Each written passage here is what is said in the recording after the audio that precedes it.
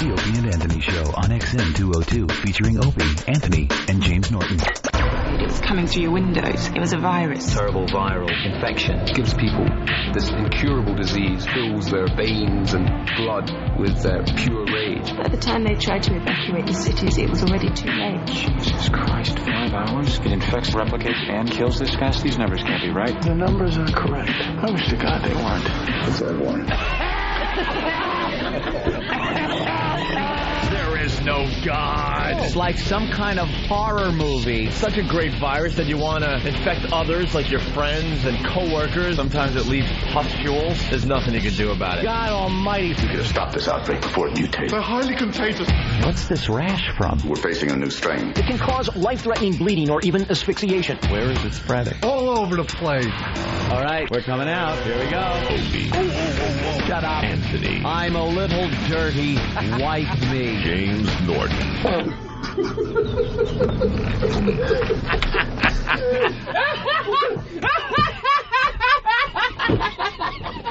But enough of this palaver. Let's get the show on the road.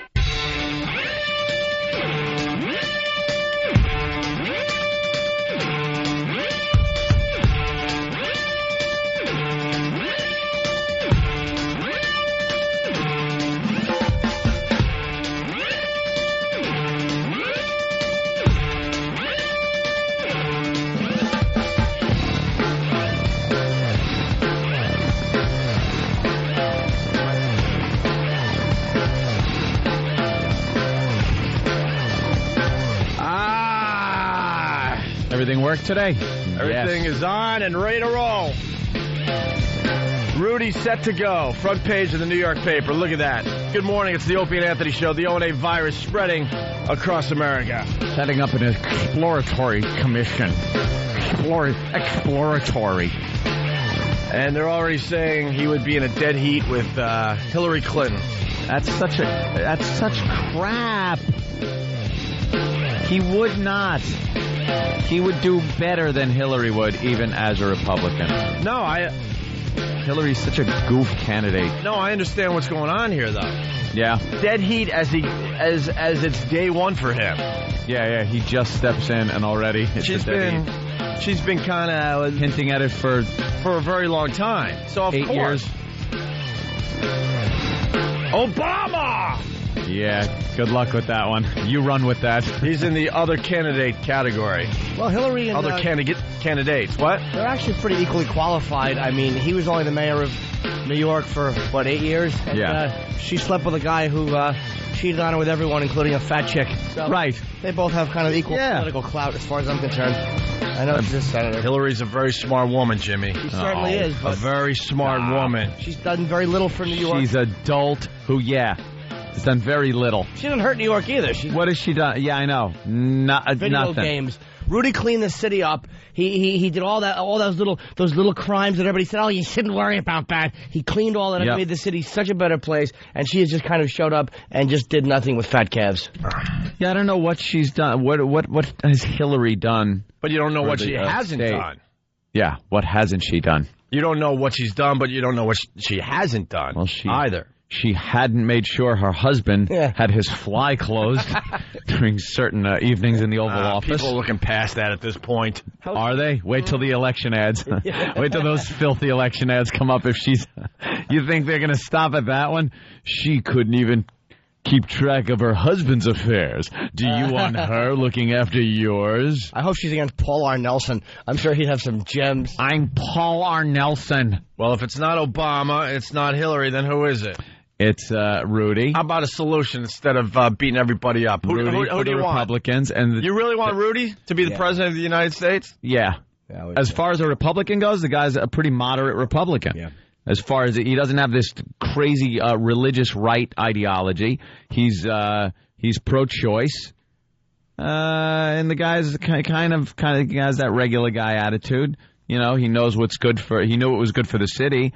And even though a lot of stuff he did wasn't popular, he knew it was good to bring money into the city and make the city a better place. So he said, screw the polls, screw a lot of the people that are giving me crap, and did it anyway.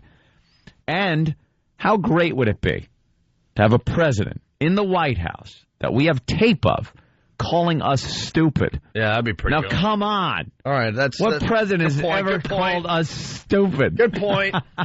You do forget that most of the city hated Rudy on September 10th. September 10th, Rudy was a hated man. For the most September part. 10th, 2001, he was an idiot.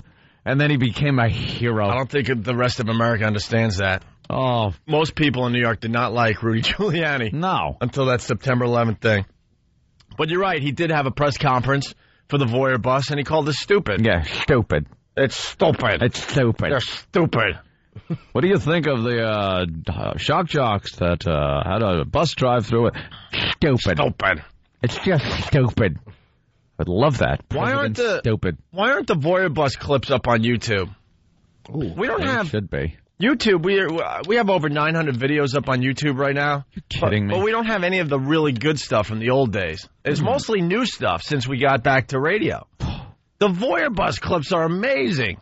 Or you can't really show nudity on YouTube, right? Yeah. Can you show a cube it boobie? out? Can you show a boobie on YouTube? No, they're pretty Nothing strict. whatsoever? They're pretty strict with that crap. Can you cube it or no? Can you, pixelate? Hey, I'll tell you right now, if you can't show boobie on YouTube, this is a message for Buffalo Paul, who's a faithful listener to this program, does a lot of good for this program, listens on XM, listens on The Edge in Buffalo. Get your TNA with O&A videos off YouTube, or you're going to lose all your videos, because that's how they work on YouTube. Oh. That's how they ride on YouTube. Maybe you should have wrote him an email. Because I check pretty much every day the latest Opie and Anthony videos on YouTube. Yeah. And Paul, he just couldn't help himself anymore. Good for him. He's had gold in his hands for years, and he's like, I got to show somebody. Gotta show it. Gotta. Good for him. So I went, you throw Opie and Anthony in the search, and then you do most added. View and most recently added or something how like it that. works, and I don't care. Why? No, I don't know how any of the search things work. Oh, it's really like easy. You put in the. I just kind of browse around it on a daily basis and find the most viewed of the day kind of thing. Yeah, and they're usually pretty boring. Well, that's the problem. It's a lot of chicks talking into a camera trying to be famous, and a lot of guys doing things that are supposedly outrageous but are really just boring. Eventually, it's just gonna kill itself.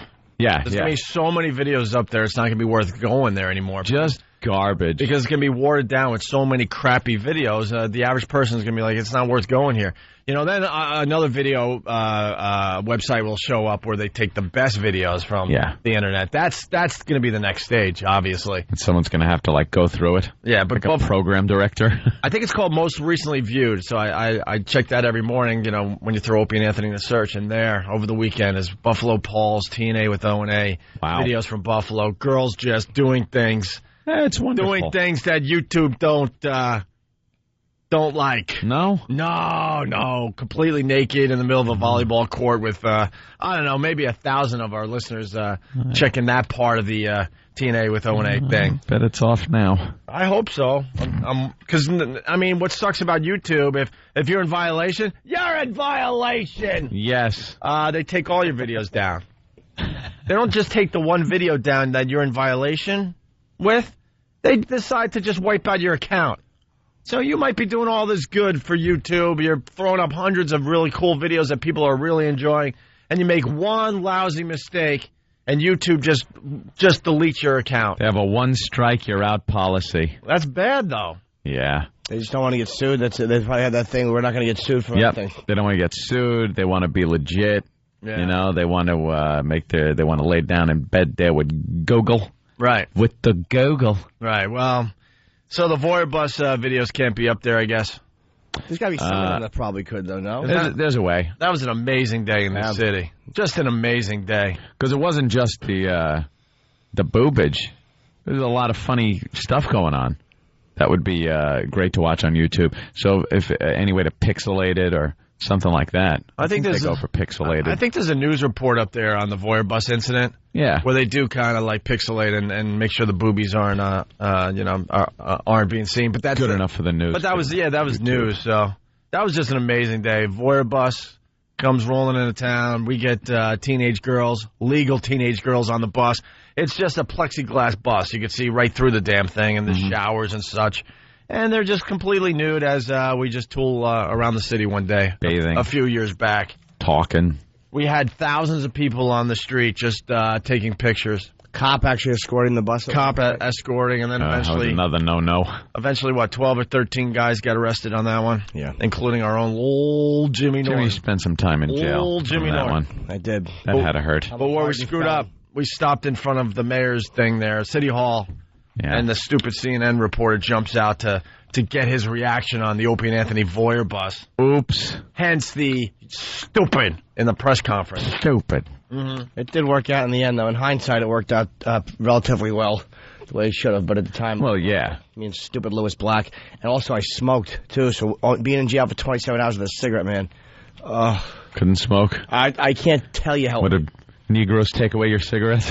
No, we ran out. We had smoked a couple. No, I'm sure they would. But perhaps you were traded for some kind of sexual favors for all your cigarettes. Is that normal when you get locked up for what is a misdemeanor to have to put on lipstick and for one gentleman to have you go and do something with another gentleman and then bring back cigarettes for your man? Yeah. Why do you always have to blame the Negro? Why couldn't it have been Anthony? a Puerto Rican that stole a cigarette? Actually, or like a white guy on crystal meth. Why does it always have to be the Negro? I'll tell you why. Because in the movies and on TV shows, it's stereotypical that it's usually a big black guy in prison that works you over.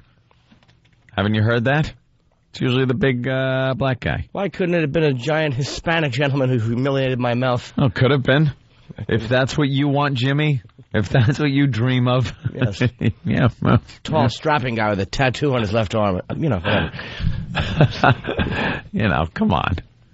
Speaking of YouTube videos, the latest ones that went up there, No Filter Paul threw up all his assault on the media video clips, which was just a great promotion for this radio show. Love to see some new ones of those. That was taken away from us, unfortunately, but they're great. Go to YouTube and check out the assault on the media videos. They took away the assault on the media because I think we began to sponsor it to a certain degree, and that was kind of a no-no. You can't encourage people to do such things. And I would never encourage people to go out and do stuff like that. By the way, but I'd laugh. I would. Here's my problem. I'm really smart, but I'm always too late. What happened? Buffalo Paul's user account has already been suspended. Oh, it was? And it wasn't because of what I was just saying, right? It was already suspended before I went on the air to warn the guy. That means he's gonna lose about 100, at least 100 videos. I'll pop him back up under another name or something. How? Is it an IP address ban? Or I knew that when I saw the TNA with O&A video clips on YouTube. I'm like, Buffalo Paul has lost his freaking mind. Everyone knows you can't throw nudity on YouTube. How do they find that so quickly? You know what it is on on YouTube? There's a little link where you could be a tattletale. Ew. Oh, so there's a little... Every video, because they were trying to get my my cake smashing video off YouTube, but that was legal. It was legal. Because what is it called? In violation or inappropriate? Like there's a link that says if you could click on it. If you think the video is inappropriate, you could just go right to the boys at YouTube and say, check out this video. I personally think it's inappropriate, and they'll watch it. Right, and then they'll watch it. Inappropriate. Well, and obviously, but then then they have their own rules at YouTube. And they're the judge and jury. Yeah, and mostly it's about nudity and copyright infringement.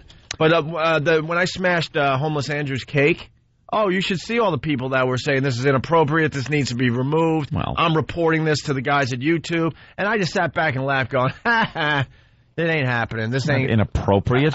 Obviously, but it's horrid. Buffalo Paul's TNA with O&A videos. As soon as I saw him, like, Paul, what are you doing? Yeah, gonna get yanked. There you go. Assault on the media things considered copyright or no? Probably not. In general, assault on the media, is that copywritten stuff or no? Oh, it depends on whose Networks. point of view it was. Yeah, I don't know. Let's whichever camera it was, or I would. Man, I would love to see more of those. We're allowed to play them if they happen, right? We just can't encourage them. Yeah. I would do that. Yeah. And then we got somebody like Brian from Delaware on line 2. This is the dumbest thing. I hear this all the time. Brian. Yeah, what's up, guys? Hi. What's your suggestion? Well, I run across a thing called PornoTube. Right. What's wrong with PornoTube? PornoTube. If you think you're going to get the exposure of a video that you're getting on YouTube on PornoTube, you're out of your mind. Better off. Yeah, that could go there. It could go. You could put all the TNA with O&A up on PornoTube, but the fact of the matter is, they started to throw a bunch of the crazier clips up on PornoTube. But you're not going to get that exposure. It's like it's like MySpace and then something else space. Friendster. Yeah, Friendster. One of those things. Right. Exactly. You get billions of people on MySpace and a couple of 100,000 on Friendster and think, well, I could go there. It's like iPod and then there's the Zinno or whatever the hell is being released today. Well, that might not do too bad. They're saying but it's the still going to iPod's be the still iPod. better. Yeah. iPod's got name recognition. It's like it's the old Xerox thing. It's the name brand. It doesn't matter what kind of MP3 player you have. You call it an iPod. Yeah, I'd put it on my iPod. It's not an iPod. You call it one. Well, you know what would be a suggestion, a way to do some of this? If you can get some of these better videos and have some of them shown, and then at the end say, for the rest of this video, and then just click and have a link in it. I don't know how you do that. Do you think they allow that? Oh, I don't know. I don't know either. It's opieandanthony.com. Because you better off opieandanthony.com. You're better off there than you are on PornoTube. Yeah. All right. Well, PornoTube. I like PornoTube. I'll show you a PornoTube. Also on YouTube, we got Master Poe was caught dancing in the office. That clip is pretty good. Yeah. Caught. We have ladies and gentlemen. The latest videos we got aren't that great. Roland reviews Stranger Than Fiction in front of the live studio audience. And Poke the Witch is up there, I think. That should be available on the search in the very near future. Poke the Witch. Poke the Witch. Poking Patty with our microphones. When are those YouTube guys coming in? I thought it was this week. Yeah, we ought to get them in. Maybe it's later on this week. They're already booked. I think it might be later on this week. Was that the new Windows version of the iPod that I'm seeing up there? Yeah, that's the one they're releasing today. I forgot the name of it already. Yeah, it's... You don't forget iPod, but they've been promoting this for a long time, and I don't remember the name. It's a Microsoft version, right? Yeah, it's called the Zanu, or... Is it MP3s? It's the Zune, thank you. The Zune. Same thing, yeah. Same thing as an iPod. I have an MP3 player. It's nice, but it's like metal and heavy, and it navigates. It's very hard to navigate compared to an iPod. Yeah. Yeah, iPod wins. Yeah, iPod does win. But iPad, they're a bunch of they're scumbags too. It's so hard to integrate between this and that one. And you can't put it between two computers. Yeah, that annoyed the crap out of me. Why? You go and you try to put a song from your computer onto the iPod, and then it's got to sync up, and you got to reformat it, so you would lose all of what you have on your iPod. How about giving you 2 or 3 places you can put it? And then putting something in the iPod which tracks it, so you can't have it in 8 locations. I figured it out. I had to use a different computer. Couldn't do it from Windows. I had to get my Mac and plug that in and put new songs on. Oh. Yeah, big pain in the ass though. All right, we're just getting warmed up here. We got lots to do on the fine program. There's some stuff on Heather Mills here we'd like to get to on page 6. Oh, absolutely. Front page of the paper. Beatles' wife, sex, and the arms dealer. I bet it's Khashoggi. Is that the Adnan Khashoggi thing? Is he involved in that? I don't know. He was an arms dealer. But it's not on my page 6. Page 6, I have big one-day sale. That is a just joke waiting to happen. Her and an arms dealer. What's wrong? It says see page 6. Write it yourself. Right? And I open page 6, and it's an ad. Are you kidding, Jimmy? The Post is legendary for the page 6 column. which resides on a different page. Which is on every day. Look at me trying to explain it to Jimmy like it's logical. Page 6 is on page 14. Okay. Why wouldn't they just put it on page 6? That would be easy. It's called page 6. Why not just put it there every day? Right.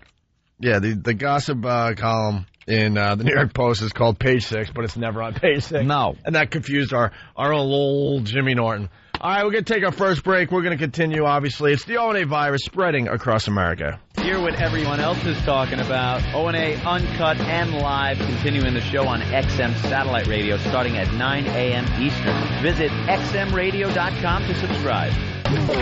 It's the Opie and Anthony Show. XM 202.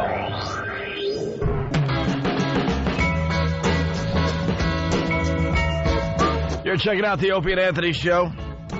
Good news, all Voyeur Bus clips are now on opieandanthony.com. Oh, okay. We were just talking about that before the break, so there you go. You can check them out at opieandanthony.com. Good. Just as easy as YouTube. Our phone number, 1-866-313-FREE. I thought I just heard that in my own head. 1-866-313-FREE. Coming up on this fine radio show, not today, by the way, the homeless shopping spree.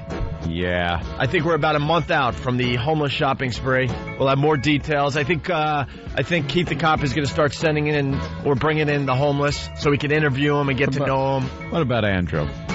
We got to find Andrew. Is he invited?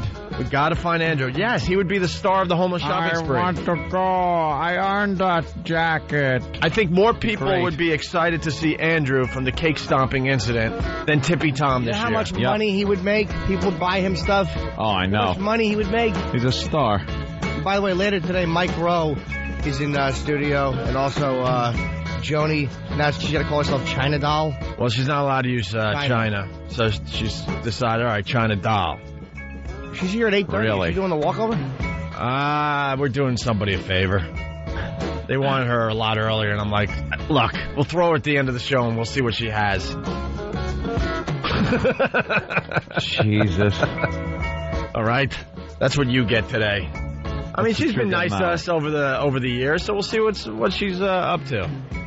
Also on the way, the eggnog drinking contest, Anthony. So, the holidays are coming when we have the eggnog drinking and puking contest. Bunch of guys in here, and it just smells like eggnog and bile. I can't wait, actually. I can't wait for the eggnog drinking contest. Oh, I don't give a crap. We'll see if Pat Fomenaki can pull it off after his upset loss last year to one of the professionals. What was his name? Eric Badlands Booker. Badlands Booker, professional eater.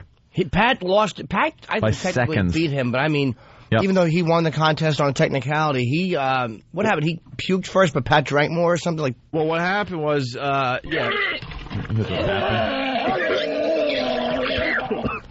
Pat set the record, whatever it is now, and then puked, and legally, Badlands still had his minute to get his shot down. Yep. And he puked too. No, but because Pat puked, contest over. Badlands never drank that final shot that would have tied the record. It was a crazy thing that happened last year. Pat actually set the record and lost the competition. Once you puke, you're out. And for the new listeners, man, it is a great, great show. Oh, yeah. It's all about, 10 guys just puking their brains out all morning long. And they all talk smack beforehand. Yeah. They're all talking like, I'm confident, I got this down. And you'd be surprised, after 5 shots, 6 shots, some of them are going kind of like, this might be rougher than I thought. And we had some big truck drivers in the competition last year, and they went out early. They really thought they could get a lot down, and they were backing out 10, 12 shots in or whatever. Done. You have to drink that final shot this time. That's what you have to. You can't. Well, we had the rules were, you have a minute. So I mean, it's all strategy. Pat messed up by doing it, or maybe wait to the last minute because at the end of the competition, you see these guys, they're struggling to hold it in. So I think we just keep the rules as is because it was very interesting. It was a strategy that he used. He had the whole minute to do the shot, so he waited the entire time, and Pat woofed. Pat went early with his shot and then woofed. Yeah, out. It was great, Jimmy. We don't need to change it. Trust me. It was great last year. I think Badlands should have had to drink that final shot. Then you would have had them both puking, and then you would have had to do something. Well, but the reality is, puke off. The reality is, when you puke, you're out. That's the whole competition. Yeah. It can't be, all right, I puked now. Let's see if you get your shot. But you have to drink it. Yeah. That's it. It was great. There's no reason to change it, to be totally honest with you. And I liked it. It was exciting. They gave us a great competition last year, and the videos were great, and we can't wait to do it again this year. I think we got to get a huge, huge prize for the winner of the eggnog drinking contest this year. Yep. And then Feels for Meals, I guess it's official, another year where we have to say we're not doing Feels for Meals. Why? Word came through? I haven't heard anything. Oh, I haven't either, but that doesn't... I know CBS said no, and then XM was trying to get it done for us, and I don't know, something about prostitution again. It's not prostitution. It's not. There's Let's just do it. We're trying to raise money for the homeless. Let's do it until someone makes us stop. I completely agree. Let's start doing it. Let's have the Feels for Meals over Get at the box. XM. But we want to do it in public. They were That's talking. what I mean. They were talking about maybe getting it done at Hooters before they open. Well, we do morning radio, so obviously they're not open for breakfast. I say we do it. That would be right on the sidewalk. Hooters for breakfast would be damn creepy. Yeah. But that was their way around it. From Steve, working on it, but I didn't hear prostitution. I'll check with Eric Logan. All right, so Steve's going to check with Logan, see where we're at with Feels for Meals. We really, really want to do this. We sort of did it one year in studio where a brother felt up his sister. Yeah, that was nice. But we want to do it where we have our listeners just lined up down the street with their donations, wink, wink, to get a feel. You know, and you got the girl in the box with two holes cut out. Mm-hmm. So you reach in the box and you feel around. And see what you can feel. A hole in the back. And a hole in the back for Jimmy. What? No. Well, they wear bikinis, so. Do they? Or do they? Maybe not. Maybe not. All right. And we got to get Money Snatch done. Yeah, that's another one. Because it's the holiday season. The Money Snatch game, really fast, is we know there's a lot of women out there. They don't know how they're going to get their Christmas presents bought this year. Times are tough. Times are tough. They are. You need money. Maybe they're going through a separation or some kind of drug rehab or some kind of unemployment. And they got the kiddies, and the kiddies don't understand no presents on Christmas. They just know it's Christmas, and they want their toys. And we know mommies out there that are desperate will pretty much do anything to get the money so they could get the Christmas gifts for Junior. Yeah. And Aunt and I came up with Money Snatch.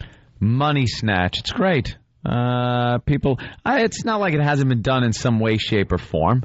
Well, your morning zoo has done it. Usually your morning zoo does it. They put you in a big booth. Or bank vault. Type thing, or a bank vault. Sometimes the money's blown around in a big whirlwind, cataclysmic look, hurricane type around me. cyclone. Yo. Yeah, and you have to snatch the money out of the air. You got to grab it as much as you can. A lot of ones are in there, but then there's fives and a couple of hundreds, but they make it look like a lot of money, and the person walks out with a couple of fistfuls of ones. We do it a little different. Yeah. Money Snatch. Yeah. First of all, we need desperate girls, not happy girls. Very desperate girls but that need money very badly. They can use their hands to grab the money, but they cannot leave with the money in their hands. But where do they... They've snatched the money up. Okay. They've snatched that money up with their hands by grabbing. And, even on the ground. You just pick it up off the ground. As long as you're snatching up as much money as you can with your hands. But then you have to leave with no money in your hands. Yeah. I think this year we allow them to, stick it on their sweaty bodies as well. Oh, I don't think so. No, because that could look pretty funny. They might wear glue. I liked the way it was the first time around. Of course you did, pervert. They weren't wearing a stitch of clothing, so they had no pockets. They had pockets. No material They had pockets. Pants pockets to put it in. But they had to then take the money out with them without holding it in their hands. And by the way, we forgot to mention that we all have leaf blowers. Yeah. So when a girl sees a crisp 100 in front of her and she's lunging towards it, you just blow it away from her and watch her almost start crying. So you're saying basically that to walk away with the money, she might have to roll it up and, put it in her mouth? No, actually, she could probably roll it up. It'd probably be easy to carry, but no, not in her mouth. Oh, she can't do that? She can't carry it in her hands or her mouth. Or with her feet. She can't carry it with her feet. I think they can figure it out from there. Really? Absolutely. Sicko. She has to tuck it behind her ear. Right. All right, let's go to Jim in Pennsylvania. Jim. Hey, what is this? Anthony actually going to blow up the show this time? What are you talking about? Well, Anthony's the one trying to push the old, the Feels for Meals deal. Feels for Meals. I'm saying we get refrigerator boxes, we put them right down on the street in front of XM and do it. And do it. By the way, little known fact, I've never blown up this radio show. Thank you.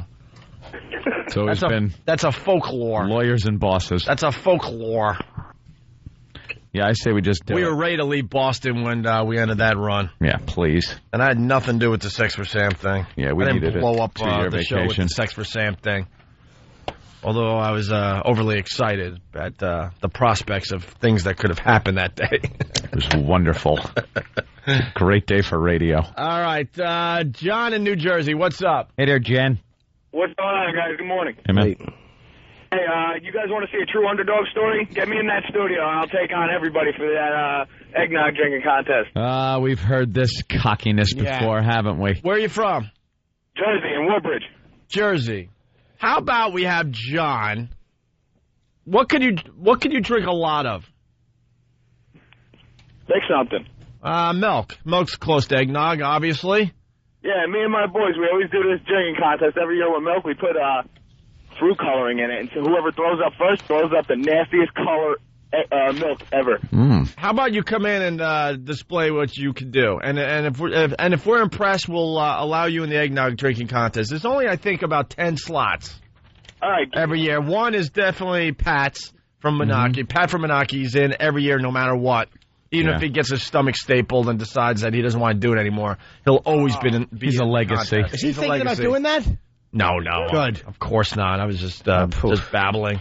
Pat from Menaki, I'm taking it all. All right, John, how about you come in with milk, food coloring, and let's see how much you can drink. And if you impress us, then we'll let you in on the contest. I hear you can't even drink a gallon of milk, Get me in though, there, man. Pick a day. without woofing.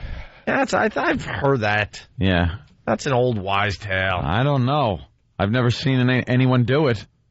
Seen a few attempts being made, but never seen anybody actually do it. But what is it, a gallon of milk in a certain amount of time? Because if you have a couple hours, of course you could drink a couple hours you could, but I mean, if you're sitting there and it's kind of some kind of timed event. No, give me a half hour. I'm good. Half hour, gallon of milk. Gallon of milk. That's easy. It's probably. That's easy. What does it work out for? That's not going to impress us as far as getting in the contest. You got to do it like a shot a second, a shot a minute. Give me 10 minutes. Huh? 10 minutes? 10 minutes, really? All right, hold on line. We'll have you in, and we'll see what you can do. Make sure you bring the food coloring, though, okay? Now everybody's calling for the eggnog drinking contest. Make it red. By the way, E-Rock, as I speak here, he's throwing money snatch photos up on OpieandAnthony.com. Ooh. I'm seeing some horrific sights. Well, those girls bending over are really needy. Bending over and sweeping up money as they go and counting. We sacrificed attractiveness for need. The girls really needed money. Well, you know, we sacrifice for the listeners. Let's be honest here. Yes, we do. We could have had a real boring contest, but we would have had a great day. Look at or that. we could have had a great contest. Oh, my look at That is a mess. That is not right. Remember how the studio just stunk, too? Yeah. That is not right. That is not right. And we got this huge studio. We could have some fun with this contest, man. You've got to see the pictures. Go to OpieandAnthony.com. Give E-Rock a couple more minutes. He's getting them up there right now. Okay?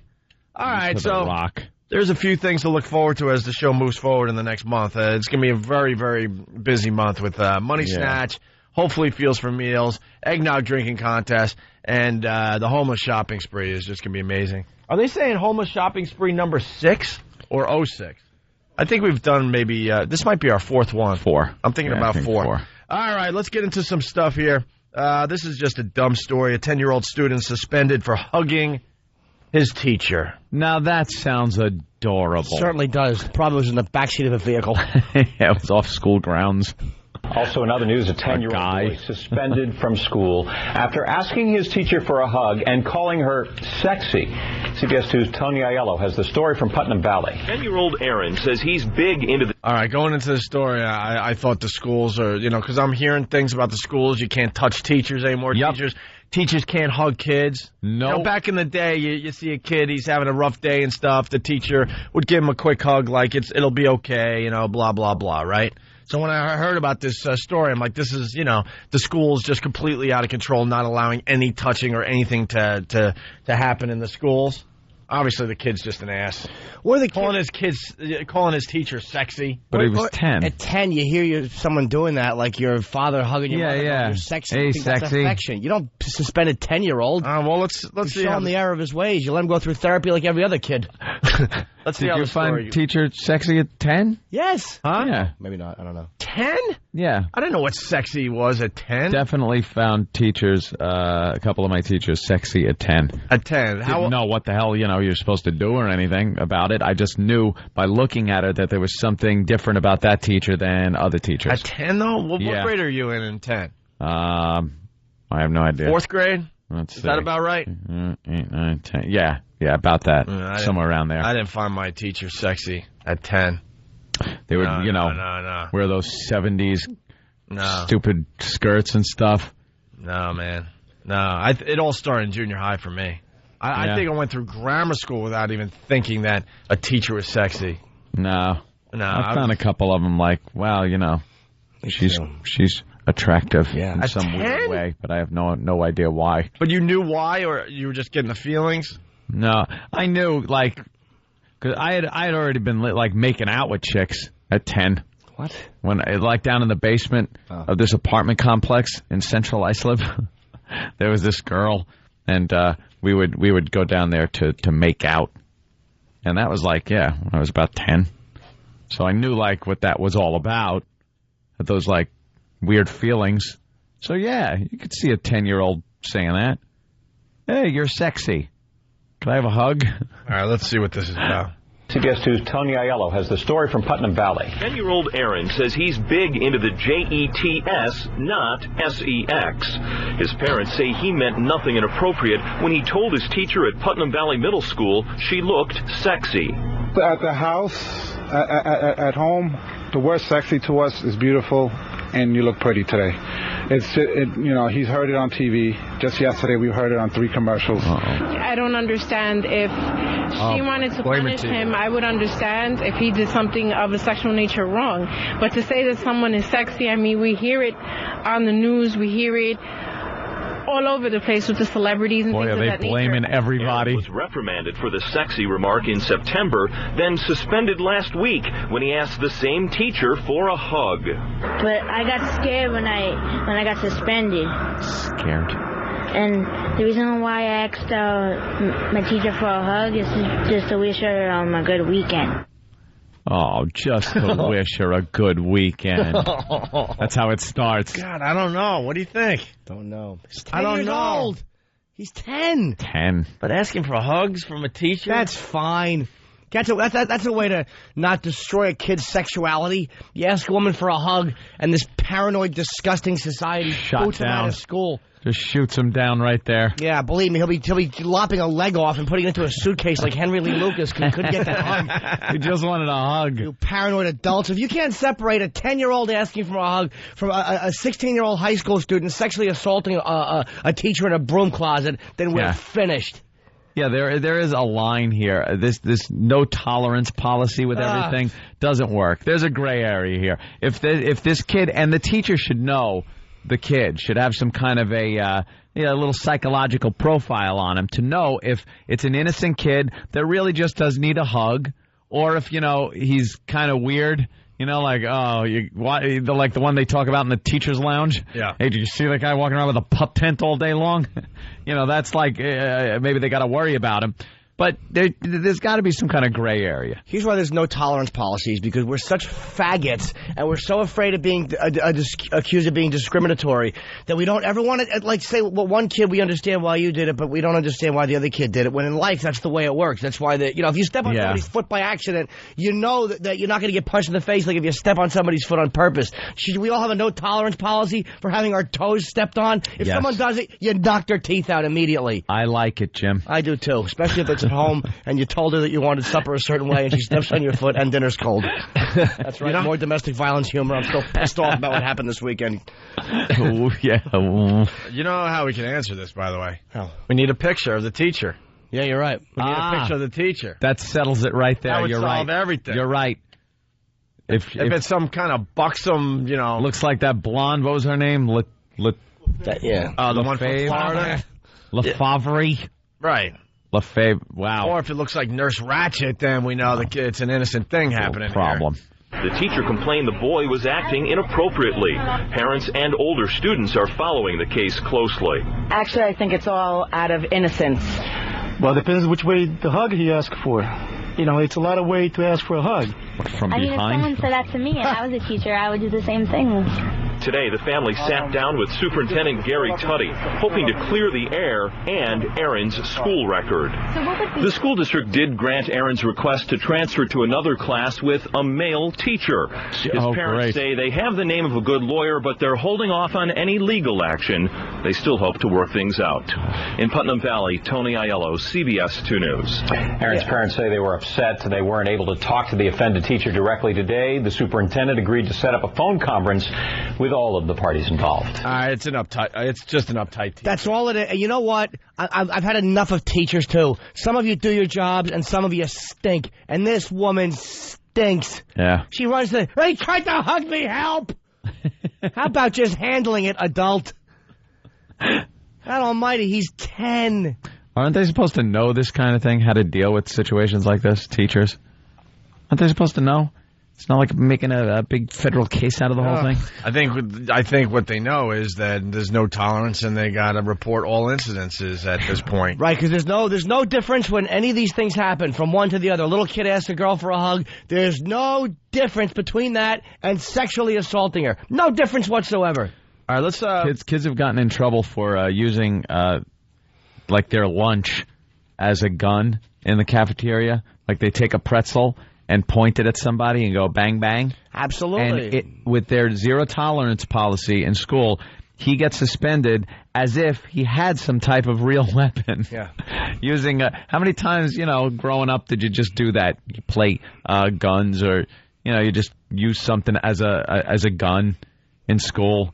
Now you get thrown out. Maybe you get teachers who are a little better at making character judgments on individuals and stop being such pussies as far as being terrified of being accused of being discriminatory when you let one kid go because you know he's actually not a bad kid, and you go after another one because you know he's a problem. Yeah.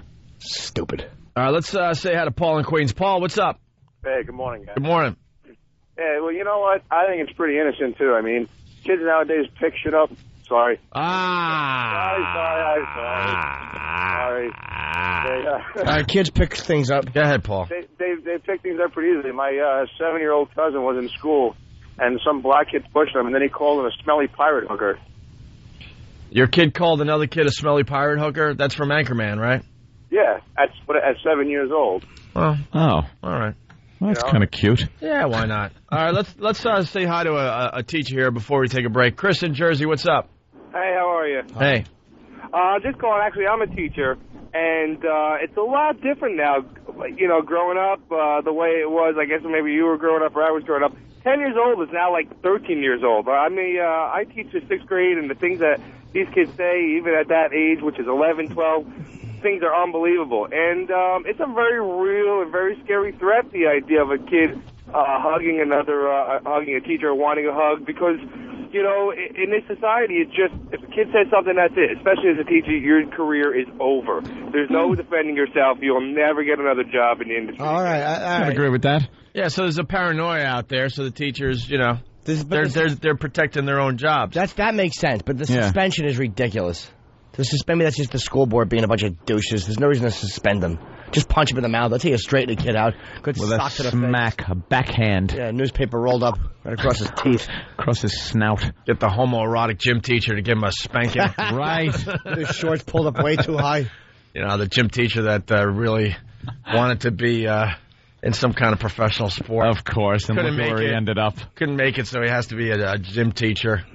Are they the most bitter individuals on the face of this earth? Absolutely. The gym teacher. They're awful. All right, we're going to take a quick break. We'll continue with this and some other things, including audio from Apollo 17 with the astronauts cursing. It's pretty funny. Ooh. I don't know. I don't want kids to hear this. This might be better on XM, but we'll try it over here as well. It's the ONA virus spreading across America. Oh, jingle bell, jingle bell, jingle all the way. It's the 2006 Homeless Shopping Spree, only on the Opie and Anthony Show. Coming soon to a snooty mall. Maybe one near you. Why? Whoa. The Opie and Anthony show will bring a busload of homeless degenerates shopping for Christmas presents. And you, of course, are invited to watch and shop along. Golden Buns is gonna get busy. Immerse yourself in a time-honored tradition. Enjoy the holiday spirit and the stench of booze and vomit as we partake in another homeless shopping spree on the Opie and Anthony show. It's the Opie and Anthony show. We're back with the Opie and Anthony show. Our phone number 1-866-313-FREE. Let's say hi to Sherry, a teacher in New Jersey. Sherry, what's up? Hi. Hey. I had a similar incident. One of my students was kind of doing inappropriate things behind my back, and I actually saw him doing it, and I railroaded him into a confession. What? Hello? Yeah. What inappropriate thing? Well, a couple of times I was leaning over a desk, and I was like, he was on the side of me, and he would kind of like pretend, he would look at his friends and be smiling and pretending to grab my ass. Things like that. Yeah, how old was he? He was 12. So what'd you do? Why would you railroad the kid for that? Well, you know what I did? I actually brought him into my room. See, this was going on for like a couple of weeks. And I took him into my room. There was nobody there. And I sat him down and I just told him that I knew what he was doing, that other kids had told me what he was doing, even though they didn't, and I basically got a confession out of him, and he was apologizing, and I was just going on about, it's sexual harassment, and you could get into a lot of trouble, and he was begging me not to call his parents. Aren't you scared taking him in there alone, that he might say that, like, you tried to make time with him or something? I really wasn't worried about Make time. Jesus. I know, 1940s. Did you afraid his parents would get in their Edsel and drive over? So wait, what did you do? I'm an ass. Wow. Make time. So you sound like a snappy gal. A hot dame. What'd you do with him? He basically just, apologized profusely. Like, he just kept apologizing over and over again, and he felt really bad, and he never did it again. I never you showed him. Parents. Did you find it kind of hot that a kid was checking out your ass? What was that? Did you kind of find it hot? Did I find it hot? Yeah, did you get a little tingle? Not really. Did you feel flattered? Did you feel flattered? Yeah, I guess that's the word I should have used. Flattered? I don't know. I think he was making fun of the size of it. Is it? Oh, wow. Well, have a good morning. Carrie in Pennsylvania. Did she ever tell the parents or no? I don't know. She's got a fat ass. We're done with her. Carrie, what's up? Morning, guys. Hey. My son was in 5th grade, and I had gotten to work, and I get a call that my boss at the time says, the school called. Your son's in trouble. The police are getting involved because he had called another kid the N-word. Now, well, was he? The kid was, yeah. But I don't know any of this until I get home. And wait, the kid was? Oh, my God. Why were the police getting involved? Because it was racial. Yes, see, it's a hate crime. How old's your kid? Well, now he's 17. At the time, he was only 12. So he's 12. He calls another kid the N-word? So what happened was, long story, I find out that this kid turns around and had called him crackerhead. So my son says, oh, yeah, you stupid N. Right. So I'd asked my boyfriend to come to school to help out, so to deal with this. Oh, I'm not going there, blah, blah, blah, because he probably is, and this, that, and the other thing. So as I get to school in the morning, I walk into the principal's office, and isn't the principal black? All right. Well, what did the principal say? He said, well, we can't have this, blah, blah, blah. This is racial. We're getting the police involved. And ew. Yeah, and I'm You should have just walked in with a boombox playing some hip-hop with, like, that word used 80 times in it and said, oh, what? What? Huh? Or if it was in response to the other guy saying something racial, well, then too bad. That's what you get. Well, the other kid didn't get in trouble for calling him a crackerhead, and not. he didn't get suspended. And as I'm sitting there thinking, well, crackerhead just doesn't have the same power as the N-word. No. I mean, they just, the black community just can't figure out, a word for whitey that's really going to bother us. No. Like, I've been called cracker. I've been called all that, and I just laugh. What's going to bug us? Employed. It just sounds silly. It just doesn't have the same power. Society in general understands it doesn't have the same power. Well, my son must have been standing there saying to him, "Oh, it's okay for you to call each other that." And I'm thinking, how much more trouble do we want to get in here? But yeah, that whole situation's out of hand. For 2 days, and I had to go back in and. All right, adults. We're all adults here, and we got to sit here and say the N word. It's infuriating. Especially when you're quoting something like that and you're not using it to be right. Nasty or whatever. Yeah, you're not even calling anybody that's that. CBS's thing. That's not. You're just using out of it. Yeah, you're just using it in the context of a story. Something you got to see the N-word, like you're friggin' 6 years old. It's repugnant. Really Why is. would CBS buckle to that? Like, unless it's being used, gratuitously or viciously. But if you're using it, you're quoting a story like that. Why do we as adults have to say the N-word? Yeah, if a black guy calls up and says something that you don't like, and you throw that word at him and call him that is malicious. That's something they would have a problem with, and that's fine. But if you're just using it, like this woman's telling the story, she should absolutely be able to use the word. I mean, Jesus Christ. Crackerhead's okay, but it's just, we're like, stop. Like children. Children. We're all little children that can't take care of ourselves. So people have to tell us how we're supposed to act and what words we can use and not use. Oh, it is just disgusting. Just the fact that paper won't even print the word, yeah. If it's being quoted, as the guy said, it's like, then don't use the quote if you can't print it, if it's that bad. And if you're going to banish a word like that, then banish it from everybody forever and ever and all time. That no one can ever use it, and if they do, there's some type of criminal charge that has to be brought upon them. That's the only way it'll work. You can't have a double standard. Ridiculous. Unacceptable on radio, but the company that owns this fine station, I'm sure their TV shows have the N-word. They're not saying the N-word during an episode of CSI or whatever show. Do they say that on CSI? I don't know. I'm just throwing a TV show out there. I'm sure it's on TV. CSI. I'd throw it in CSI if I was a writer for that. Why not? Absolutely. For completely unnecessarily. Yeah. That's what I mean. Just totally like... Make it a doctor's last name. Spell it with one G and an E at the end, but you have to pronounce it that way. Paging Dr. Yes, I'm being called down to the lounge. He's just a complete white guy. But they wouldn't talk to him properly. They'd say, paging doctor. Get your ass down to the lounge now. You're needed here. You're needed in surgery. Hurry up. What do you think, Doctor? Well, my diagnosis of this situation. Let's get on it. He's a pro at this whole thing. And when he and his wife renew their wedding vows, she would say, I certainly am a lover. That was a stretch, that one. It certainly was. All right. The whole thing is a stretch. I just got to acknowledge the last one was a real stretch. Father and son doctor team. I don't care which one you get me. Just get me a...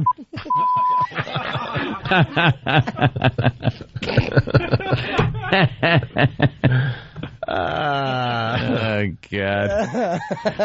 Just write it in. That would be great. You make a left on Elm Street and then turn right on Avenue.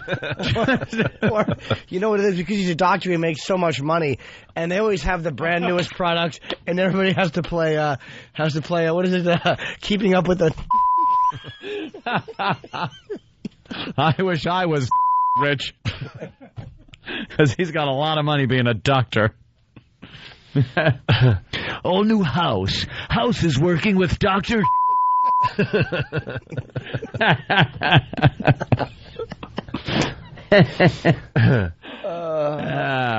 got the NYPD on the phone. Rob, what's up? Children. Rob. That doctor fixed something. Hey, who rigged this?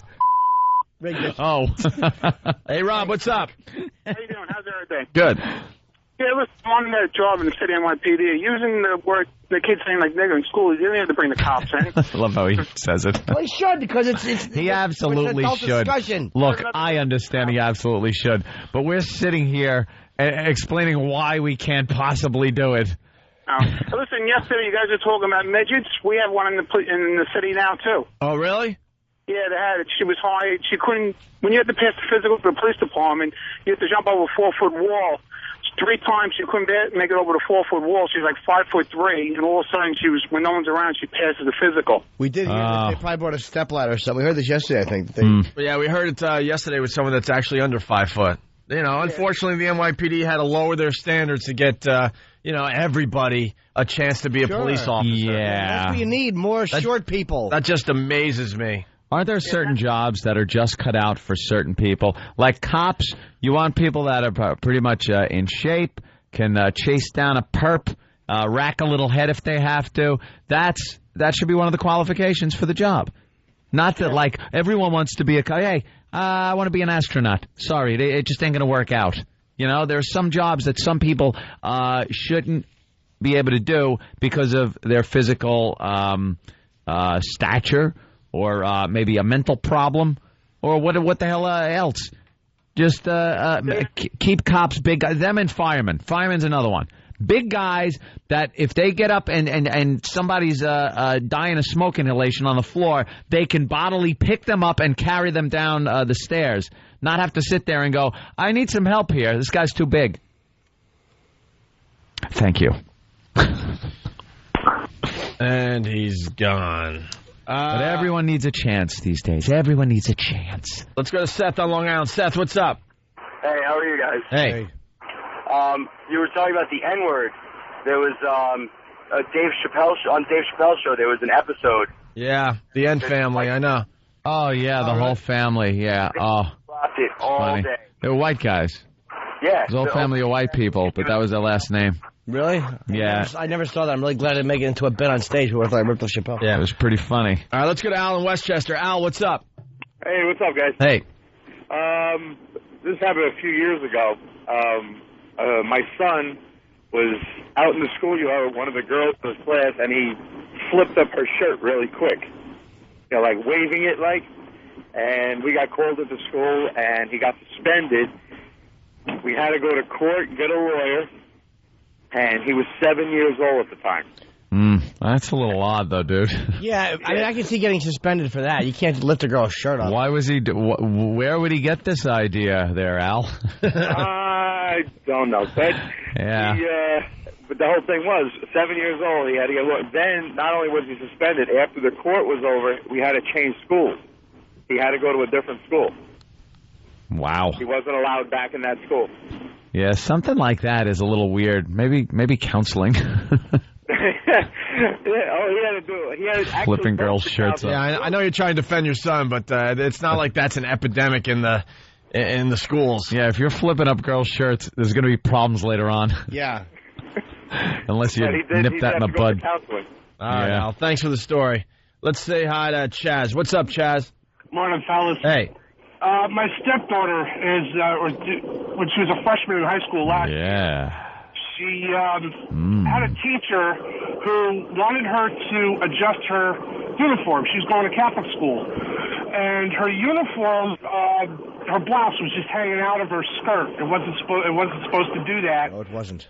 No, so she was supposed to tuck it in. Well, he wanted her to tuck it in the classroom in front of all the other students. And she said to him, no, I'm not going to do that. She said, I need to go to the girls' room to be able to do it. He refused to let her do it. And in return, she got some sort of, like, demerit or whatever the hell it was that they gave the kids. Just for not tucking in, though? I mean, why couldn't she just tuck in her shirt into a skirt? Yeah, these parents are trying to defend their kids. What's the big deal? That's tuck a in the dopey shirt thing. in front of everybody. It's not like... She sounds like she's being a little bitchy. It's not like they asked her to change in front of the class. Yeah, pull down a skirt. She wanted to do it. She was going to do it, but it required her to unzip her skirt in order to be able to do it because of the way the skirt, the blouse fit or whatever. I don't know all the details about that. But I bet you do. Yeah, creepy teacher. You know how that whole thing works. So you're blaming the teacher. think this through. So the teacher, in front of a million witnesses, is going to have your daughter unzip her skirt so she can tuck her shirt in. And that's not going to cause any problems with the teacher. It's not something that 14-year-old girls should be doing in front of everybody. But do you honestly think the teacher? But you honestly think the teacher would have allowed her to unzip her skirt in front of a class? That's the story. No way. Well, my wife went and checked into it, and apparently the guy had a couple little other run-ins with other students. I don't know all the details behind it, but yeah, he was pretty much a creep to begin with. She wasn't too thrilled with this guy in the first place. Right. All right. Thank you, sir. All right, later, guys. Yeah. I wasn't there, but it just sounds a little weird. Yeah. We got an interesting. That guy's at the point where his stepdaughter's now at the age where she brings her friends over and stuff, and he's got to sit there and just go, oh, Jesus. Yeah. It's weird when they hit 9, right? I ain't never seen a demonstration like this. Sightseeing around Austin turned into a circus, tells us Coleman Buck. He's in town visiting with his friends and wanted to see the Capitol. It's just a joke, really. I mean, it's, I don't know what to say about it. He says the joke, the National Socialist Movement, or the American Nazi Party, as they like to call themselves. They're protesting, all 20 of them, immigration. To make their point, they ripped a Mexican flag. They spit on it. They even stomped on it. It's like all of America is our Alamo. They are pouring over the walls, and they want to change our culture. The neo-Nazi party says they're just promoting their own heritage and culture. Everything pro-white in this country is now hate. It wouldn't matter what we wore, what we say, or what we do. White people aren't allowed to have white student unions. We're not allowed to have white history days. We can't have white entertainment TV. Dressed like Hitler and wearing swastikas. Well, you know what, guys? Maybe you want to update the look a little bit. Maybe if you presented yourself in a little more reasonable fashion. If there's some real issues there, yeah, maybe you want to dress differently. Because there is a double standard, and a lot of people have presented it in a very, logical way. The guys, if you're dressed in swastikas and dressed like Hitler, I think you're trying to get attention more so than get your point across. Look, I understand, and I hate to play devil's advocate, but look, the black things are just kind of a reaction to the fact that most TV is very white oriented. We're going to complain white people aren't on TV enough. My only problem is in places like these stupid video stores when they have black cinema or African American. That's unnecessary. What's the difference between black people in a drama and white people in a drama? I mean, that's kind of ludicrous, but yeah. Black History Month, come on. We know why it's there. It's kind of a reaction. Oh, we're just giving it to them. I know. Oh, yeah. Yeah. But you don't need White History Month and, stop it. Well, they're claiming they're not a hate group. What do we want? White power! Members say all they're doing is expressing their freedom. You may view it as... I can't get past the reporter's How awful is she? She's really horrible. I thought she was the deaf reporter for a minute. What do we want? White power! Members say all they're doing is expressing their freedom. You may view it as hate, but we don't view it as hate. Their chants, Save our race! hard to hear, Come on! were overpowered by hundreds of counter-protesters. And I want to punch him in the face. That's what I want to do. Fears of retaliation, exactly why DPS and APD were on guard.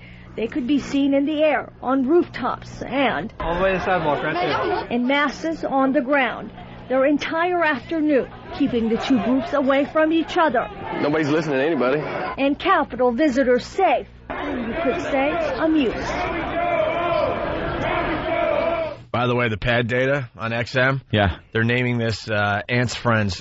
Oh, really? Is that what it says? They got to label all the segments for the XM users. Ants Friends? It says Ants Friends. I assure you, I do not know these people. Where are they, Texas? I really don't know what went on during that clip, because the report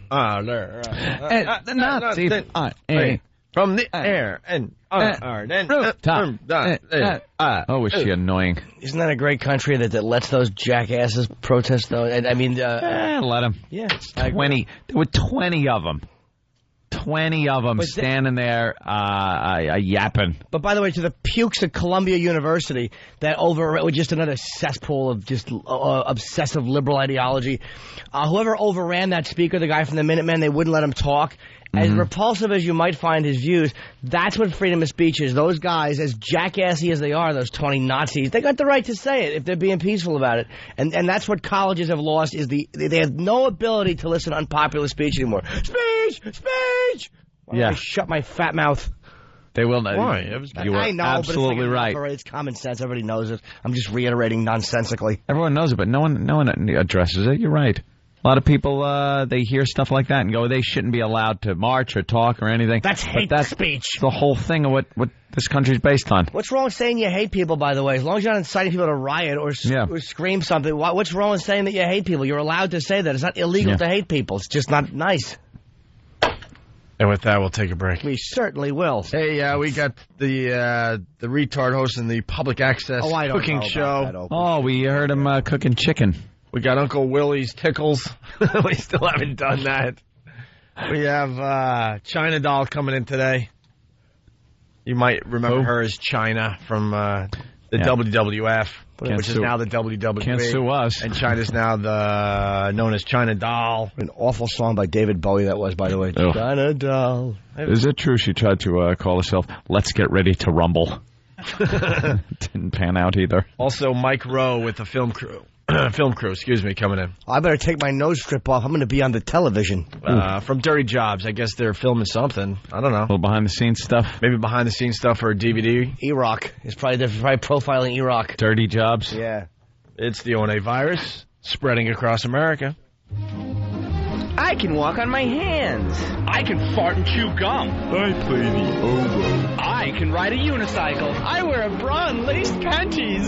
So your talent is being queer, Travis? It's the Opie and Anthony Walkover Talent Show. If you have a unique skill, talent, music group, or physical affliction, we want to exploit. You can email Steve at foundrymusic.com with your ideas, or you can just show up during the walk to XM and start shucking and jiving. Shucking and jiving? Jesus, Danny. I don't write this. It's the Opie and Anthony Show.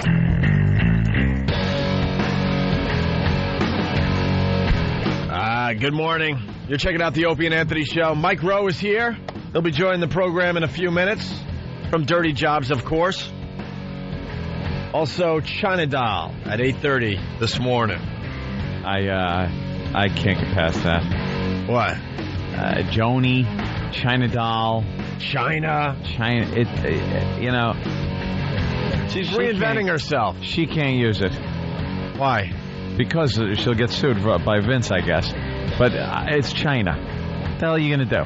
Is Vince going to sue me? Funny if he did. That would be really funny. Damn it. I didn't think he could. Hey, we got to finish up news teases from the other day. Scary news teases. One of our favorite bits. We got like 3 to go, and they're the best 3, by the way. Be afraid. Be very afraid. It's a tactic your local news uses. Everyone knows by now. To make you watch longer. Makes you tune in. If you're just watching your favorite sitcom or something like that, and then the news tease comes on, tune in at 10, and then they give you enough info to scare the crap out of you. What toy could kill your kid? We'll tell you, I don't know, December 8th. Yeah, thanks. Somewhere between now and December 8th, we'll tell you which toy will kill your kid. I planned on Christmas shopping for the young lad. Now I don't know if what I get him is going to kill him. So, but they're just out of control. Wrap it up. I think it used to really, be a service to the people. Now it's just used to make you watch longer. That's all. Publicity stunting is what they're doing because the news is just an entertainment show, just like everything else on television. Let's not be fooled. All right, we got 3 news teases left. The last one is the payoff. Oh, it is. It really is. Great. But first, we got this one. Every morning, millions drink it up. Coming up, the popular breakfast drink that may have paralyzed a woman. Wow. Oh, my God. Millions drink it. Popular. Orange juice. Paralyzed. It's orange juice. I'll say coffee. Coffee? It's popular. True. Morning. No. It's got to be one of those, like, liquid breakfast drinks. Ovaltine? Ooh, maybe. Tang! More Ovaltine, Mom. Please. She wheels over to the fridge. Sunny D. Sunny D. Oh, I hope that black boy from the commercial wasn't paralyzed. I liked him. I like the Asian girl. Oh, I don't know. She was a little snippy. But it just showed that boys and girls of all races and creeds enjoy Sunny D. And drink it together. They sure do. The parent, whoever the parent is, loves when their child brings home a very diverse crowd of friends. That's what all friendships are. It's a whole big rainbow of diversity peering into the fridge. It's brilliant marketing. Sunny D. Actually, they didn't have a budget is what happened. Instead of doing separate commercials, Sunny D for the black community, a hip-hop song. Yeah. They decide, we only have this much money, let's throw them all together. You know how, your local burger joint, your local burger franchise has their black commercial, and the Asian commercial, and the whitey commercial, things like that. Yeah. Sunny D just threw them all into one. All into one. Just showing that ethnic stereotypes and none of that stuff matters when you're all enjoying a little Sunny D. They're all around the fridge. What do we got? Some type of grape drink, milk. Hey, Sunny D! Sunny D! The yellow face, the brown face, the white face, they all light up equally at the prospect of enjoying some Sunny D.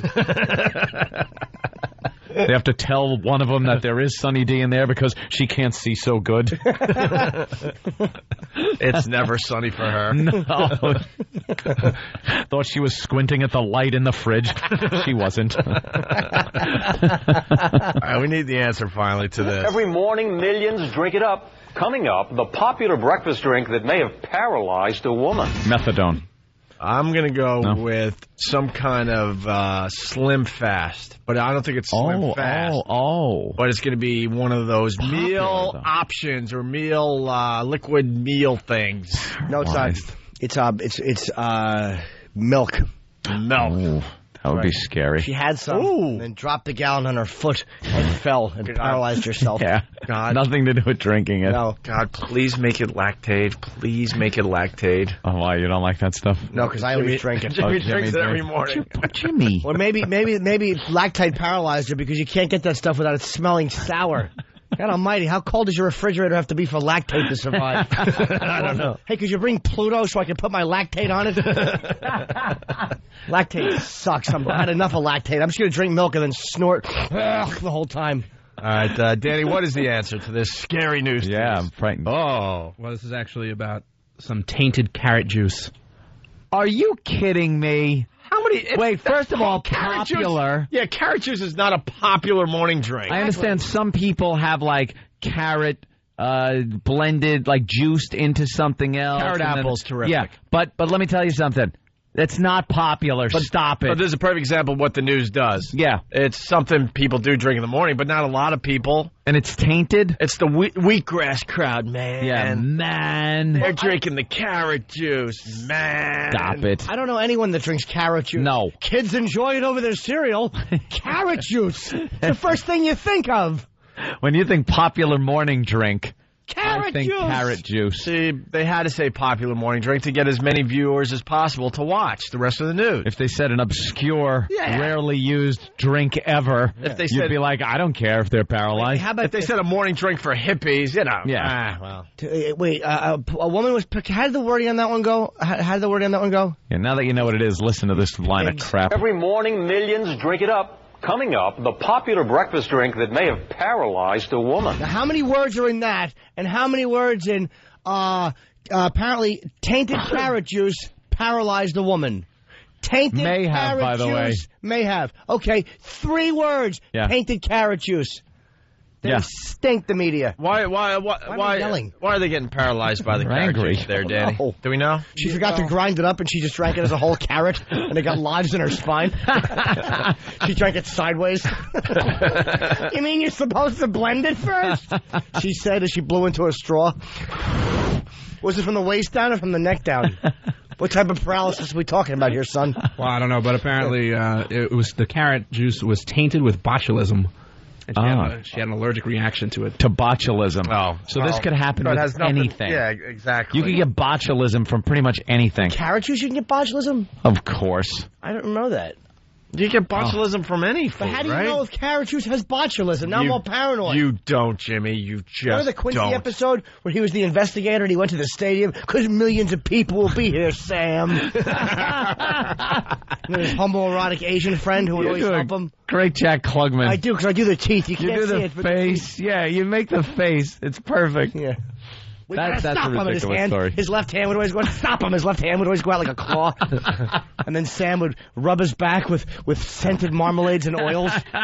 And he wouldn't put anything between himself and Jack Klugman as he straddled him on the autopsy table. I don't remember that episode. They would tip the fat banker carcass onto the floor just so Quince could lay on the table and Sam could straddle him and give him a good scented oil back rub. Come here, Sam. Yeah. Sam, my back hurts. I remember Quincy went to the stadium and found that it was this tainted water, and he saved the day as always. Tainted water? Botulism? Yes. There you go. Like the tainted carrot. All right, we got to get to the third one. That is ridiculous. Here's the second scary news tease. I'm frightened. It's like saying Christopher Reeve got paralyzed from a carrot because someone dangled one in front of his horse. It's not the carrot, idiot. By the way. Damn. Carrots. By the way, we're not getting a lot of scary news teases from the rest of the country. All I hear over and over again is Ernie Anastas. Is it just the New York thing? From Fox 5 here in New York. Ernie is a whore. Oh, he's the worst. His cool hair, though, if you're like Frankie Valli. Shouldn't he be singing to Henry Hill and his date? Enough of Ernie Anastas, that stupid hairdo. Enough with Ernie. Enough with Ernie Anastas. Absolutely. Now, Danny, how do they get their scary news teases? I like that he has an ass in his name. Yeah. That he is. Yes. Well, you can email your scary news tease to Danny@FoundryMusic.com. Thank you. And everyone knows how to spell Foundry. FOUNDRY music.com. If I had a website, I would make the One name word. a little easier for people to figure out. Well, at least I'm we so get to- sick of spelling Foundry for the last 18 years. I like when you get to the front page of Foundry and it's just those caricatures. You don't know what to click I first. have no idea. There's a section for us. There's one for NASA. It's just a bunch of everything's on there. Just what? Is there a link on opieandanthony.com? Who I knows? do believe so. All right, that's a little easier. Now we're gonna opieandanthony.com. Just get your scary news teases to Danny so we don't have to listen to Ernie Anastas anymore. Because I'm sure the next one's going to be Ernie. Probably Ernie again, Or right? his partner there. Probably. And a sleep disease that can kill. You may have it and not even know it. Tonight, new devices that may save I know what it lives. is. The sleep disease that can kill. It's AIDS. It's all Z's at the end. Now, you may have it and not even know it. Oh, that's that thing. It's apnea. Yeah, that's Sleep apnea. Yeah, that's all that is. Well, why is it a mystery? A sleep disease that can kill. How about just sleep apnea? Sleep apnea and what they're doing to help people with it. You know what it is? Because everybody knows about sleep apnea already, so if they say that, Yeah. people will just tune out. Yeah. Why, and I say it a lot, why does the news have special language privileges when they are as rating-driven and as tabloids as everybody else? That's why they do. As tabloids. Way to make a point, retard. I put an S after tabloid. Tabloid I is know it. it takes me seriously. Oh, look at this berry jubilee. Thanks, Ken. Oh, wow, we got... I have a berry jubilee in front of me. Hey, why don't I got a berry Jubilee? You didn't request one. You got plain Jane food. Because I called it on the blueberries, right? What about the blueberries? Oh, yeah, you did. I called the season. Certainly did. Blueberry season is over. Of course. Unless you want to, spend $8 for like a quarter of a pint. Oh, because they have to get them from Waka Waka. Of what? Of blueberries. Uneffable. Yeah, another funny thing she said. I hate her. Oh. What happened? Sorry to bring that up. That's right. Wait, what happened? You're uneffable? Well, yeah. Oh, for free at least. Be surprised how people put those prejudices aside for a couple $100 last night. Oh, my God. No. Were you in violation? Yeah. Yeah. Of all the three of God's rules at the same time. Oh, my God. You're just on nightly benders now with ladies? I hate myself. Do you? Yeah. And girls come in, and maybe they're given gifts of cash, and they make you feel better or worse about yourself. The one last night, Better to a certain degree because it was a good experience. Worse because it just came to that and whatever. I just that it had wait. That it had to come to that was. So how long do you feel better after this before you have to do it again to feel better? Right at cleanup time, you start feeling badly again. Yeah, once the you know how it is. Once your body has to kind of like adjust for a while, and you need your relaxation period. Once that relaxation period and the mania starts again, then it starts again. You ever get 2 in one night? I've done 3 in a day. I've spent over 1,000 in a day before. 3 in a day. Yeah, it's very rare. I kind of like one in the morning maybe, or afternoon, and then early evening, and then again like at later at night. Are you guaranteed 1 a day? Wow. No, but I mean, I wasn't doing any when I was, Yeah, I understand. Yeah. But now, because that happened, is it going to be 1 a day for a while? I don't know. Why? I don't know. Why wouldn't? Instead of 3, you do 2, and then at the end of the night it's late. Why don't you just I know. Why don't I just do that and save myself? Take care of business. You save yourself some money. You're done. You're relaxed. Whatever it is. Is it that you need the person there? It's a drug. It is, isn't it? Of course it is. It's just it's some type of addiction. Oh yeah, and anything to not face the hardness of who you are and the vacuum that can be filled with love and God. So is it not so much the sex, it's the company? The whole thing. It's the whole package. It's like gambling. It's not just It's not just the roll of the dice. Right. It's getting to Vegas. It's the smell of the casino. There's everything that encompasses the losing, the winning. Yeah, the whole thing. I mean, the people, it's a picture, the cash, the chips. Yeah, the whole thing. Right. Wow. Let me try to make you happy. Where should you face it? Face him. Face Robert.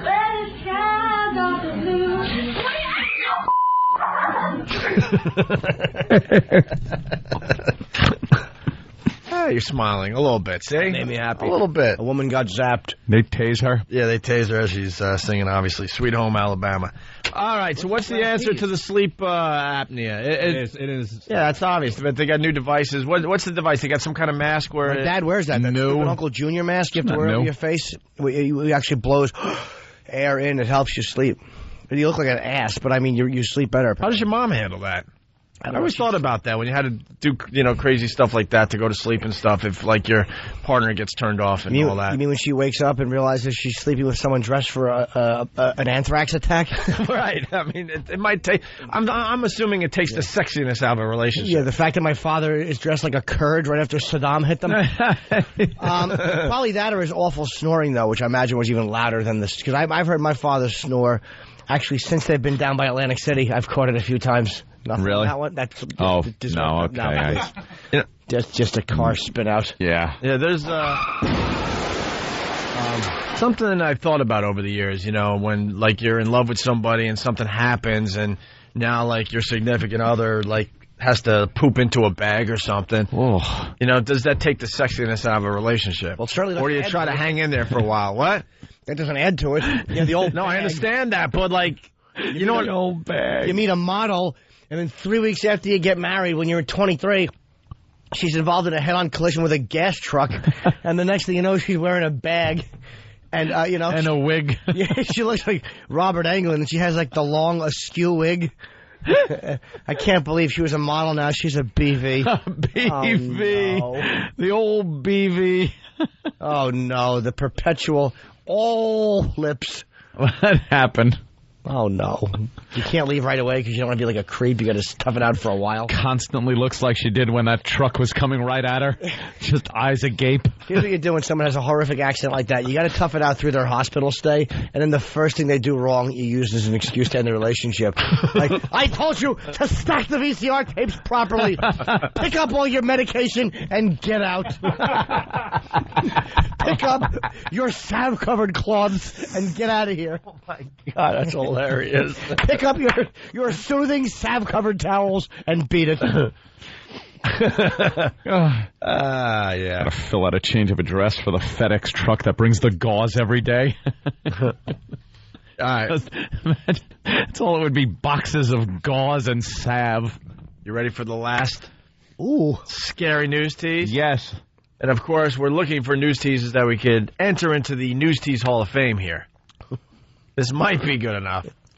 We'll have to decide. Are you ready? Let's go. Here it is. Living a lie and a double life. Is your husband gay? What you should look out for. Is your husband gay?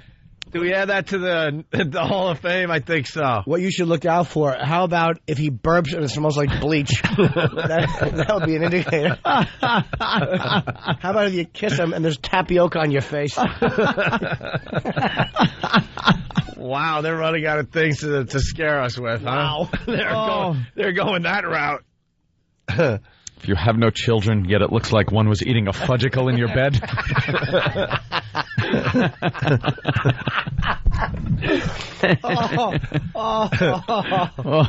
Just things you should look out for. Yeah, you know. Is your husband gay?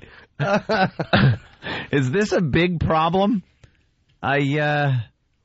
I guess for some. For some, huh? Yeah. Wow. I really do enjoy the really subtle things that you should look for. Yeah, oh, okay. Like if your husband reveals that he's a bisexual, that might be a clue. Well, yeah. Isn't that pretty much saying yeah? Well, yeah. This is what was on their list of things to look for. And if your husband goes to gay bars... What?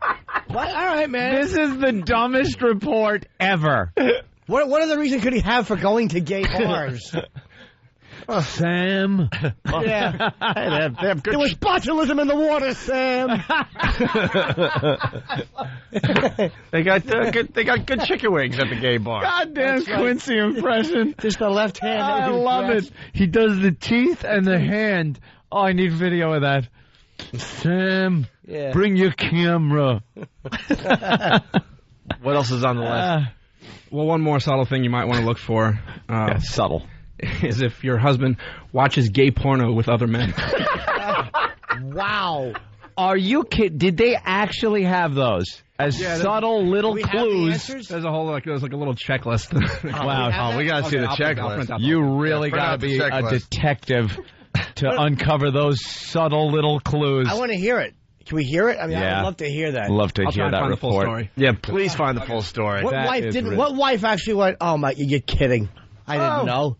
He's watching gay porno with his friends. Why? Problem? Yes. Now the ceiling looks like stalactites on it. He might be gay. No. They're just helping each other out. He wouldn't be gay. He says he's bisexual. Oh. When did he say that? Before he went to the gay bar. Oh. Amy in Pennsylvania. Amy. Hey. My husband has that sleep apnea, and he wears this hose that forces air up through his nose every night. And how old is he? Mrs. Vader. How old is he? He's in his 40s. Okay. And what do you have to say about that? It really just, I mean, the sex life just pretty much died at that point. Oh, no. See, we got to get into this someday. The dumb things that is going on in your relationship that takes the sexiness out. And I don't want to go for the obvious ones, like unfortunately someone's paralyzed and all that. It's this dumb stuff that the doctor thinks will help you. And, you're sleeping great, but now you're not having any sex anymore. Let me ask you a question, though. Is she still here? Yeah. You said your sex life has died off. But why don't you just have sex before you push the mask on? How many people start having sex once you're actually half asleep on your back? Is that when you would climb on when he's sitting there struggling for breath? With his mask on. I'm going to explain it. She's got that visual in her head now all the time. Right? Yeah. All of a sudden you see your husband as the guy with the goofy mask on at night. And the hose kind of hangs over the bedpost, and the machine's on the nightstand. Yeah, I mean, well, how do you think he feels with your tampons when he goes to the bathroom and he has to open the cabinet and see a box of Tampax and he knows it's going to be a lovely weekend? How do you think that makes him feel when you have your stupid period panties that you have to wear once, the ones that you only yank out for that? How do you think that makes him feel? Are there certain ones? Oh, my God, he won't even let me keep that stuff in the bathroom. But you know what I'm saying? You have your stuff. How do you think he feels when he sees Summer's Eve? You know, and he wonders why the cats are no longer walking around your room. How old a gal are you? I'm 32. 32, and how old is he? 40? He's in his 40s. And 42. All right. Is he fat or is he drunk? Sometimes both. Yeah? Is he a fat guy? Yeah, he's big. Yeah, see? That's why the sex life is going. Lose some friggin' weight, and you won't have that apnea also. Thank you, Amy. Thanks. Yeah, well, we should get into that. There's got to be those dumb things. Not the obvious ones, but... All right, we got Mike Rowe here. We got to take a break, get him in with the camera crew, and China Doll at 8:30. Ooh. And China Girl is the David Bowie song. Someone corrected us. No one will know when you say China Doll. No one will know who's coming on the show. It's China from the WWF. Go ahead, Sue Anthony. Remember? At this point, they don't even know China from the WWF. Remember China from WWF? I like her, though, because I love the porn video. Rock knows. Yeah. Oh, yeah. I remember I enjoyed what she had. Are there any taboo subjects? Did any publicist tell us not to talk about that? No, man. Oh. We'll have some fun with her, I guess. She's been cool over the years. We'll see what she's up to. Yeah. It's the O&A virus spreading across America. Hear what everyone else is talking about. O&A Uncut and Live, continuing the show on XM Satellite Radio starting at 9 a.m. Eastern. Visit xmradio.com to subscribe. It's the Opie and Anthony Show. In a world starving for original talent and flooded with subpar viral videos, one show unites to bring the ultimate challenge.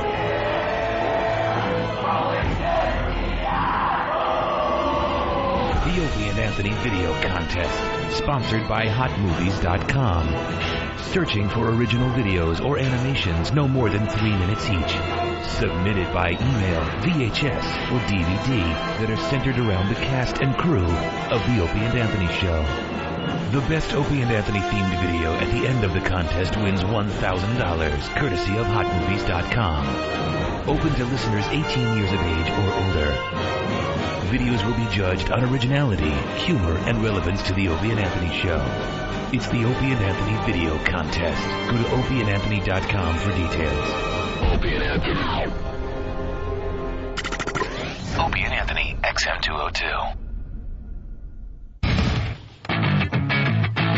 Yeah, we're back with the Opie and Anthony Show.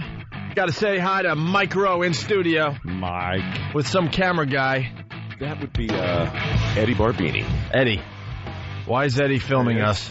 Well, Dirty Jobs has come to that point in its life where we'll put virtually anything on the air. And that's just where we come in. Wait a minute. Are you trying to say we do a dirty job? I'm trying to say that, we got camera, we got tape. Neither one's expensive. Somebody shoots something, Just keep shooting. You never know what the hell you're going to get. Anything can happen. You're right. You want something crazy for TV? Yeah, sure. What do you Something dirty. I don't know. There's got to be some old dried spit on these microphones. Maybe, somebody could clean great. it. Somebody that has to clean it. You had to say that, Mike. That's true. Late at night when no one's here, there's probably some poor schlub who crawls in here with a handy wipe. You know what? Just wipes out old spit. Yeah. I actually got something. You do the show Dirty Jobs, which I love. Thanks. Anthony doesn't like messy things, and the question I got today is, what is the disgusting thing? What is the dirtiest thing you would do? I know in the old days you got plenty dirty.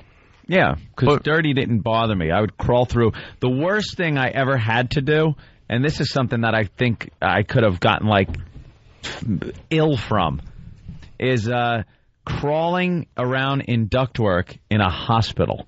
That's bad. Where it was, the fuzz was on the inside of the ducts, a good 3 inches thick. Yeah. And I'd have to take this down, and just stuff would fall out of it.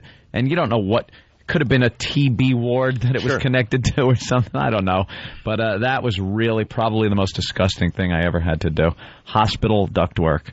Yeah, it's the stuff you don't know, because, really, it's like a petri dish, and we've done some work in hospitals, too, and it's, you look at the insulation, and it's bad, and it's full of fiberglass, and you're going to itch for a week anyway, but when you start thinking about the diphtheria, the whooping cough, the typhus, all of that stuff is in there, and it's, it's those bathroom vents you see in hospital bathrooms? Yeah. What do you think? They just go into the ceiling? Yeah. They go into ducts, and those go into bigger ducts, and they go to an exhaust on the roof. And you're the guy that has to fix this or add a new one to the old one. So now you're cutting a hole in this giant duct full of fuzzy waste from people's bathrooms that have been there for years. Years, decades it's of buildup. Yeah. Yeah. Well, you'll love this. Yesterday, we're up here shooting as well as doing, the normal routine. And we go to Trenton. We get this call from, it's an environmental cleanup company. Nothing to do with a hospital. To tell you the truth, I wasn't sure what it was going to be because we never really know.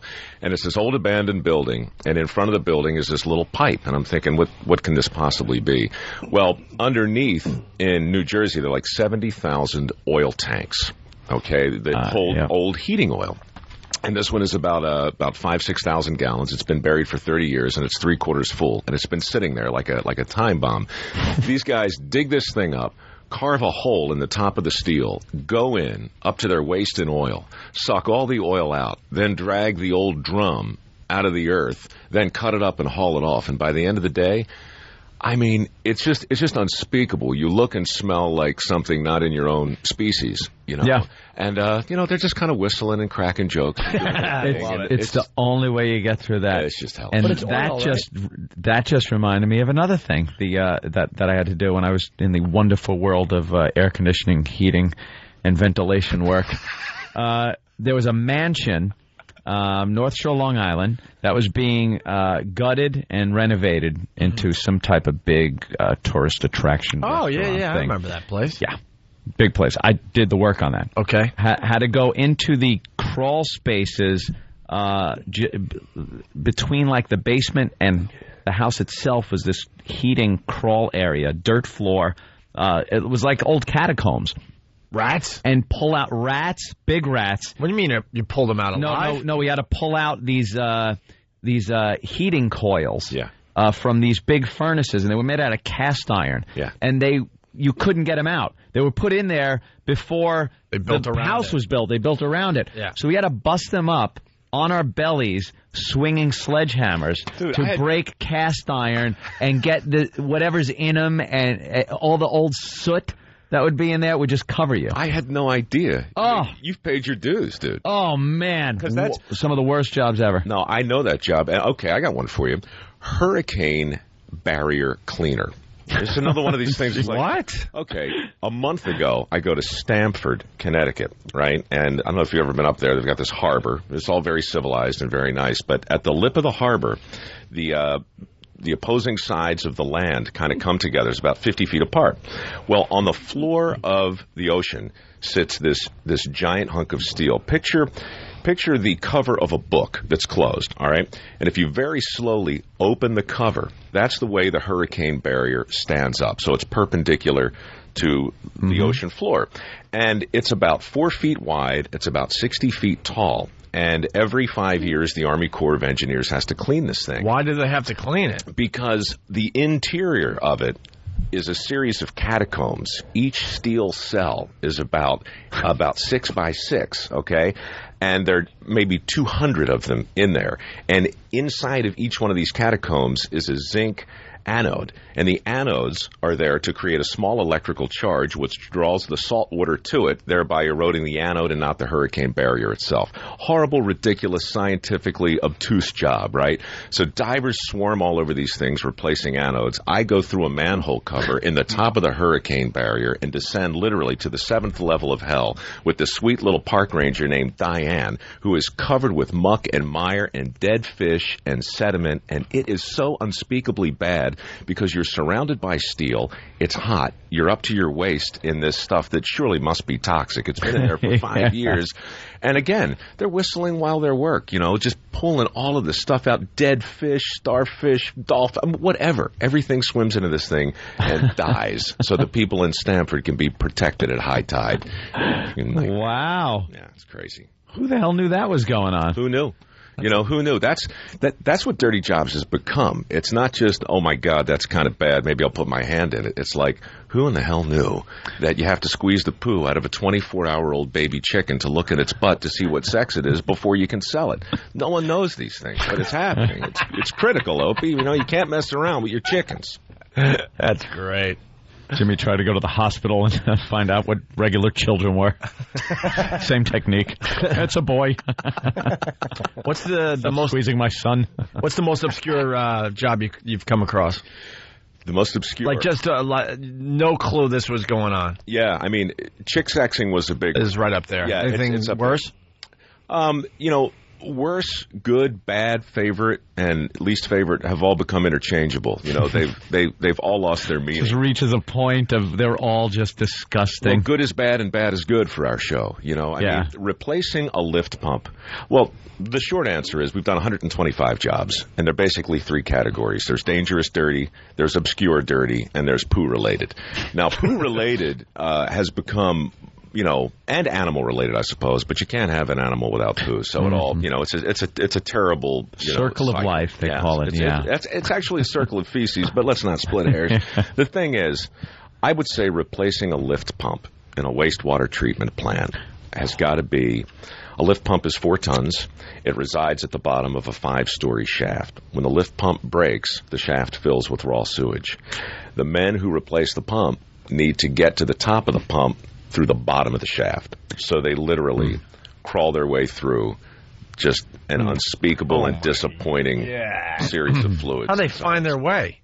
By feel, mainly. If I may bring up another great moment in tin-knocking history, I had to install ventilation duct at a sewage treatment plant. Good one. Over the muck tank, I guess you'd call it. There's various stages that the sewage goes through.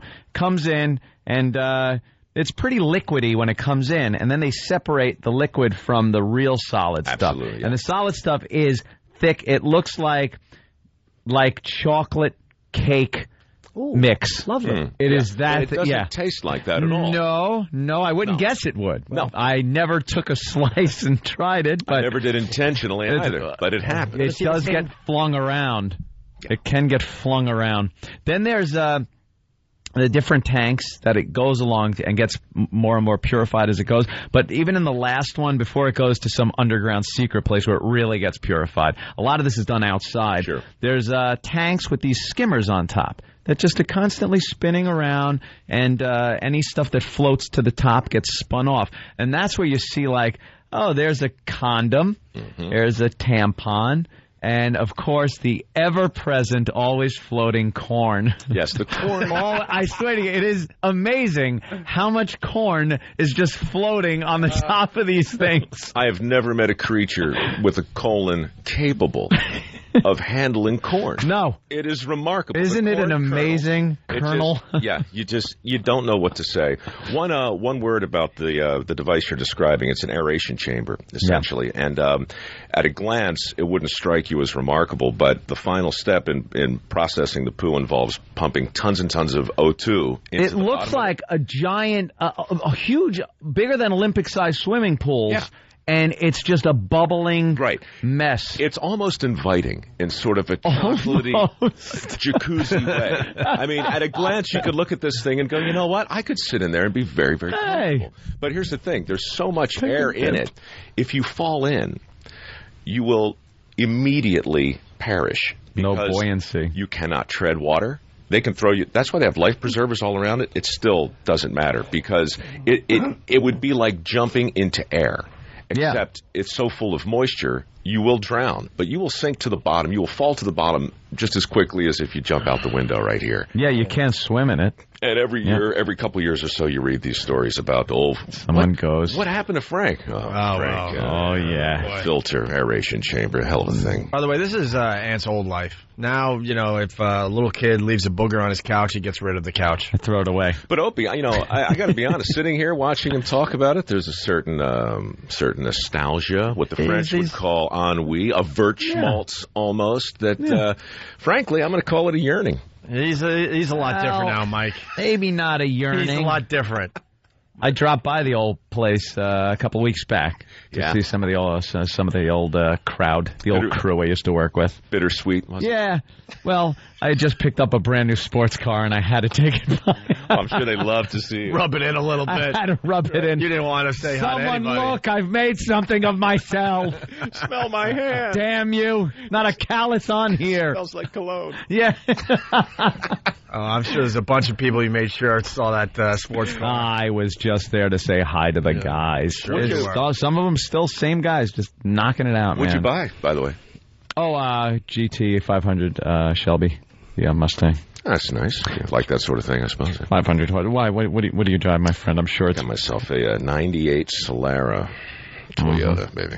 Ah, well, there you Sure, go. it's a city car. It is. Bears the whips and scorns. I said it the other day, though. I found myself just doing stupid things. You think that you get a car like that, and you're old and mature enough to know that you're just getting this. It's something you wanted as a kid, but now you can get one. Right, I've earned it. So I got one and earned it. And you drive around really nice, and you don't realize you find yourself on a Friday night going vroom, vroom, next to somebody, and you're going, my God, I'm in my 40s. Yeah. What am I doing? Well, you're becoming the car you bought. And that's what we do. See, that's very good. You know what? Move into a high rise, completely tricked out, and suddenly you're walking around like Tony Randall. You know, get yourself a modest flat downtown, and whatever. That's what we do. That's what happens on my stupid show. Suddenly. Through no conscious effort, you're just kind of trying to fit in. Whether you're wearing Tyvek or Teflon, there you are, covered with poo and trying to make the best of it. Elbow deep. Hey, before we lose these two calls, I want to go to the phone. Jeff in North Carolina. Jeff, what's up? Oh, hey, what's up? Hey. Hey, I do termite inspections for a living, and last year one of the guys that works with me, they were crawling underneath a funeral home where they do the embalming. And the pipe was busted, and there was the goo and the blood from all the embalming they had done that day. Oh, wow. That's a good one. Have you done anything like that, Mike? Any funeral home stuff? We've done a lot of termite inspections and been under a lot of houses. Funeral homes we shy away from for the reasons Jeff is describing. Plus it's the So we found something you will not do. Well, I'd love to do it, but in the end, we're trying to do a show that fundamentally makes you laugh, and it's just hard to make. It's a little depressing. Joke. Yeah, when someone's pancreas slips out and hits you on the back of the neck, it's tough to know what to say. You got to know your viewers. Our audience would laugh at that, Mike. Our audience would giggle. I guess we know the answer to this next question then, but let's go to it anyway. Fuzzy in Connecticut, what's up? Yeah, like you said, this is kind of along the same lines, but one of the nastiest jobs I think I've ever seen or heard of are the people who go in for like the crime scene cleanup or the post-mortem cleanup. You got like a 40-day-old dead guy. Oh, yeah, crime scene or somebody just died. Yeah, well, I did a crime scene cleanup.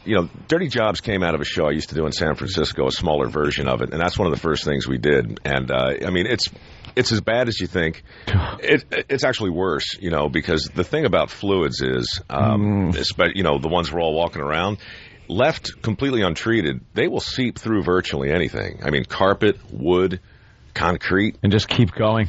Like alien blood in the Alien movies. Yeah. Just keep going through deck to deck. I did a job with a roadkill picker-upper a couple of years ago, and he worked with animal control. And a lot of times when cops get called to go to a crime scene, animal control will go in first. And it doesn't have to be a crime scene. It could just be, death by misadventure, whatever. Someone's died. The smell has made it apparent. Cops come. Animal control comes first because so many times there's a dog that's been left, at the scene. Now the dog, it's one of our favorite stories of all time. But by the way, I see where you're going. When the old lady dies and then the dog has to eat, starts gnawing on the old lady's ankle. It's an old, horrible story. Do you know how many pig farmers die each year from being eaten by their pigs? They have heart attacks while they're feeding them. Oh my God! And the pigs they fall face down in the mud. To them. And 2 days later, farmer's gone. Wow! It happens more than you want to know, and it's really too grisly to articulate or show on TV. But you should know it happens. Yeah. Oops. Because I don't want this kind of information to myself. I need to spread this. It's easier to bear. That's an embarrassing way to go. It's a rough way to go. It's a very clumsy and awkward. So animal control goes in first to get the dog out. Are they gnawing on the bodies, or are they just depends? It could be this guy. I mean, the story he told was so horrific. He went in with a young assistant, got 2 of the dogs under control. The person had been dead for maybe a week and a half and had bloated to 3-4 times their size, and one cat on the other side of this woman was just insane. And the guy reached to grab the cat. The cat leaped up, grabbed his face. He panicked and fell face first into the corpse. The corpse exploded. Okay, I hear the corpse that they do explode. Sure, they'll explode. And basically, this is the guy's second, third day on the job. He's face down in a cadaver with a crazy cat clawing his face. And it's like, you hear that story and you think, how in the world do you put that on the television? And of course, you can't. You don't. You think, how do you not? Yeah. You should show that. Sam, get out of the body. Fell into the body, Sam. Oh, is that awful? Bad day to be. Wow. Sure. Let's say hi to Patrick in San Francisco. Patrick, what's up? Hey, man, what's up, boys? Hey. Hey, listen, Mike is trying to give you guys a sort of a sob story, but this guy used to work or co-host a show with one of the most beautiful women in the world. Not talking about Malou. You are? Malou, right, Mike? Malou Nubla. I had lunch with her 3 days ago. Yeah, she's a sweetheart. Hey, listen, what insight do you have about her? Malou Nubla is one of the hardest working women in TV. She's Filipino. She's a dear friend of mine. She's smart. She's funny, and it's a national crime that she doesn't have her own show. Yeah. What does she do now? Is she on a show at all? Tupperware parties for the most part. No, she's freelancing, doing her thing. Evening Magazine was the show that we worked on together in San Francisco. It had been on like 25 years, and most of the narcoleptic audience that hadn't died already continued to watch after I was hired to see something called Somebody's Got to Do It, which was the thing we started that eventually led to Dirty Jobs. Mm-hmm. But Malou was the girl on the show who did like the feel-good stories, and she was always bright and happy and sweet. And I was just this dark, troubled, bitter, world-weary guy who just kind of showed up late and got dirty. So we were this weird Bay Area couple. Yeah, the salad days. I miss them. Yeah, see? Again, look, see, nostalgia. You know what? It kills me. Look back. See, we paid our dues differently. Yeah. Anthony, you came up, out of the sewers with the insulation, and now here you are driving a beautiful car, living the life of Riley. It's nice. I started, selling awful things on QVC in the middle of the night, but at least in a climate-controlled environment in a decent suit. Went on to host a very cool show in the Bay Area with a beautiful woman, and now I'm crawling, upstream in a river of poo. Yeah, now look at yeah. It's a hard road. You got to bring that back around. I'm working on it. No more poo. Let's go to Anthony in Philly. Anthony. Yoo-hoo, Opie and Anthony. Hey, man. Jimmy McBleach Breath Norton, how you doing, my friend? This guy sounds hammered. Listen, Mike, there's two things that disturb me very highly. Tell me both of them. One episode where you're changing a pump for like a city, waste place. Yeah. And the guy that you're with has got his ponytail hanging out, cigarette in his mouth, and you guys are just spraying poo everywhere. I remember. Yeah. It was great. And one other thing, Mike, don't ever wear a suit, man. Well, how about a Tyvek suit? Yeah, right. Give me that. All right, with that, we got to take a break. We got China here. China Doll. You know China? I believe she's a wrestler. Well, she used to be. You might not want to say that. Oh, I didn't know. She might pile drive you if you say that. And then, we do got the video camera today, so that could be fun. Worse things have happened. And Mike, as I point. Yeah. Interesting. Yeah. Interesting. Fantastic. We're going to have to ask her about that as well. Certainly will. Charades on radio. It's the best. I know. Best ever. This is why we're so... trying to pitch that as an entire show, but it's not really. No one's biting. Charades on radio. Where we don't talk at all. It'd be so cool to promote. Yeah. It'll become obvious after the break. See? I know how to tease, though. Really? Mike Rowe from Dirty Jobs. It's the O&A virus spreading across America. Opie, Anthony, Jim Norton, and the comedians of the Opie and Anthony Show are appearing in a special holiday edition of FHM, on sale now. E-Rock's creepy photos from the FHM shooter, now online at opieandanthony.com. It's the Opie and Anthony Show. There's been a lot of laughing during the break. You're checking out the Opie and Anthony Show. Mike Rowe from Dirty Jobs in studio. The chicks are digging Mike, man. Yeah. Girls dig you. Look, I want to date you. Mike is hot. They're all these... You're one of those, like, man's man kind of guys, you know? Very kind of. He's not a rough and tumble kind of guy. And we were talking about how he could have been the guy on The Insider or Access Hollywood. He didn't need to go this route with the dirty jobs. He's telling horrific stories of everything, that he's doing. And it's like, dude, couldn't you just throw a suit on for a day and do da-da-da-da-da-da, hey, we're going to bring out our next celebrity. And, go home, cash your check, But no, you got to be in it. Mike Rowe here, just trying to bring you the latest from Tinseltown. My goodness, is our plate full tonight. Who's up first, Anthony? We'll tell you what Brad and Angelina are up to. Hey, that sounds super. Yeah, maybe getting bit by snakes is better. Yeah, but instead he's telling us a story during the break about being bit by a snake. He's showing us the scar from when he was doing the noodling. The noodling, I said it during the break, scariest thing ever. Yeah. Enough about noodling. Who did we catch canoodling in a Los Angeles club last night? We'll have the answer for you right after this.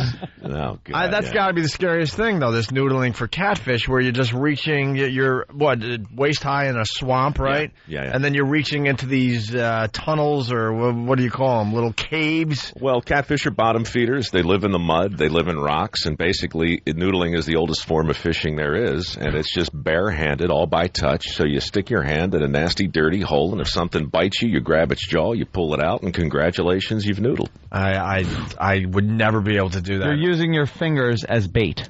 Is pretty much it. I've seen guys pull catfish out with their feet. They'll use anything as bait.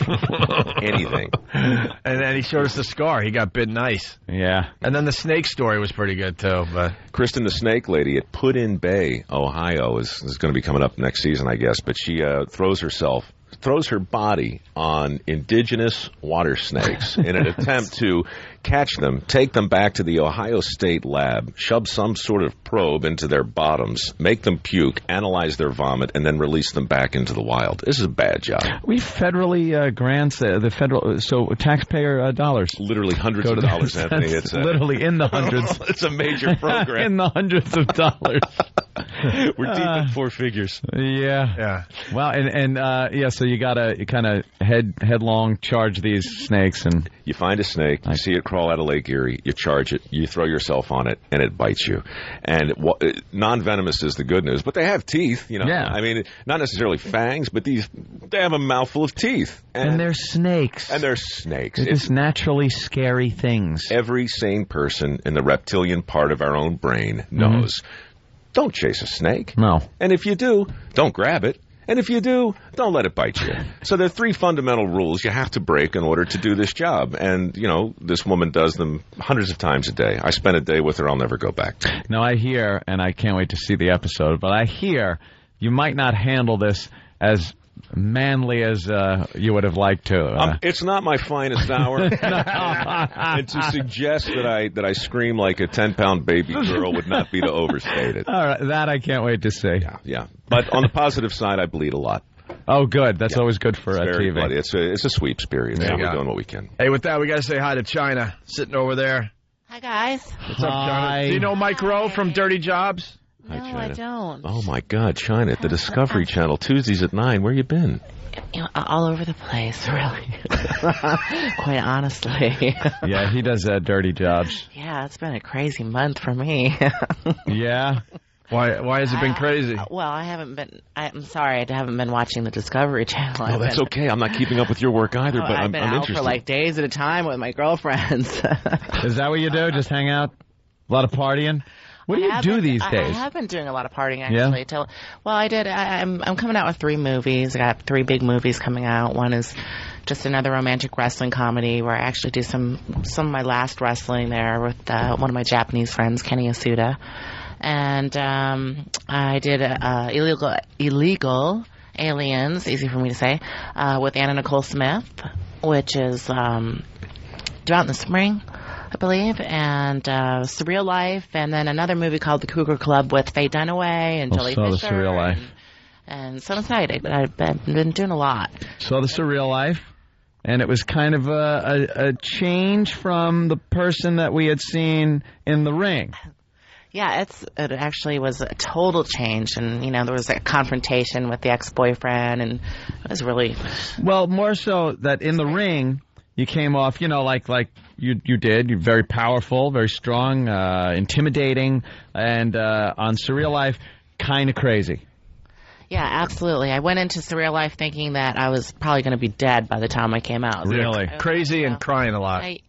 So I said, if you thought you had 2 weeks to live and you were in a kooky house and, Wait, you really thought you only had a couple weeks to live? You thought you were heading that way? It was definitely heading that way. Why? What was the biggest problem? Just everything falling apart in your life? No, I was having such an issue with domestic violence with the ex-boyfriend that, it was getting bad. I was going to end up in jail, and we were, I'd wake up and... That must just not be like regular domestic violence. That must just be... That's surreal violence. Chairs over the head and... Two wrestlers, domestic violence involved. That can't be good. Was there someone calling it? Oh my God, he just punched her in the eye. It's the maid or something calling them. The bouts. Every time he hits her, the cop is looking the other way, and they King and JR are in the room. Yeah, you can't just say that casually. Like, why was your domestic violence so much worse than the average domestic violence? Well, I think first of all, it probably wasn't so much worse. It was probably very typical, except for the fact that mine was in the public eye.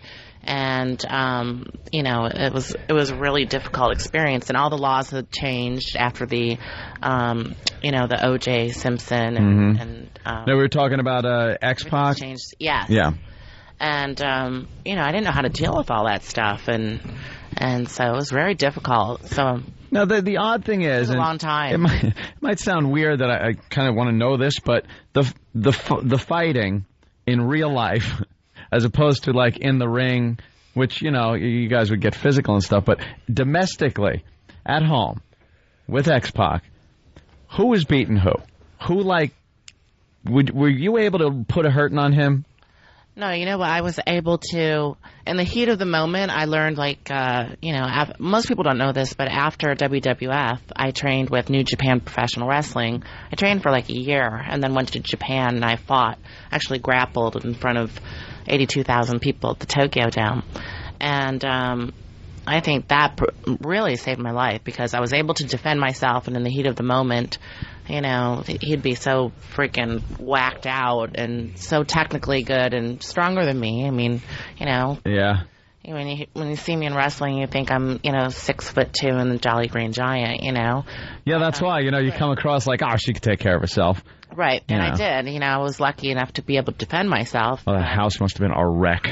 Just a wreck. I moved 3 times. There were holes in the wall. I could just picture holes the shape of people through the walls. Yeah. When the Terminators were fighting in that hallway, throwing each other through the wall. That's what I picture. I mean, I'm sorry for laughing, but it's sort of one of those scenes that you kind of picture, and you just picture the roof coming down on top of you two. Well, and it was, I wished it would have come down on the top of us, actually, many times, but, it was just so bad with all of the drugs and, the manipulation. It was. Now, how would you get into it? Because you were riding high. You really were. I mean, you were top of your game with the WWF at the time. Right. And, where did it go wrong? Where did it take that left turn and go wrong? Well, I started noticing something strange, probably about a year before my contract ended. And I just couldn't figure it out because I was doing great. And then I noticed I started working more and more, and, there was just this odd kind of vibe. And but you were one of the most popular characters at that time. Yes. You came out, everybody went crazy. And I was happy and doing great, and and then I figured out that Triple H was having an affair with Stephanie McMahon, Vince McMahon's daughter, and then I got the boot. It sounded like a storyline. So after that, I didn't know what to do because he's cheating on you, and you end up losing your job over it. Right. Oh my God. Good God. And so, overnight everything was gone, and I'm like, okay, there's, millions of fans out there that are going to hate me because the rumors were that I was asking for tons of money or that I was it was all contract stuff. Meanwhile, it was Triple H has to pick the boss's daughter. So I just tried to, walk away as best I could with quiet humility and figured no problem, just go do my thing in Hollywood, and get some shows, and it just wasn't that easy. So it's been, a real long time to get from, that was 2000 to now, So I'm really proud to have this stuff coming out, and and working on some new reality shows for me to jump to the next level, and just for me, and was X-Pac a bad influence? Music. Like, did you hook up with him immediately after all that when you got the boot? No, I was doing really great on my own. I was had gotten over the heartbreak and was starting from scratch, and had my own place and a roof over my head, and everything cool, new cars, new everything.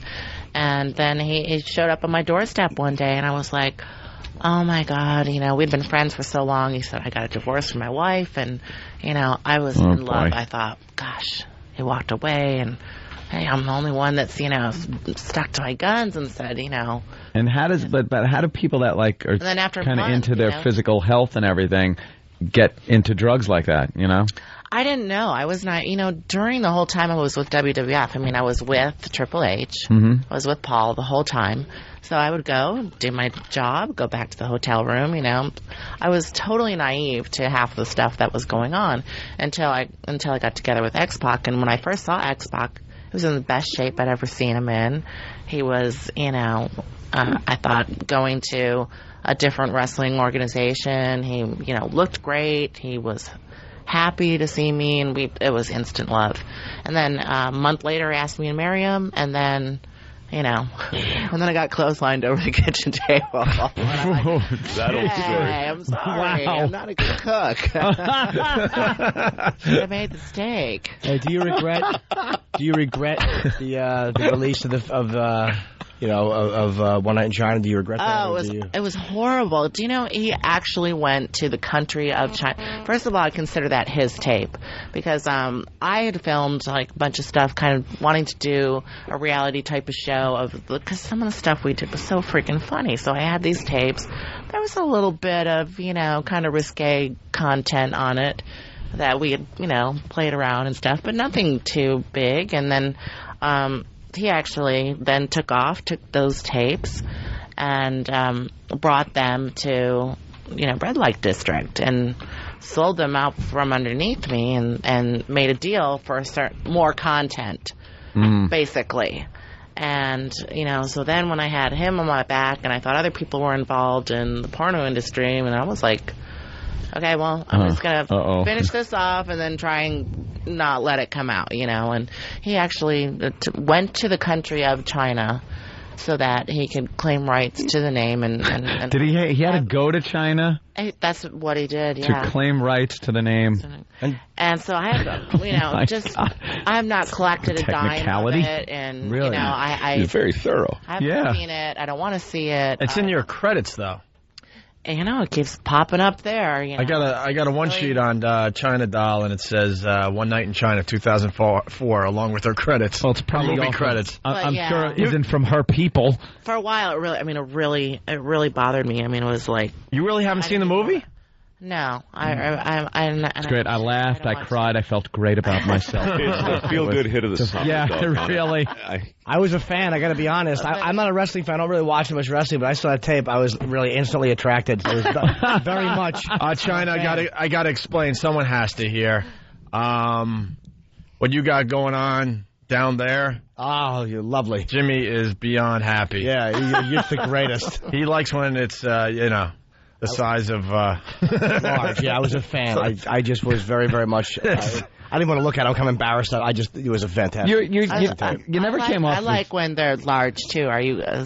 No, I wasn't very impressed with the other guy. I got to be honest with him. I wasn't that impressed with a wrestler. I was like, that's a wrestler. I mean, that's Well, yeah, it might be the steroids. You never know. We've heard the rumors that it shrinks a little bit when you're doing the roids, right? Yeah, I was like, that's fantastic if you're 5'6", 145, but that guy's a wrestler. No, you were never shy though. I mean, you had done layouts in Playboy and stuff, right. So you weren't shy about being nude. It was just that was kind of taking it to the next level. Yeah, well, it was taking it. I'll say it's certainly the next 20 levels. Let me say then. Is that what they're calling it now? Yeah, the next level. You only date wrestlers, by the way? No, I actually want nothing to do with that. Yeah. world. Jimmy just broke up with his girl. You know. And he likes... He's a comedian. He's funny. And you could beat the crap out of him. Yeah, we had a bad breakup. I'm very injured and vulnerable. You did? Yeah. Really? I'm very wounded. Yeah. There was some bad things that were said. Was this recent? Yeah, a couple nights ago. It's awful. I'm so sorry. Thank you. Could you give him a hug? Do you need some boobies to cry on? Yeah, give him a hug. Could you give him a little hug? He's really sad. It seems reasonable. Look at his eyes. He is a sad. It's okay. It's like puppy it's dog be okay. That's no for the hug, Jimmy. I tried. Wow. How funny if she hugged me and then just threw me through both of them. Hysterical. Laugh out loud funny? Yeah, whatever kind of funny you want.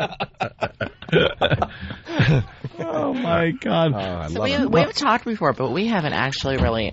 No, we haven't seen each other in person. No, we talked over the phone a few times before we... kind of got fired. We got fired a couple of times. Yeah.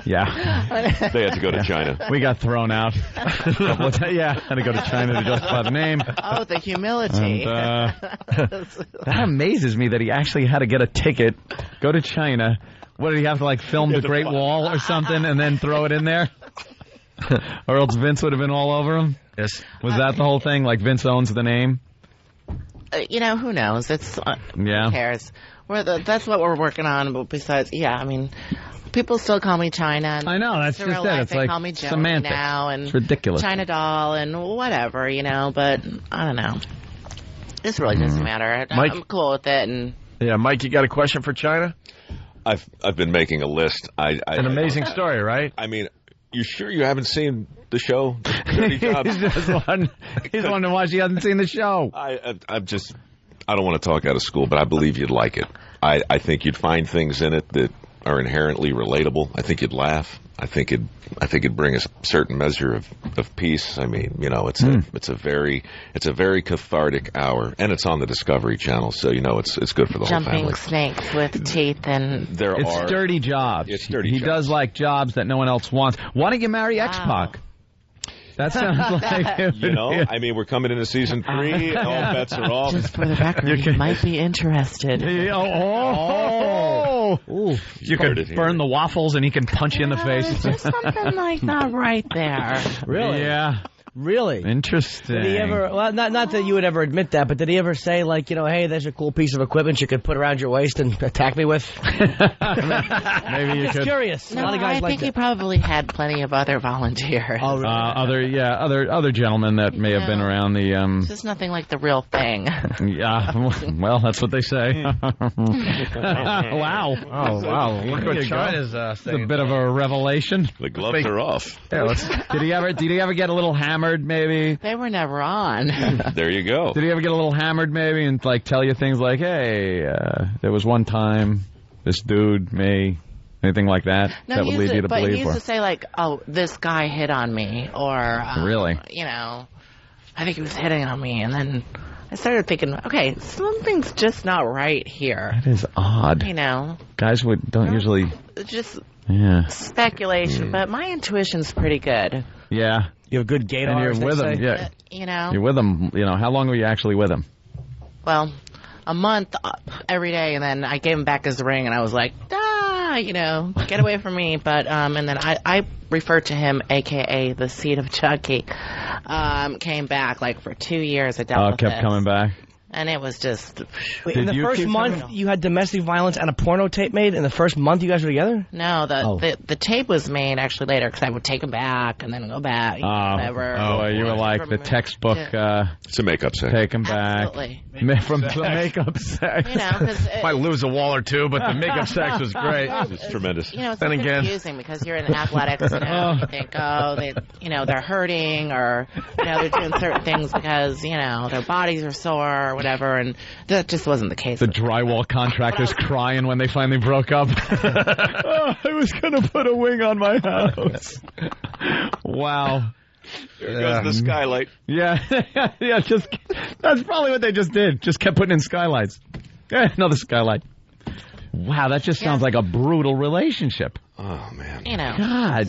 But you were a very well-known person. You couldn't just kind of get away from him and not take him back and find someone else. And I couldn't when I started doing that. It was bizarre because we were in the public eye, and I didn't want to be aggressive and stand up for myself in public because then it would be me, because he was playing the manipulative, I love her and all that stuff. And I thought, I get it if I go nuts on him, and then if I don't go nuts on him, then it's going to look like I'm with him and I want to be with him, and it was very confusing, and I couldn't imagine how any woman could ever go through that. But plus, I've been made out to be this monster, and I am.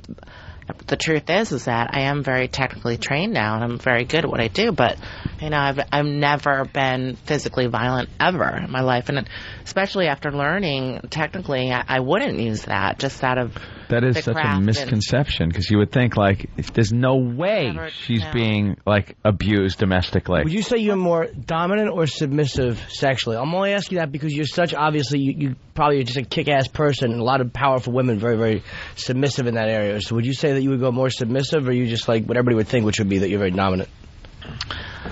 I would say a little both. Subdominant. Depending on depending on who she's with. No, I've never had a problem in that area. No, I'm just curious because I tend to be very dominant, and I can't picture obviously dominating somebody like her. Although I can certainly picture it, but I don't imagine it would happen. You can't stop picturing it. No, I would be very submissive with her, though. I can imagine. She has very lovely feet. And I'm not even into feet, but you take good care of yours. I hope you showed awful Club Soda Kenny over there in the Tubbs jacket. If you showed him your toes, he likes feet. He won't admit it, but he loves toes. Do you have a foot fetish? No, not at all. No. But yours are wonderful, and I don't notice feet. Yes, you're very well kempt. Jimmy seems to be attracted to you. Oh, you're fantastic. Jimmy seems to be attracted to you. Okay, I hear this all the time, but everybody says, so are you surprised now seeing me? Do you think that, am I what you expected? Much better. Yeah, you're much hotter than I only saw that. I'm very pop culture ignorant. I think you're, Last I saw was Surreal Life. So I thought a real mess was going to be coming in that door, to tell you the truth. I'm sorry to disappoint you. No, believe me, I'm happy for you. I really am. Yeah. She's a bit intimidating. Yeah. Yeah. I find you to be very, very put together, very self-possessed. You seem to absolutely be firing on all cylinders. There you go. Well, I'm working on it. I've been having some issues here lately, but I'm actually in town for the Dr. Keith Oblo show. So Lord knows what issues are going to come up. Dr. Keith Oblo? Yeah. I think I'm going to him later for a molar. It's, that was a different guy. All right, what's the big plug there, China Doll? We got to get out of here. We got the 3 movies coming out, and look for Surreal Life, To Be Determined. Working on some music. Hopefully next time I come here, I'll be able to throw you guys a disc, see what I'm doing, playing bass guitar and keyboards, and a whole new Joni Lauer will show up. Very good. Cool. Very cool. Micro and Dr. Keith Oblo. Yes. Micro, Dirty Jobs. What else? Yes, sir. That's pretty much my life right now, Opie. That's it. Access Hollywood? No Access Hollywood, Anthony. No, I'm taking a pass on that. Hey, thanks for dropping by again. Hey, anytime. Thank you. Jimmy? Tonight at 9:30 at Comics Comedy Club on West 14th, I'm doing an American Cancer Society benefit.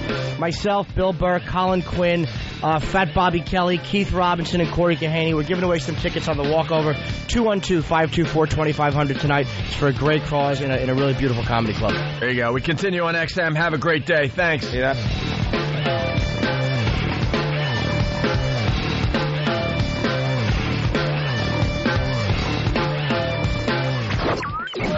Jingle bells, jingle bells, jingle all the way.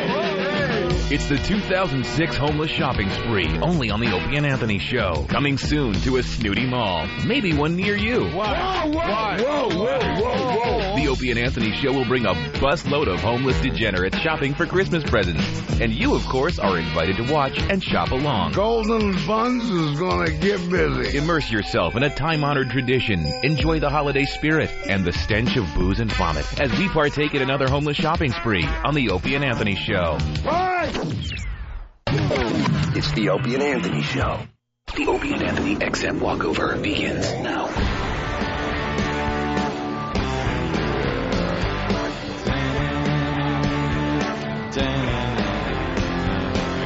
I wanna live with a cinnamon girl.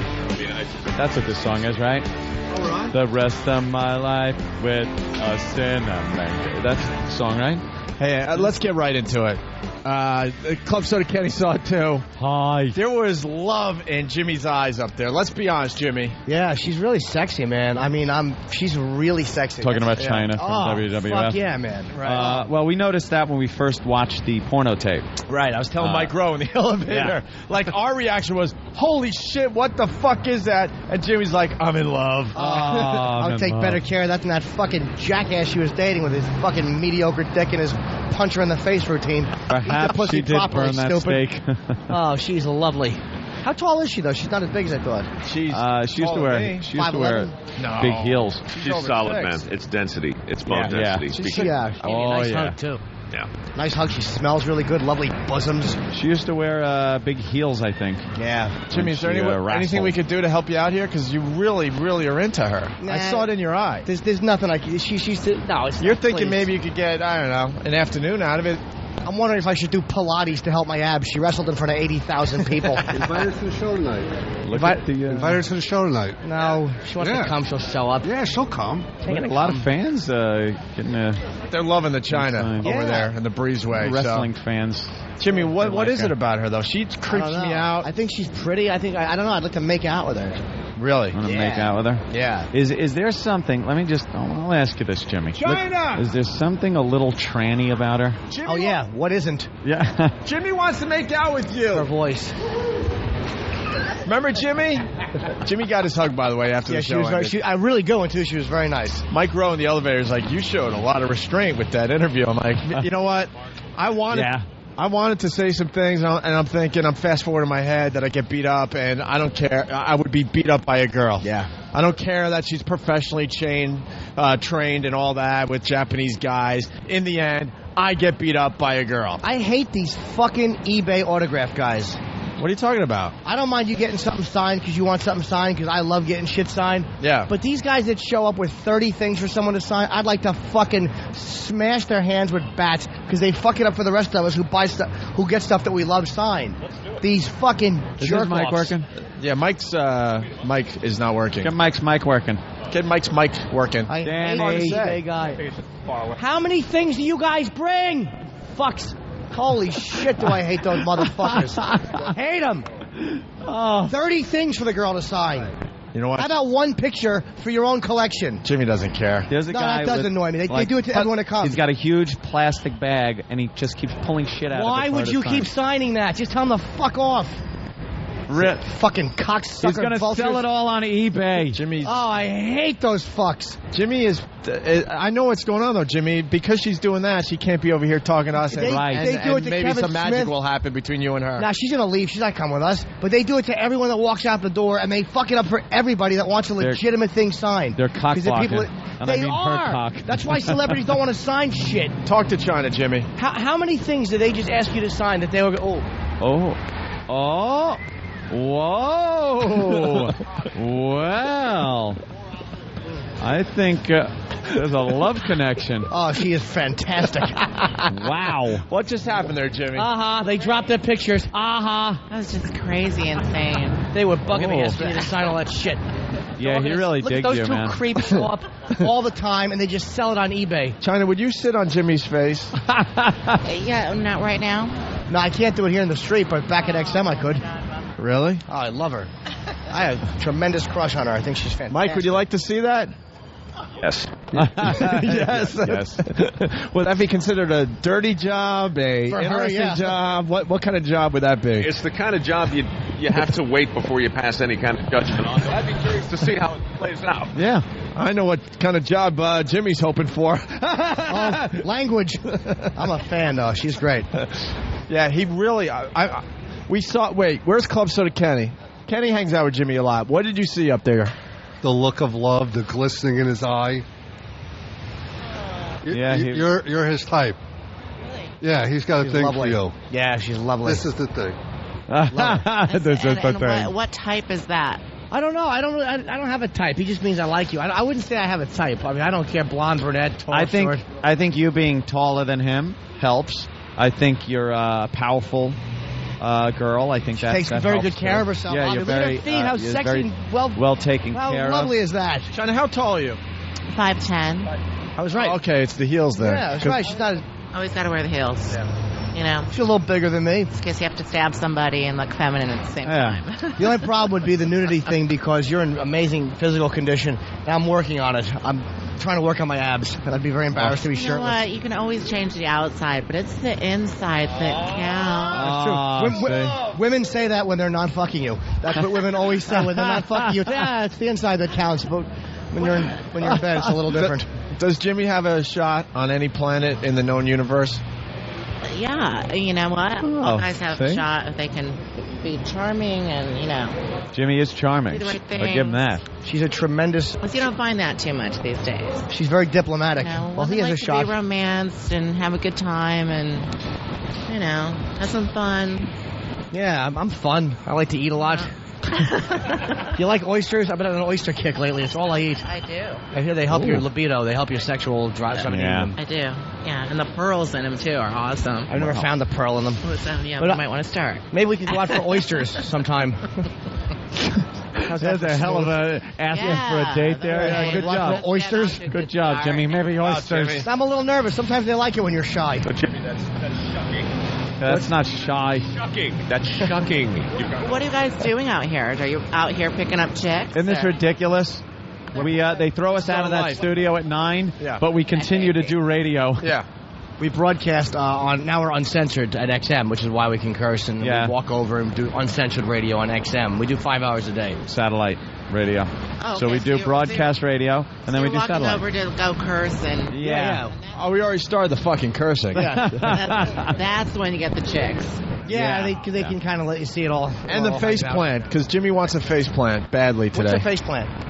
Well, you want her to sit on your face, I guess. Well, she's beautiful. I mean, I wouldn't ask her like that. That's something that kind of comes in time. You don't do that on a first Well, meeting. you never of know, course. though. A couple of oysters in. No, he's right. He's right. Or at least later on. And She's probably a nice girl, and she takes a little. She has to like you a certain, degree, and she doesn't know me well enough. I mean, she's just looking at me and probably seeing like this pretty face and stuff. But there's more to me than just my appearance. I have nothing. She dated Triple H. How do I compete with that? Is he packing, by the way? Is he packing? Yeah, X-Pac I was not impressed with. Is Triple H packing? it's okay. Yeah, not what you'd expect, right? No. I haven't been disappointed in either one of those series, but, That's nice. All right, so you're not a size queen. You're more the guy, the whole package. You like the whole thing, the guy who he is. She sounds like she's a size queen. She wants, she seems she a wants little bigger. disappointed, but She she's wants too bigger. nice to say it. No, I mean, it was okay, you know what I mean? But then, now that I started dating, and I was dating a guy for a couple months, and it was a little different, and I was like, whoa. Oh, he was he a wrestler or no, just a regular guy? No, he was actually a model. Wow. So. Yeah, if she takes wrestlers and models, what am I going to do with her? I went from, wrestler to model to skinny little musician. So Is that your fella right there? No, that's my manager. Oh, okay, good. Yeah. All right. Should we start walking to XM? Yeah, we'll take our walk. All right. We're going to walk. Hello, sir. Thank you so much. Very sweet. Nice talking to Yeah, you. she's been great. All right. Thank you. He Good loves luck. you. Oh, He's in love. She smells really good. You are in lust. Oh, yeah, man. She smells great. Jimmy, I don't get it. I know, but I think she's No, she's really Opie, kissable I lips. totally get it. She's very kissable lips. Dude, she is a female tranny. And Jimmy loves the trannies. Right. That's This way he can be with a tranny without it being at all Without gay. visiting Europe. Right. See? Again. You don't have see? to visit That's Europe. right. You can That's- stay in America. that's almost like that's like going to like Little Italy. It's already here. Mike, you got it. It's one of my favorite things recently. Jimmy, every once in a while, he has a nice hobby. He kind of has. Mike understands. Who doesn't love a tranny every now and again? That's only a good man's fault, Mike. Just to mix it up, just to keep it Absolutely. honest. Just to feel silly. But his good friend Patrice goes, now that means you're gay.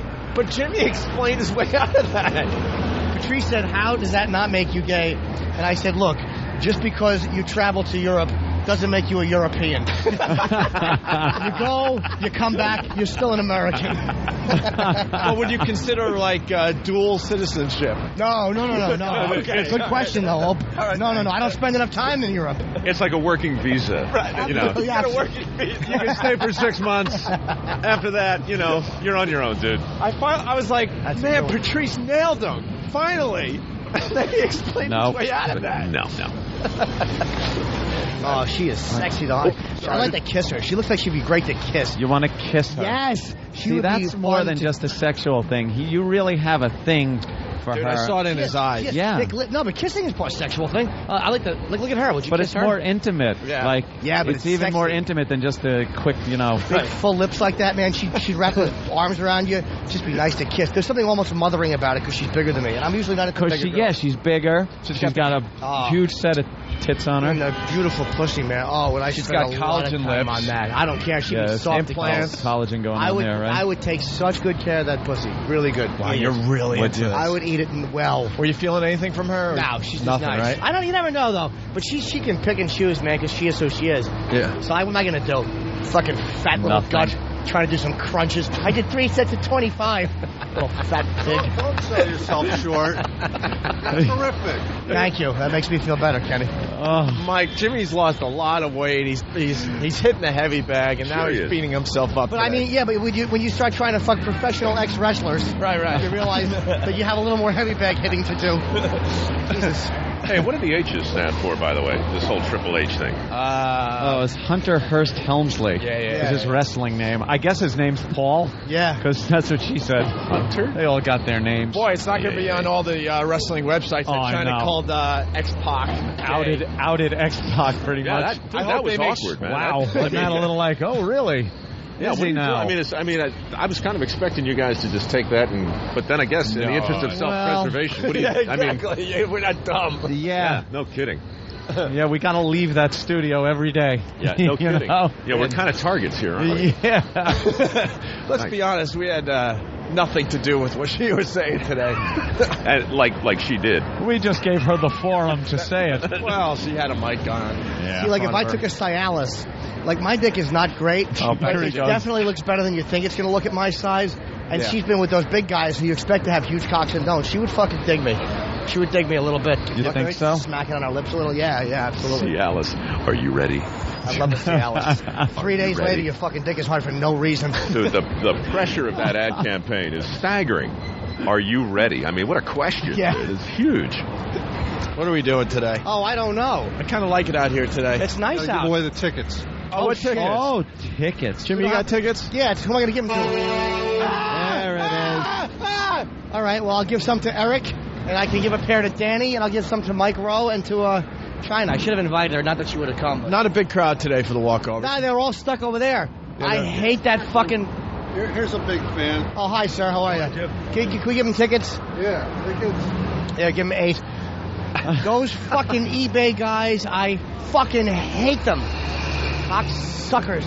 With 8 things they ask someone to sign. And how about this? And how about this? Fucking that really shithead. upsets him. Yeah, because you know what? Then you try to get something legitimate signed. Yeah. You love because you want it for your wall, for yourself, and they won't sign it because they're sick of their shit being like sold. Mikey's out and then DiMaggio and those guys got to fucking charge you for autographs because these fucking vultures don't have real jobs. That's why guys don't want to sign baseballs for kids on the way to the fucking hotel. That's why I don't sign. Suckers. That's up to me. He's wound up. I hate that. We gotta knock that shit out of their hands when you see him. That dumpy motherfucker and his Tower Records bag. Jimmy's out of his mind today. That drives me nuts, dude. You all right? Really, for real, it drives me crazy. He also is he got himself all worked up with China. You get a little blood flow? No, I'm too fucking alternately depressed. Yeah, he's depressed, Mike. I was supposed to go with my fucking girlfriend in Vegas. I've never been on a plane with a girl I'm dating before. Now that's shot. I got a fucking extra plane ticket. Yeah. What are you gonna do with the empty seat? I don't know. Just look at it and talk to it. Yeah. Talk to your empty plane seat. The fucking flight attendant will be. Why do you keep asking the empty seat why it's a cunt? Why do you keep saying that? For no reason. Yeah, well, that's gonna be awkward. That's gonna be an awkward plane ride, Jimmy. Oh man. Can't get the refund? No layover. I don't think so, man. No. Mike, you want to get a free flight to Vegas? Gee, that just sounds great, Opie. Yeah, could I trust you and then you could emasculate me? Could you do that, please? You bet. You can count on me, man. Actually, call him a selfish old piece of shit. That really annoys me, man. All right. But Yeah. you're doing a little better today, though? The breakup's very fresh. It comes back and forth, back and forth. It's only a couple days old. Is that all? Was it 48 hours, 72 hours? It's only 48, maybe, something like that. Very fresh. 72 You're still in hours. shock, man. Yeah, a little over 2 days. Yeah, you're shocking. 2 days, yeah. He's still in the shock period. Yeah. But he's got the prostitutes to fall back on. I had good sex last night, yeah, man. Really good. She wasn't even that hot at all, chick. But it's not about the hotness, Jimmy. We had what about you? It's all vibe. It's all vibe. He was going to say she had a weird face, but she smelled good, and it was a massage, wink. I threw her an extra 80, and she put a bag on me and fucked me. It was pretty hot. Good thing you said that then and not 2 seconds later. Why? When the child was walking by. Why? Teach him about condom use. To her. Teach a kid about fucking condoms. Be safe, kid. Yeah, I couldn't curse too loud. All right, well, should we go Who should we get the rest of these tickets to? All right, no one. How about you? You look like you'd like to have a few laughs. That fucking awful, no smiling thing that just walked in. My God.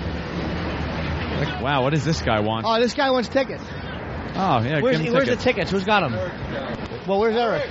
Iraq, give the guy tickets. No, pay attention to your stupid peacoat. Is this the guy that blew the horn? That's fucking, I don't know. Honk, honk. Thank you, sir. Eric's jacket bugs me. I hope he's not bringing that with him. Need ample parking. Dude, that was my fault. That guy drives a tow truck. He knows me. Yeah? Yeah, absolutely. You see a guy in the city driving a truck or picking up garbage, they know me. They know you. They know me. You're the blue-collar man. Yeah. Every man. They all know Mike Rowe. Look at this poor girl trying to get around, and everyone's in her way. Fucker, walk around. Let's go upstairs. We gotta deal with her. Her fucking fetching and her woman's issues. Just fucking make a half a circle. He's bitter, man. Mike, could you sit on Jimmy's face? Little bit. Wow. Because China didn't make the walkover, and someone's got to sit on Jimmy's face today. Shave my... Did they hear that? That was really funny. We'll see you upstairs. Opie and Anthony, XM 202. They are the most vile, despicable human beings in the country. Creeps, ankle biters. Obviously, the strength is their ability to turn mistruth into something people would believe. Wow, how long is this guy going to continue to babble and say nothing? All day long. Shut up. All right, here we go.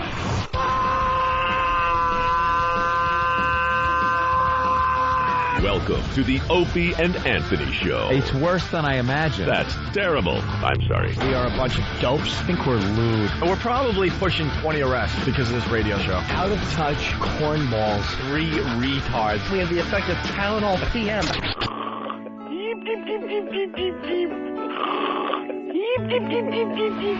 Opie. You know I could have been a model. Anthony. I'm gay.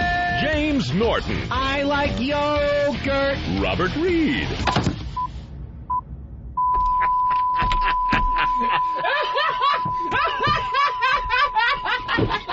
But enough of this palaver. Let's get the show on the road.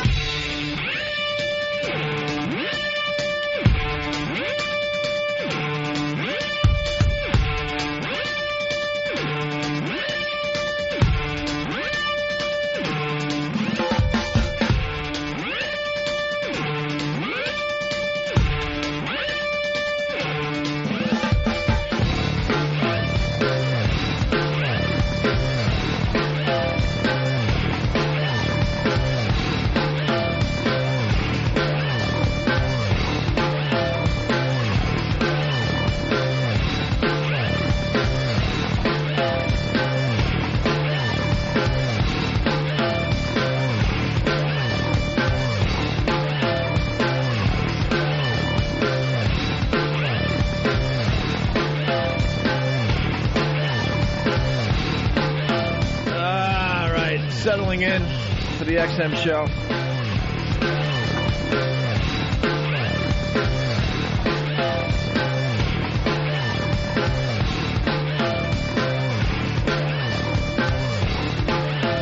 Some people saying that China sounded like Roland. Really? They were enjoying the fact that China sounded a lot like Roland. Oh.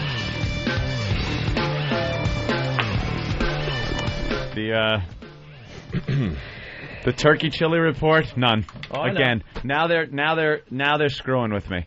Now the guy's doing it on purpose because he's the Seinfeld soup Nazi guy, and he's doing a no soup for you to me. But I want that soup. Well, no live reads for them. How about that? That's what we say now. No live reads for Damn them. Let's do like something dirty today, Mike. Alrighty. Seriously, what can we do? Somebody up here and I wanted to have him dredge out the toilet after Jimmy's in there. Well, I wanted to eat like a moist cookie. No, a moist cookie from a child's hand. Well, no, we could say retard in front of Mike. He's okay. He's fine with that word. What's that? What word? Retard. Retard's fine. It's a perfectly legitimate word to impede or otherwise slow the progress of a thing. Retard. Do you know it says that on when you go to France and your plane is delayed? There's retard. Je regrette les retardations. Oh, look at... Well, bonjour to you, too. This guy's too much. Fermez la bouche. You with the bush again. That's all I know. Je ne sais pas. Ooh, no. Did you study? Chez la femme? 1, 2, 3, 4, 5, 6. C'est 1, 2, 3, donnez-moi casse des transvestites.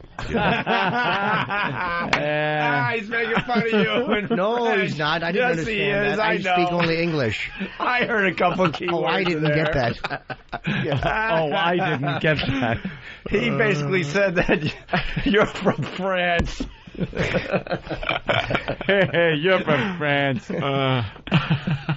You like trannies. You don't like America after all, is basically what he's saying to you. All right. Anyway. What? Just settling in, getting our electronics up. Yeah. That's all. Let's say hi to Jay in Texas. Jay, what's up? Hey, man, I got a question for Mike. Yeah. Hey, Jay. On your new episode that you're on the Discovery Channel, you going to do an episode of The Croc Hunter for Dangerous Jobs? Not likely. Although there certainly has been an opening, but we're still kind of like, what the heck, man? Yeah, that seems dangerous. Yeah, I mean, everybody's still in shock over the whole thing. You know, Steve was an expert at everything he did. I'm an expert at nothing. So, you know, we're not the same guy, even though we do the same sort of stuff. Puts a little perspective on things, doesn't it? Yeah, and a little reality, like... a little too much. What's your take on that, though? Because you are in the same field. Do you think that the Croc Hunter was kind of, pushing the Stingray a little bit to get some good video? Or do you think it was as freak of an accident as they're trying to say? No, it's totally... I mean, I've held those things that size, right. One in each hand, and there's... it hurts when they sting you, but that's just You've been stung? Oh, yeah. Oh. Yeah, I've been stung by stingrays. Yeah, 3-4 times. It's like 3-4... It's like a heavy-duty wasp or a hornet sting. Oh, it hurts, But, yeah. Wow. No, he didn't die from a sting. He died from... his heart was punctured. Yeah, no, I understand that, but I'm wondering if he put himself into a dangerous situation, more of a dangerous situation than what he was already doing. Swimming over a stingray can't possibly. I mean, in relative terms, good guy. I mean, everybody knows what the guy's done in his life. This was. What we just did was probably more dangerous, Yeah, walking across the street in Manhattan, in New York. Right. I thought you meant interviewing China. Oh, well, clearly. I mean, clearly. Her stinger is roughly the same size as the barb. Yeah. From what we've seen. Hey, do we have the One Night in China? We got a picture of it? That was a put juicy it up, push. Just put it up on there and let it run during the show. Yeah, you got to just see what's going on. And It's not a great porno at all. It's not well done. All right, you don't have to defend your woman. No, I'm saying that X-Pac did not do a good job. You don't like the cinematography? What Absolutely. I mean, the China wall shots. The lighting wasn't good. I saw the boom in a couple of shots. That wasn't a boom. Oh, it wasn't? Okay. No, too small to be a boom. The fuck is that? That was no boom. This was no boating Continuing with the Croc Hunter stuff, okay? Yeah. Did you ever feel like you were in danger? Yeah. Real danger, like, holy crap, this is not a good situation. Well, the big difference is, especially with Discovery, they've put experts on the air for years and years and years, and the biggest departure, from my show, and the biggest thing to point out is that I'm really not an expert. So, I've seen experts in these weird situations all my life, and for me, it's still a big gut check because it's like my instinct is not to run toward the snake and grab it.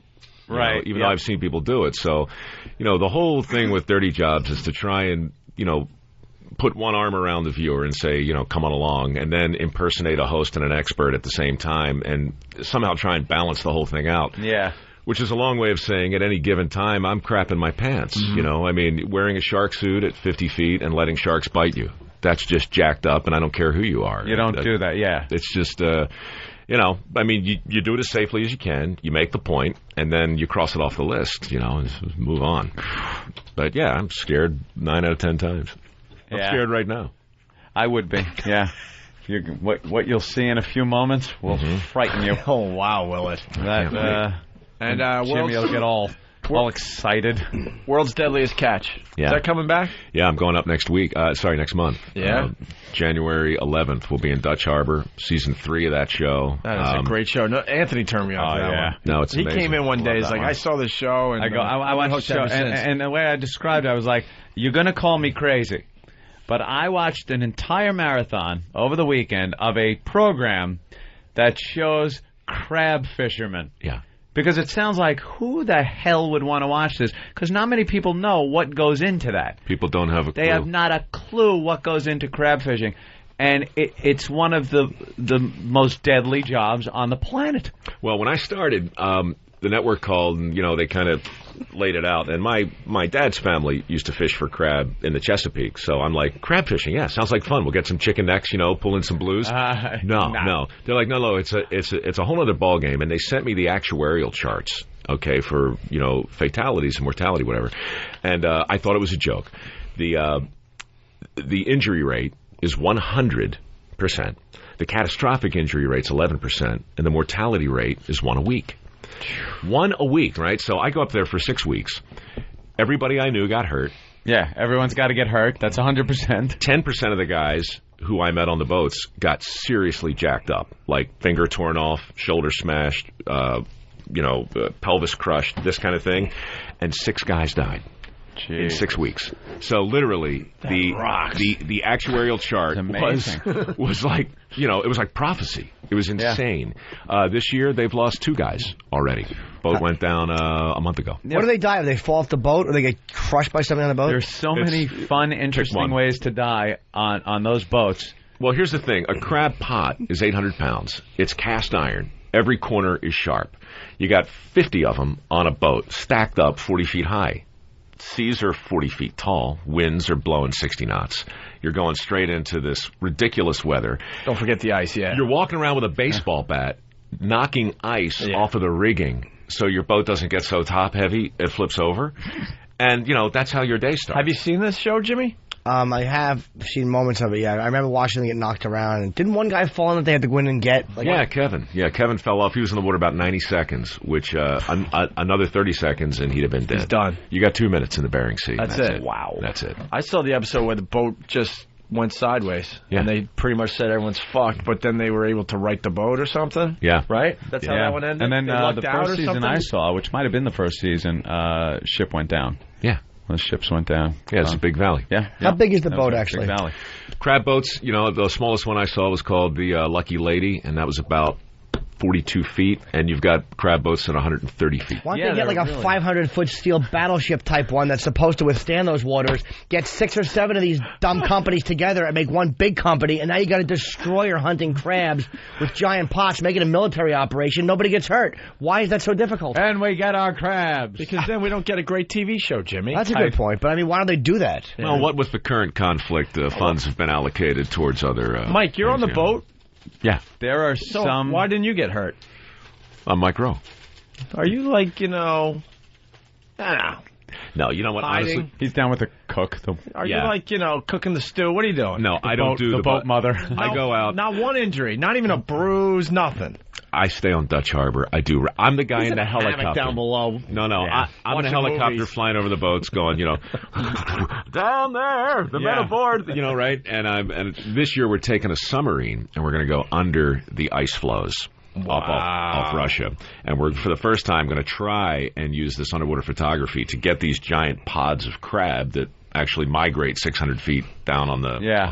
Is that how they get it as a pod, like a bunch of crabs go together? Yeah. That's the whole trick, is to lower the pots into an area where there's these huge, just like, an invasion of crabs. And if you hit the right spots, you're going to make it. How if do you know don't, you pull you're it going to up? go broke. Yeah. Well, you gamble, right?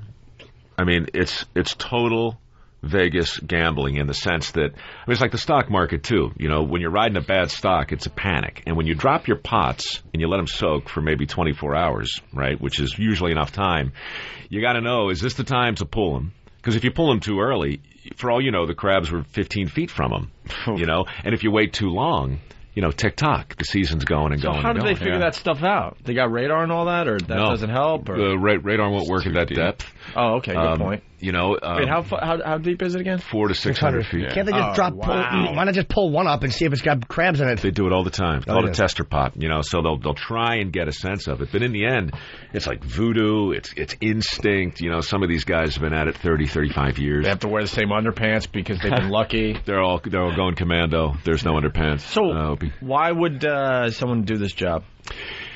Good hand on a good boat. Are they that desperate, or their lives suck? Well, like what have you got into their mindset of these people? Oh, it's real simple, man. It's $35,000 a week. Good hand on a good boat. Hitting it right can make a fortune. So, Opie, you'd be taking quite a pay cut in order to Wait, go crabbing. The guys make $35,000, or that's what the boat makes? No, the guys, an individual hand. Things have changed. Congress, believe it or not, just passed something called the Crab Rationalization Act to change the way the season ran, because up until this year, they were basically running these seasons with no declared end. Fish and Game would call the season when their projections said that the quotas got hit. So you got 150 boats in the fleet. You got 20 million pounds of crabs up for grabs. You know, if you're in a race and you don't know where the finish line is, you just run balls out until somebody says stop. That's why, like by day 4, day 5, you've got a crew on a boat who hasn't slept for 96 hours. Jeez. All right? They're going full steam ahead. It's so friggin' dangerous. I can't even tell you. They don't know when they're going to call. You don't know when, so you can't stop. Well, Congress finally said, look, this is just insane. We're going to take the quota system, we're going to apply it to the individual boats, so now you guys don't have to feel like you have to kill yourselves. Right. Well, these guys, they don't want any of it. They're like, no, we like this insanity. We want to work like this. You know, a century ago, coal mining towns would essentially become company towns, you know, like when the companies essentially own all the hardware stores, all the land, all the mining rights. Same kind of thing is happening in the fishing industry, where the processors are basically laying claim to the entire line of work. So they're buying the boats? Yeah. Hiring the people? Yeah. And so, you know, a lot of the snap is going out of the job. And for the old salts, you know, they're going to lose their crack at big, giant paydays, but the job's going to get a little safer. So, you know, depending on what side of the fence you're on, it's good news or bad news. Nah, those guys want big paydays. They want money. It must be hard to take a nice, comfortable shit on an awful crab boat. Your pants are wet. Well, it's your actually boat's rocking. They're constantly wet. Yeah, these people are just. It's really quite simple. Wet. You just don't take your pants off. Just let it ride. You just work, you know, just stand there, crap your pants, pull in the thing. Let it They fall don't shit out their your pants, do they? Let it fall out your cup. No, all right, no. And fly off the side of the boat. Look, I wouldn't doubt that. I would not doubt that happens. I squeezed a piece out once on the way to school. Me and Bill D'Angelo, I was walking, and I hate to take dumps anywhere but home. Sure. And I squeezed one, and a little piece rolled, and it rolled down my leg. And I went, hey, Bill. And I kicked my right leg like a rocket, and it flew out. True story. Whatever happened to Bill? Yeah, Bill's in South Jersey. It's a crab fisherman. Yeah. Drove him right to the boats. Wastewater treatment. Yeah, he never shook it. I want to get a copy of that episode. I'd like to watch that episode, the whole thing now that we're talking about, because I've seen moments that I remember that guy falling off. It's really cool, and it really is. You know what it is? Each boat is its own story. You would think, all right, you always see one boat, I know what's going on in this one. The different size boats, different characteristics of the people. Some boats, like some of the smaller boats, have the crazier people on them. Oh, yeah. And then the bigger boats are run a little more, with a little more organization, a little more of a rational skipper. Yeah. And the small boats are just, woohoo, we'll drop these pots, and then they got to go back, pick more pots up, drop those, pick up their other pots, drop those off where they stored the other ones, because they don't have enough room on the boats for all these pots that these huge ships have plenty of room for. All they could just grab them all, run out, drop them, pick them up. But the small boats, those guys are running constantly, nonstop, and it drives them crazy. They're like generals planning an assault. Mm-hmm. I mean, it's very, very meticulous. There's only so much crab to go around. And, the cool thing is, I mean, everybody's doing the same basic horrific job. So when things really go sideways, your boat goes down, you got an emergency, these guys will drop what they're doing, and every boat in the area will come. Which is cool. But, absent that, life on Dutch Harbor, oh my God, the most notorious bar in the world. It's called the Elbow Room. And if you go online, at least it used to be, it was the most notorious bar in North America. And night I got there, I walked in about, I don't know, maybe an hour before there had been a hammer fight. Which begs the question, who the hell walks around with hammers? Apparently fishermen, But yeah, woman's, sweeping the teeth up off the floor. And oh, shit. So you got, the stories of life in Dutch back in like the early 80s. There's a great book by Spike Walker called Working on the Edge. They call the edge the part of the crab boat where you're constantly leaned over pulling the pots up. Oh, my God. Is that the most dangerous part? Yeah. Yeah, because you've got a boom crane behind you. You got this 800-pound pot coming up full of crab. You got a guy who's, maybe asleep, maybe stoned, who knows what, operating this thing. And, I mean, it's just pandemonium. And I say stoned. Look, these guys are on the straight and narrow now, but you read Spike Walker's book, oh, my God, more drugs came through Dutch Harbor in the 80s than Miami. Really? Oh, Dutch Harbor's the biggest port, the biggest fishing port in North America. Where's Dutch Harbor? And I should know that. It's right smack in the middle of the Aleutian Islands in Alaska. So, if Alaska, you can picture Alaska, it's like a tail that comes off from the south and heads far west and then curls up toward Russia. It's in the middle of nowhere. Dutch Harbor was bombed in World War II before Pearl Harbor. But no one cared. Nobody cared because Alaska wasn't a state. Yeah. So no one cared. But there are bunkers there built into the cliffs. There's if you ever saw like the Guns of Navarone, there are all these encampments there. And if you were a soldier in the 40s, in the Army, and you got sent to Dutch, that means you did something where you really fucked up. It's Siberia, and we forget. Yeah. This is. The stories you were saying about how they all come to each other's aid when there's problems, and they'll do anything. It's a highly competitive when everybody's in good shape, but they'll do anything for each other if they're in trouble. But they're also known for playing some jokes. I saw one of the episodes where they welded shut another ship's pot. One of their pots, welded it shut and put, a bra in there? Yeah. And just another one put all their garbage. Sure. Took the ship's garbage, threw it in their big pot, and welded the thing shut and then re-dropped it. Yeah. So now you see the other ship comes up and they're all psyched. All right, come on, we're going to see some crab. Let's go. Because they get all psyched on that first pot. They can feel how heavy it is, no? Yeah. Sure. And they get the guy, he throws the line, they hook it, they put it on the spool, the pulley. It comes up and they're just looking like, all right, who's the son of a bitches that did? And then they had to pull a gag on them. So, I mean, they're riding 40-foot frozen seas, playing jokes on each other. Wait, they leave the pots and then go somewhere else? They don't hang out over the pots? You leave.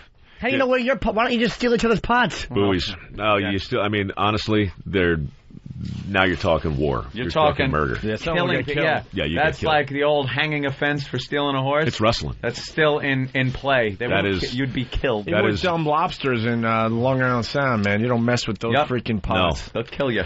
So we just did a lobster show for Dirty Jobs up in Down East Maine, and same kind of mentality, same kind of work, slightly smaller scale. Thanks, Kenny. Let me ask you a question though. When they drop a pot, right, and they put the dumb crabs just waltz into it, how do they tip it? Do they tip it one way? Why don't the crabs just go out? We're in something. It's like a roach motel. No, they're shaped like roach motels where you could get in but you can't get out because of the shape of the entrance. And they got Mozart music. And the crabs love Mozart. Love the Mozart. Why can't you get out?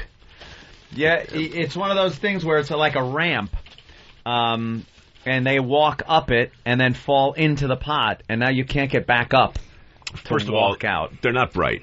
They're crabs. Yeah, they're fucking crabs. Yeah, I'm acting like the brain. Yeah. I'm acting like the Mensa students waltzing and falling. Their eyes are like, They're all over the place. You They don't think even one know is what they're looking pointing at. to the exit with that claw over there, Yeah. idiot? Yeah. We came in that way. They're all just crawling over each other like dopes. Plus, there's a big piece of rotten cod hanging there, so they never leave the food. They'll just keep eating. They'll just suck the marrow That's out a of the small crab pot right there. Yeah, that's nothing. Let me see. Hey, Katie, Jersey. Opie, Anthony, Merton, always a pleasure. Mike, hello. Hello. I just have a quick question regarding the Shark Week episode that you recorded, and you did the sub-episode for Dirty Jobs, and you went to go play with the monkeys. Was there any part of that episode that was cut out that you guys didn't show us? Oh, yeah. Yeah, What's I she mean, talking about? Monkeys. When we were in Evil monkeys, I'm hearing? Bad Monkey. Oh, yes, that was Evil Monkey. Bad Monkey. We were in. Crazy lady, too. Yeah, her name is Dawn McGowan, and we were actually in Cape Town shooting Shark Week. The weather got ugly, and we needed something to do. Had a few days to kill, so we heard word of this woman in KwaZulu-Natal, which is, picture nowhere, and then cool. times 10. It's like a few hours in the bush out of. Not Johannesburg, but Durban. Durban's a resort town. Anyhow, look, it's in the middle of nowhere. There's a woman who cares for troubled monkeys. That's all we know. I'm like, troubled monkeys? It's a rehab center for monkeys. Thank you. Okay. So we're like, okay, crazy woman, monkeys, micro, dirty jobs. We can get something here. Yeah. So crew and I fly to Durban. From Durban, we drive and get to this place. And I don't know if you remember Doc Tari or like any of these old Wild Kingdom shows. Sure. Forget it. This is the real deal. This woman and her boyfriend of 29 years live in this, I'm going to call it a house, all right? But in the house are monkeys. And the monkeys are lame and mangled, all jacked up. One's crazier than the next. They're crapping everywhere. They're masturbating everywhere. They're dragging their nasty bottoms across the rug like, a dog with an itchy hiney. How many about? Who knows, man? They move so quick. 2, 20, yeah, 50. You wouldn't even know. I don't know. 20. We're there. As soon as we pull up, a monkey jumps off the roof, lands on my head, and cuts my face open. On purpose or by accident? Like just from it's a monkey. It's hard to know what really drives the monkey, but That's a hysterical question. Well, I mean, on purpose or on accident? No, I mean, did he jump on you just to jump, or did he take it? Did he swipe at you, or did he just when he was landing hit you by accident? Yeah, you know what? It's both. Monkeys have a really strict sort of hierarchy in their troops, you know. And this guy was some alpha subordinate dominant male thing, whatever. He's like China basically, right? So the thing jumps on me. He's just freaking out because people are around. So I'm bleeding from my face, and we're just unloading gear. This monkey's wigging out. His name was Patty, by the way, if it matters. Hi, I'm a monkey. Patty jumps on Georgia, one of our camera girls, cuts her head. Now we're like, okay. Enough about everybody. Monkey. Monkey got a knife? Drop the gear, get in the house. So we're standing in the house and we're talking, about, okay, this is what we need to do. Obviously, we got to get the story, but look, let's just watch each other's backs. While we're talking, the screen door opens, and I glance over. Don't see anything at all. It's just kind of, I figure it's the wind. Then there's a gray dart that just goes streaking across the floor. Then there's screaming. Then the door closed. This monkey had run in, bit my sound man, Chris, in the calf to the bone. 31 stitches. Laid him open, okay? Monkey's out the door before the door can even close. Chris is literally sitting there in a puddle of blood. And now it's bad. You can't drive in this part of South Africa at night. Forget it. Bandits are crazy on the roads, and the roads are hazardous. Holy shit. We are screwed. We're in the middle of KwaZulu-Natal. There's a crazy monkey. Now we're thinking AIDS, rabies. Yeah. I mean, all of it, right? Who fucked the monkey? Who didn't? We're in the middle of nowhere, dude. We're in the middle of nowhere. Man gets lonely in the bush. Where's the people that own the house? Her name is Dawn, and she's saying, "Don't worry, my son. It happens all the time. What we're going to do, don't stitch the wound. If you stitch it up, it's going to be very bad because all the contagion will be trapped inside. So just let it bleed. Let the badness bleed out." Oh, and my we're just like, God. What in the hell are you saying? Did they bite her, too, or no? She's covered with scars. Her boyfriend is covered with scars. The monkeys run the entire asylum. Everybody there. So really, no, my buddy Eddie Barbini is shooting this right now. When he saw the footage, he was like, dudes, this isn't a story. This is a mission. This is kind of an adventure. And that's when Dirty Jobs took a turn, because I had a camera, and I just started shooting everything. So we get back and we look at the footage, and Eddie and I are like, what the hell are we going to do with this? And basically we just said, well, we'll just tell the truth. This is what happened. We can't. So it happened on our little day off. Yeah. Well, we're going to make the most of the network's money. We're down here for Shark Week. We're going to go grab a quick dirty job. We're going to be heroes. We were very, three of us are bleeding. You may have invented Monkey Week. Imagine that, the horror. If you thought the sharks were scary. Yes. Yeah. So anyway, that's a long answer to her question, but we shot stuff. I mean, we had breakdowns within the fucking crew. Monkey is what you should have shot. Honestly, Anthony, if I got my hands on it, I'd have snapped his little vervet neck. Well, did the people that run the thing, like the couple, did the monkey stop biting them after they realized they're feeding them and treating them okay? No. That's the thing. You got 20 monkeys who they're sort of rehabilitating. There are a lot of orphan monkeys. Hunters will shoot a monkey on sight because they're like rats to us. They're everywhere. But then you've got truly wild monkeys who also live on the roof of the house because we're in the jungle. We're in the bush, basically. So you've got the indigenous monkeys who are just kind of there because that's where they've always been. And then you got the sick monkeys who are in the house.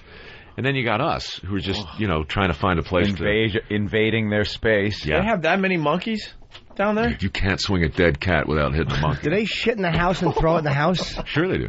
Well, why would they have monkey shit in the house? What's the matter with people? Dude, they're living there. They're crazy. Look, the single biggest misconception I can say to who's ever listening is, whatever you know about monkeys is wrong. It ain't Lance Link. It ain't Curious George. They're not wearing diapers, walking around, juggling. Coveralls and an engineer hat. No. That's right, the cutest thing. They're adorable. No. Nothing cuter. They got bright red asses and erections, and they're running around the house, crapping indiscriminately. All right? These things... Jimmy pays for that. To the house... Yeah, do they have dresses? I'm sure we could work something out. Did the house stink? No, man, it smelled like flowers. Really bad. No, it's just, where do the people go? They have the worst. They have a panic room or something they could go into? No, they don't panic. They like it. They're there. They are there at the monkeys. I don't think anyone's getting an understanding at how crazy these people are. Do they have wait? What about running water and a toilet? Cable? Yeah. No. Cable, computers. No, they got a toilet. The water comes from the... I sat on the couch and I itched for a month and a half. There are things in the couch. Oh, wow. There are things Vermin. in the couch. Well, and also probably like lice and bugs. Oh, yeah. Everywhere. Crazy cat people? Yeah. All right. Well, crazy monkey people. Just cross out cats, put in monkey. Crazy monkey people. They're out there. Their house is full of them. Are they just having sex all over the place? Oh, yeah. Bunch of fucking monkeys. Dude, it's like a German porno in this house. It's just poo and fluids and fur. But what do you do if you own the house and you want to go somewhere and the monkeys are being territorial in your living room? You forget about your security deposit, man, because it's gone. It's gone. Can I see video of this? Pictures? Anything on the web? What's up? Well, we put it on. I mean, normally each episode of Dirty Jobs is one. You do YouTube, or they don't allow you to do that? Eddie, do we have anything on YouTube? Yeah. I don't think so, no. They pull that. No, you gotta, it's normally Dirty Jobs is 3 jobs in one show. This was one. We just took 1 hour and just aired as much. Are these seasons like coming out on DVD? You guys doing that on Discovery? Yeah, but it's kind of lame, to be honest with you. All they're doing is running, the episodes that ran without commercials. There's no real commentary. What we're trying to do now, we're actually talking about going back and taking some of these early jobs and expanding them into a half hour and adding new commentary and stuff. Because when we shoot, we got 3 cameramen. We'll come back with 35 hours of tape for a 15 or 18-minute segment.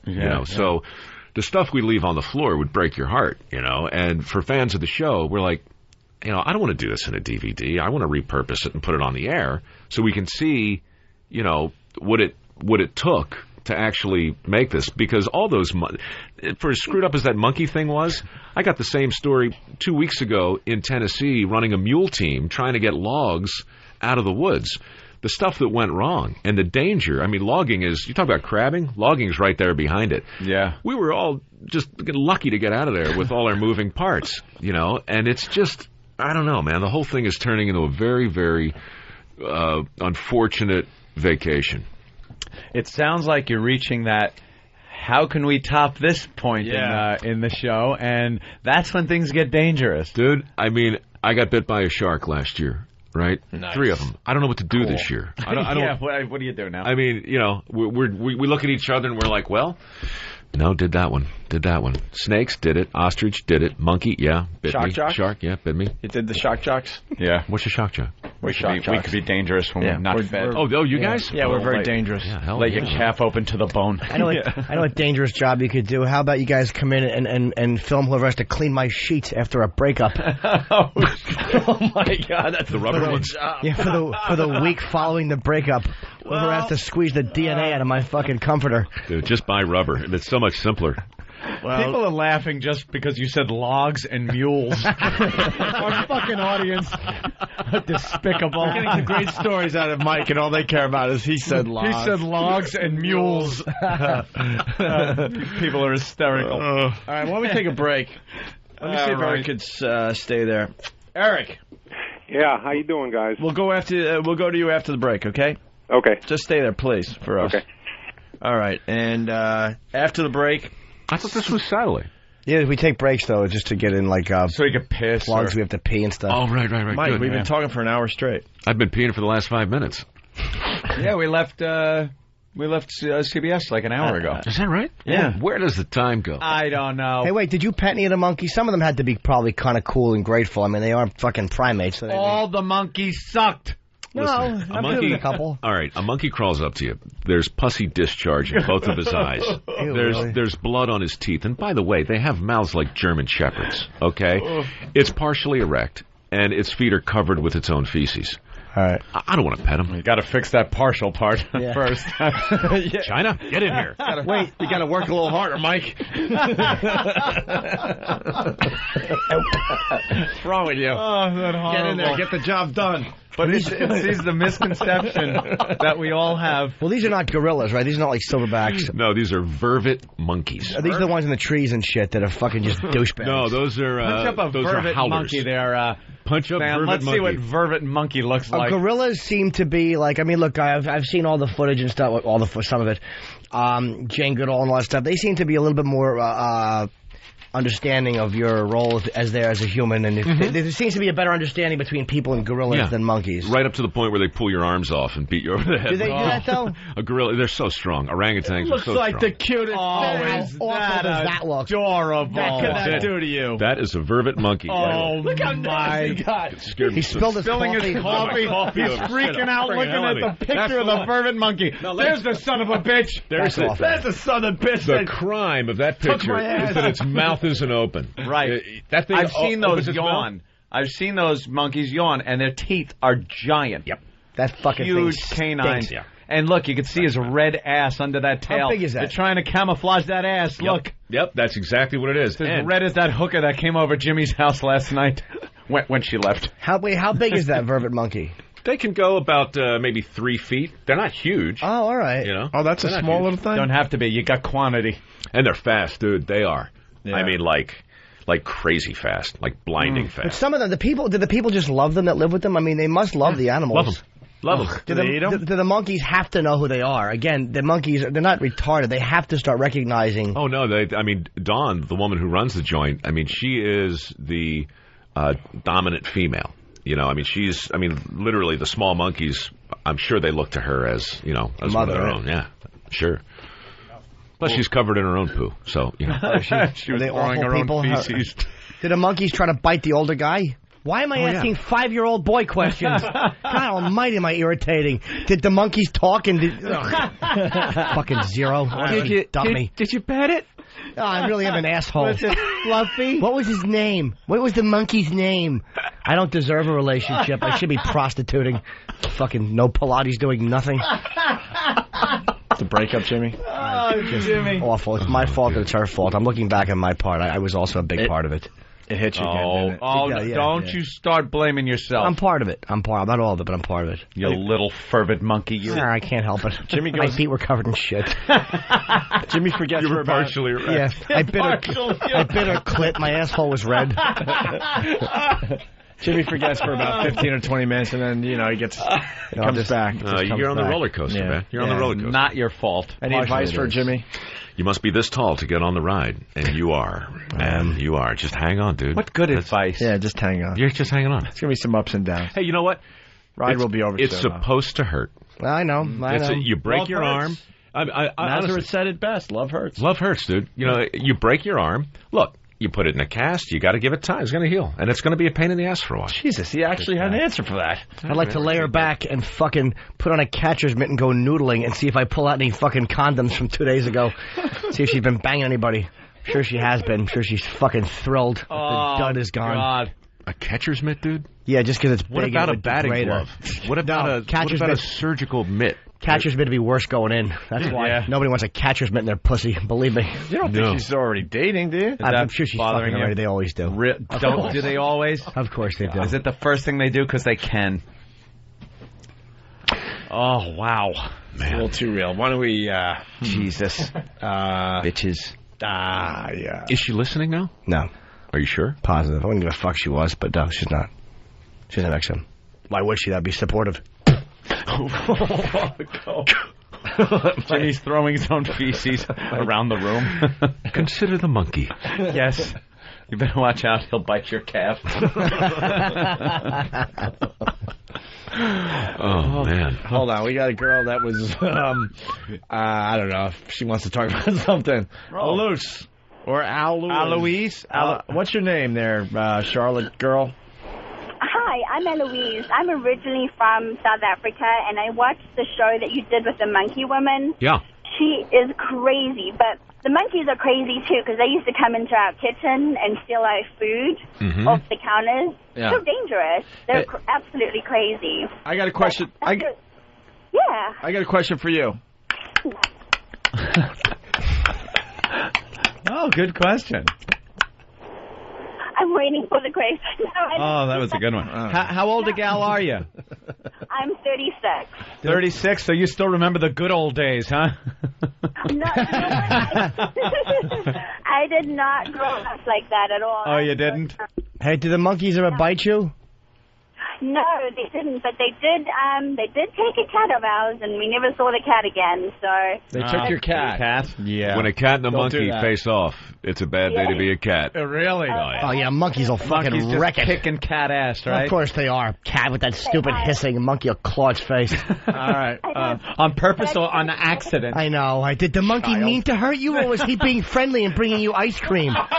Someone should smear their own shit in my face. A fucking question. Right. What time is it?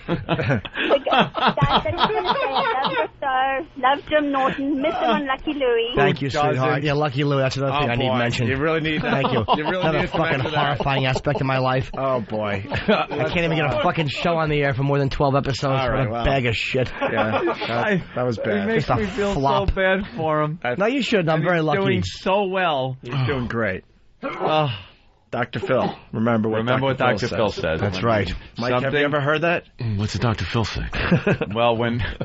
Can we just play it? We should do it some other time. It's just... You don't want to hear that today? I don't care. You can. You sure? I don't want to... No, it won't bother me, no. Because Mike is kind of enjoying your misery. I just want to keep it going for a little while. My heart is actually breaking. It kills me, but that's my own fault, believe me. I'm a fucking self-indulgent pig of a human. I burned it myself, all of it. No, now it's all of it. No, it's the truth. Jimmy. Well-run riot, man. I know what it is. Now it's all of it. Absolutely. No, it's not. Most of it, yeah. No, it's not. I can't feel sorry for myself. It's true. Yeah, but dude, I mean, you got to like yourself at the same time. In the end, you're just left with you. So it does you no good to do a total teardown. You got to have something that, you look back in the mirror, it's got to be something, know. Reminds me of a little poem I once read called The Man in the Glass. Yeah? It's all about you have to like the man in the glass. And the glass would be a mirror. A mirror. That's right. I thought it was a shot of whiskey. Yeah, that's what I thought. Because I love the man in the glass. The man in the glass, as you tip up the shot glass and look at him through the bottom of the shot glass. I like your booze lot. Yeah. How about the man in the boat? We could talk to China about that. I certainly like that. Dude, the man in the boat has a huge water head. She's a man, baby. It's a fucking crab pot she has in her boat. Hey, you want to hear this? It's up to you, Jimmy. Yeah, play. If you want to play going into breaks, I'm going to go take a leak and fucking, maybe just see if there's a hole in the fucking bathroom stalls. I can at least meet somebody. Mike, this is one of my favorite things. It's Jim's actual mom. calling and leaving a message. Jim's a loving mom. Yeah. And this is a typical loving mother calling her son out of concern, compassion, and it's just a typical mother. And know why this is a good thing to play today? Because Jim ended up following his mom's advice for a very long time. I absolutely did. I didn't realize it was mother's advice that I did follow. When this call came in, you didn't start your workout program. You didn't start your boxing. You didn't start your dating. Right? Yeah, you're right. You weren't hitting the gym yet. No. When did this call come? I did a little bit before last year, and then I got fatter again when I was doing Lucky Louie because there's food at craft services, man. You just can't. And the woman who ran craft services was just a fucking manatee. But you want to talk about covering up some type of molestation? Boy, did she do it! 6-pound cakes at a time. She couldn't stop shoveling food into that fucking fat hole. Dude, you called her a manatee. She was you know awful. how huge that's tremendous. Exactly. She had slight propeller marks on her back. She did. You had to barnacle scrape him before she'd bring in your coffee in the morning. Fucking monster. But, you know what, though? She was a good gal and she had a good heart. That's what really counted. She took care of us. She brought us good food. Fat cunt couldn't stop eating. But the song cheers up, Jimmy. The food was really good. So. It cheers up, Jimmy, but we can't play it all day because it's karma, whatever. It's karma. I lost interest. Yeah, whatever. I don't care. Here's... well, Tom, I was talking about prostitution on the air. I tend to, I exaggerate a little bit. And my exaggerations are basically downplays. Like, Understating it. And my mother heard this and called me and left me a message, and I just saved it. It's a concerned mom. Are we done? Hi, sweetheart. It's Mom. How are you? Jimmy, I know this is a little awkward, but everyone's fine here. But we heard the radio show. We love it, by the way. And you were talking about giving up, the ladies of the evening, which is a wonderful thing. But you know what? Dr. Phil always says replace something with something. So I was thinking, you have that nice gym downstairs. And, just for like 20 minutes to half an hour, and you would feel better. Use that. And also there's gyms in New York you could go. You could exercise, and you would feel a whole lot better. You'd lose a little weight, you'd tone up, and you relieve, tension and stuff, and you'd be meeting other people. I don't know, honey. I just thought it might be a good thing. I'm sorry. I'm interfering, I know. I'm thinking of you. Nobody knows I'm calling. So don't get offended or think I'm strange, but I am a mother, and I worry about you. You're doing so well. Everything's falling into place. This might be just one of the, the health thing. It would help you, sweetheart. Well, anyway, that's it. I'm not going to go on and on. I know it's not my business. But anyway, I love you, and I feel I can interfere because I'm your mother. I'm taking special license. But anyway, we're looking forward to seeing you at Christmas, and I really hope you can make it. And anyway, don't be mad at me, okay, sweetie? I love you. Talk to you soon. Bye-bye. Yeah, my favorite part, too, Mike. Isn't that's a killer. No one knows sweetest I'm calling. thing? Well, now they do. Isn't that darling, though? Yeah. His mom called That's why we have like Mother's that. Day. I mean, honestly. You got to put yourself in her shoes. She had to make that call. Yeah. Otherwise, what goes through her head? You can't. I mean, as a mother, you can't enable. You got to do something. You got to say something about that lifestyle. Yeah. Wow. All right, but the whole, I'm not into. I like the end. How it's almost like she felt threatened at the end of that call. Right, like I know I'm not interfering. I'm sorry. Don't hit me. I didn't realize you were going to stay on the air. I would have waited. Dude, she's fantastic. Yeah, she's very nice. My mother's very nice. What's her name? It's the sweetest call. That's great. Yeah, she is the sweetest. The way lady she was you'll like, ever meet. I love you, and it's so, I hope we see you for Christmas and everything. Just what a sweetheart. Yeah, very nice parents. I took her advice, too. I took her advice. I didn't mean to at the time, but all of a sudden I did. I went to the gym and all this stuff, and, dated a little bit here and there. And this girl was the girl I broke up with. It was mutual. We didn't know and dumped anyway. She was one of my best friends for 3 years. I never even jerked off to her. Yeah. Never thought about fucking her. Really? No, I loved her. I didn't think about fucking her. That's something. I'm not sure that's love, dude. Yeah. No, for me it is because I'm such a twisted sexually. Like, I don't know when I'm horny and when I'm not. It's like an overeater. You don't know when you're hungry. You just shove food in your face. So I don't know when I want to fuck, when I don't want to fuck. I have no idea what it's like to be connected with love sexually. For me, sex is dirty. You know, it's fucking, you don't connect. I felt guilty. Is that abnormal when you're making love to someone you care about to just go, I'm sorry. I'm sorry. I'm sorry. You sure you didn't see the monkey show? Wow. Getting a little uncomfortable. Yeah. That's an interesting thing. The whole love sex thing. You can't put the two together because you've had such degenerate sex for so many years. But I can have sex with somebody I like, but it's very hard with her. It was hard. Like, we had really good oral sex. It was just kind of hard to get into the intercourse thing. There was something too intimate about that for me. It was hard. It was getting to a point where I could have, but it was just fucking very difficult. Have you ever felt that with a girl where you feel love and intercourse is fine? Yeah, but it always takes a little while. It's a weird adjustment for me to find that balance. It's a very weird adjustment. It's usually with girlfriends. I can like you and have good sex with you, but once it gets past that point... you. That's great. Like where Go out to the ball game. Yeah. Give me a blowjob. Yeah, that's right. I can buy you a hot dog. Yeah, I mean, I'll fuck you from the back and not want to choke you if that constitutes liking. Well... That's wow. That's why people write songs and poetry, I think. He always has the right thing to say. Yeah, it does. Yeah. You make me not want to choke you. Isn't it romantic? That is sweet. Oh, that's right. He does a little opera. Oh, yeah, I did forget that, too. Can you do a little opera going into break? And then we're going to talk about what you had to do to cows. Mm-hmm. And also this great story coming from Channel 11. Sexology story. It's hilarious. Sure. Big laughs on the way. Could you do a little opera? Nobody knows the trouble I've seen. Nobody knows Jimmy's sorrow. Nobody knows the trouble he's seen. Glory, hallelujah.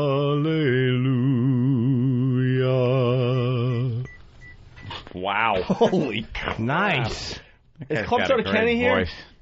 Jesus. We got to get a duet with Club Soda Kenny. Yeah. Is he here? Because something has to destroy that. Where is that horse's ass? Would you do a duet with Club Soda Kenny? Yeah, sure, man. He does Secret Agent Man. It's just terrific. There's a man who lives a life of danger. Well, let's hear your version. Just the... Oh, who did the original? Just do the hook. I don't even remember who did that. Well, do we have Kenny? Can do that a cappella. Yeah, Kenny's Secret Agent Man. That's the Secret. All right, look, we'll set it up after the break so you can hear Kenny. They've given you a number and took away your name, right? Is that what? Yeah, something like that. Taking away your name. Well, you should let him sing it before he hears Kenny's version, and this way you can make the comparison of the two, because Kenny had no comparison to go with. Yeah, write down what Kenny sang, and then we'll have Mike sing it first, and then Mike knows the song, so he'll probably recognize the. I just need the lyrics. Yeah, you give me the lyrics, I'll fake it. I know the tune. All right, yeah, get him the lyrics. All right, we got lots to do after the break.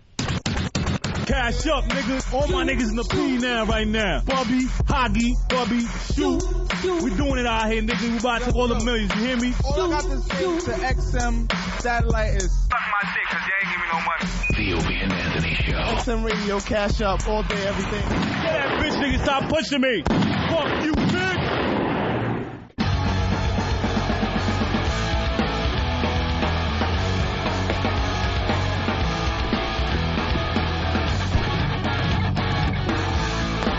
Hi, the Opie and Anthony radio program. We're back on the radio. We have Mike Rowe in studio, and Nathaniel's handing things out. The excitement is mounting. Wow. Yeah, I'm good. You know how to bring a show back. I certainly do. Professionalism. I got. We were just talking about the bridge with Mike Rowe, because he's from that area.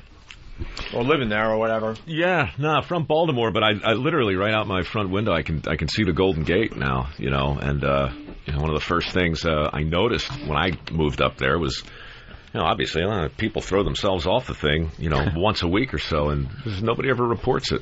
You always see these Coast Guard helicopters flying around, and whenever you see that, it means they're plucking somebody out. You turn on the news, there's nothing. Oh, that's the world's deadliest catch, huh? Oh, you're not kidding. Crab bait. Pull up another one. Yeah. Wow, they don't report it, though, huh? Very, very rarely. That's interesting. Yeah. Wonder why. They just hose it down. Too negative. Too negative. A lot of positive, fun news. They just want... Well, it's kind of like the Disney thing we talk about all the time. I mean, Kids are dying down in Disney, and they try to just hose it down and open up the ride as fast as possible. Kids, adults, whatever. Yeah, Sure. they just hose it down. It's a small world. Turn it. Yeah. Hey, get that music cranking back up. Come on. Sure. Get the emergency crews out of here. I want the smell of cinnamon, sugar, and roasted nuts in the air. Right. That vomit off the roller coaster. Yeah. Hey, Eric he's been waiting on hold for a very long time. Eric, what's up? Very long time. One thing for Mike, one thing for Opie. Mike, became a big fan of you after the first time you were in a program. Watched the show repeatedly. Tell me how you really felt after you inseminated the sow. Kind of relieved, and I'll tell you why. What you didn't see was me extracting the semen from the boar.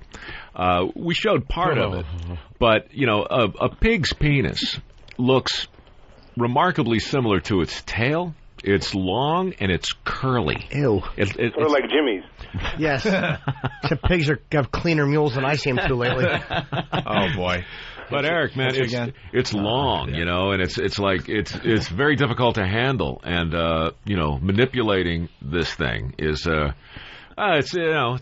actually have to manipulate that thing. Why don't we just say it? You have to jerk a pig off. You got to jerk a pig off to get you the look sample. You look pretty relaxed at the end of that thing. Did you have a cigarette? I had a cigar, actually. I mean, a twisted cigarette. If you haven't seen it, you get a catheter and you put the semen in it from the boar. And then you sit backwards on this 600-pound sow, and you sit on her. It's called estrus. They go into it's standing is the colloquial term. They basically freeze up, which they do when the pig mounts her from behind. So you have to sit on this thing to simulate the weight of the boar. And they stop moving. They stop moving, right? And you take the catheter and you slip it in through. First of all, you have to wipe the poo off the vulva, because you don't want anything obstructing the vulva, and it's got to involve poo in some way. She's got shit on her box. She is a pig. You gotta love her. So you're sitting on a pig and you're putting the semen in, backwards. Eric, you're right. I felt oddly dirty yet liberated. If we needed a boar's semen, we just jerk off Steve C. All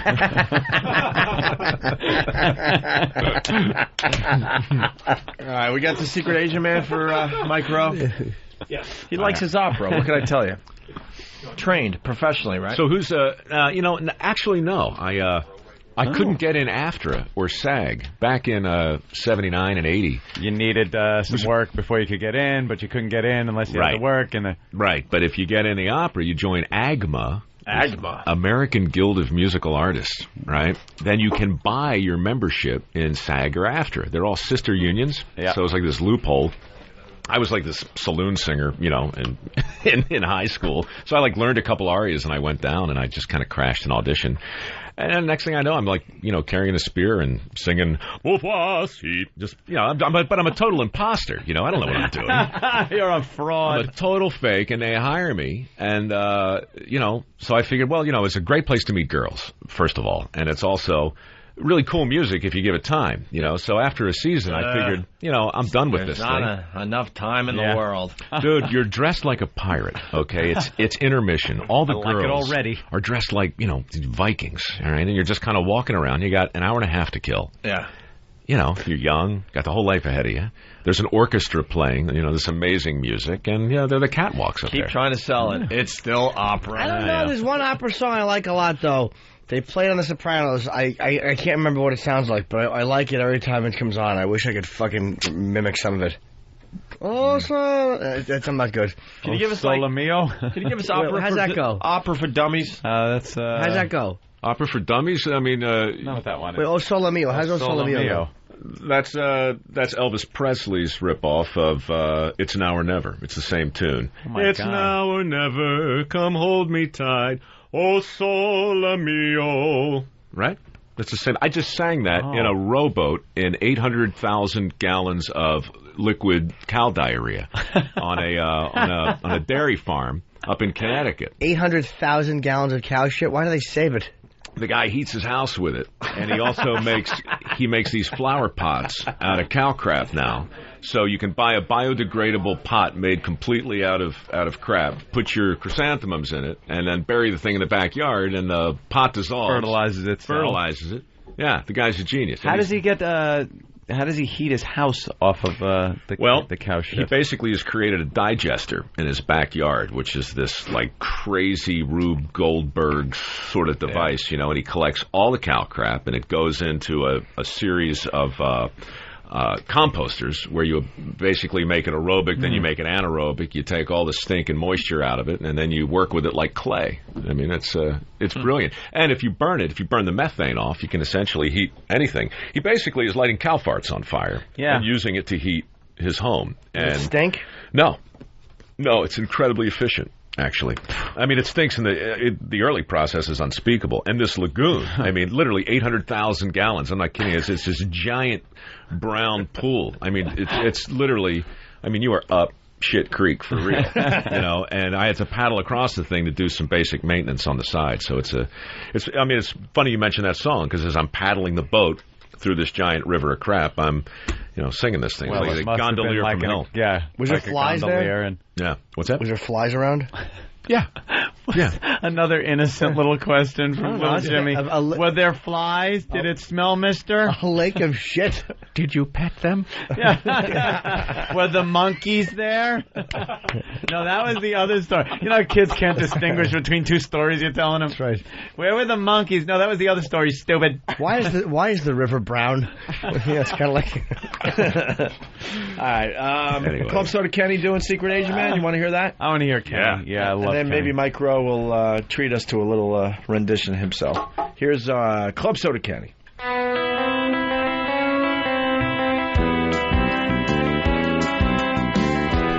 Not yet.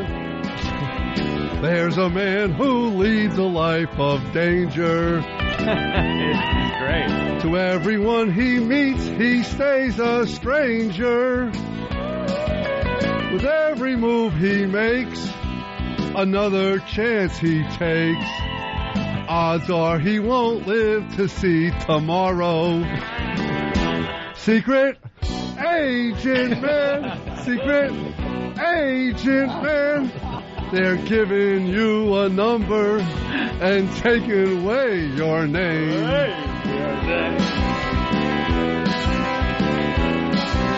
Beware of pretty faces that you find. A pretty face can hide an evil mind. Ah, be careful what you say, or you'll give it all away. Odds are you won't live to see tomorrow. Here he goes. Secret Agent Man, Secret Agent Man.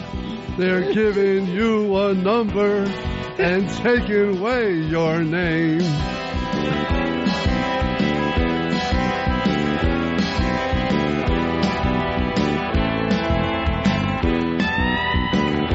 The musical interlude. Yeah. That's good enough, right? Oh, yeah, it's a good taste. You get a little taste. That's on YouTube, by the way. That's big, man. What do you think? That's big. He's got a hell of a voice. Yeah. He really does. He's good. Not professionally trained. Believe it or not, I was just going to say that. It's kind of hard. You'd think he's a guy. He was also in that union. Yes. Agma? Yes. Agma. Yes. No, agony, because that's what you fucking feel when you listen to him. It stood for, oh, God, my ass. Agma. Sounds like someone's great-grandma. Agma. That was horrid. All right, sexology story. Yeah, what is this? Need a little background on it, or do we just play it? Big laughs will ensue. Strap in, kids. Some women have an allergy to... Really? Is it sexology? Is it latex they have so they can't use condoms, or is it loads? Well, because there are women with latex allergies that have a problem with condoms. Right. Yeah. It's loads. Ew. Mm-hmm. It's loads. Well, they did this on the news? And, and it can be treated by... more loads? More loads. I swear to God. No, wow, stop. How great is that? This might be one of the greatest stories ever. Here it is. Well, Connie, in theory, you can be allergic to anything that's foreign to your body, but could you imagine breaking out in hives or having trouble breathing because of sex? While the topic of sex can make some people giggle, this allergy is certainly no laughing matter. one excuse to break up with a guy? You're allergic to him. Allergic to another person? I suppose it's possible. Yes, according to new research, sex can cause a potentially life-threatening allergic reaction. The problem? A semen allergy. The local reactions are burning, itching, discomfort after intercourse, usually a short period of time, a few minutes to up to an hour. That's how you know your wife has been out cheating, though. She says she's going to play cards with her friends, and she comes back with hives all over the lower part of her back. Scratching. Or on half her mouth and on part of her cheek. And you can actually see the load pattern.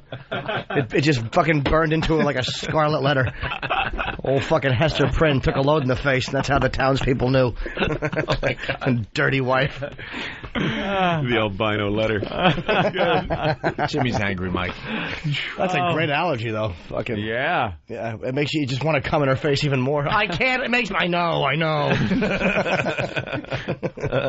In severe cases, the woman can have difficulty breathing. It's not the sperm that women are allergic to, but the protein in the seminal fluid. Other possible triggers, medications, and certain foods like nuts can be transmitted to the semen. No, she didn't.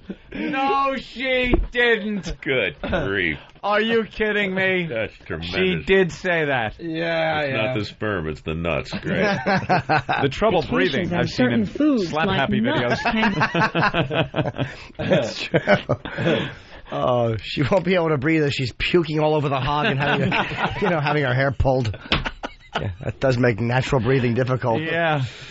In the seminal fluid. Other possible triggers, medications, and certain foods like nuts can be transmitted through the semen. One way to diagnose this, well, it goes away with condom use or abstinence. So who does it affect? Approximately half the women with this condition already have skin allergies. They did notice a correlation, though, that as soon as the allergy clears up because they're not having sex, the black eyes increase. Oh, is that horrible? We got a chick that has this allergy. No. Yeah, hold on a minute, though. Condom use or abstinence. So who does it affect? Approximately half the women with this condition already have skin allergies and hay fever, and more than 40% experience symptoms the first time they have sex. But ladies, this is not a sentence for celibacy. It can be treated. Allergy doctor David Resnick says all it takes is a small diluted amount of semen introduced to the vaginal tract repeatedly for several hours, gradually increasing the concentration. So does he volunteer to do this procedure? Yeah. That guy needs his license. Just a little bit. Revoked. Over a few hours. Look, I got the solution. Mrs. Johnson, relax. There's hope. This might hurt a minute. Do you think to start with like some crazy doctor going, I know what the solution is, and he actually tried and went, holy fuck, this actually works. Yeah. Come on in and we'll work on it. And he charges her afterwards. Yeah. Fantastic. A few hours. So that'll be $500. At the end, the patients actually receive a full dose of undiluted semen, and they're considered desensitized. And then the trick is to, yes, have more sex, at least 2 or 3 times per week. This is a prescription both the woman and the man will enjoy. What's up being allergic to somebody? Yeah? Are you allergic to me? Nope, only girls can be allergic to guys. Because this potentially can be a life-threatening allergy, patients with it have to carry around an EpiPen and definitely have it available during sex. The good... Who thought she was going to say they have to carry around semen just in case? Yes, semen or... The anti-venom. Right. Quick. Yeah, your wife is having trouble. She's going into shock in the restaurant. You got to lift her legs up and pump semen into her box real quick. You call the maitre d' over. Hold the leg, will you? Get a busboy out here now. Stat. Is there someone with a heart on in the house? Anyone? Is there a pervert in the house? Great. The good news here, doctors say a semen allergy is not a direct cause of infertility. for women looking to get pregnant. Obviously, they have obstacles, but one option is in vitro fertilization. Jim and Cuddy, over to you guys. I am so surprised. I've never heard of such a thing.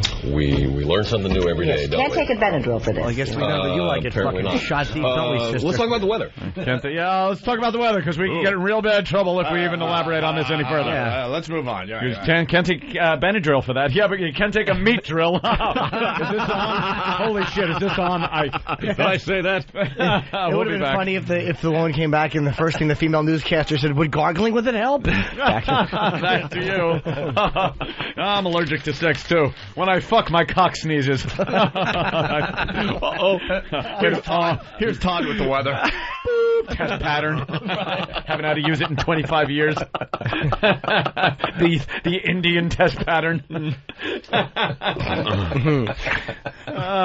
What a great allergy. Absolutely. Never heard of that one. Okay. Mike in Cleveland, what's up? You guys are going to ruin the next episode of House. You're giving it away now. On an all-new House. Yes, semen allergies. House must fuck 20 women to save one. With his game leg. Yeah, with his cane. He's fucking with everything. As they're standing over the dead body, Sam, that wasn't white paint in the carpet. Quincy, right? Of course. Yeah. Is the only Quincy impression I've ever seen in my life. Absolutely. It's the finger. It's all in the hands. It's fantastic. And the teeth. You got the Jack Klugman going. Oh, genius.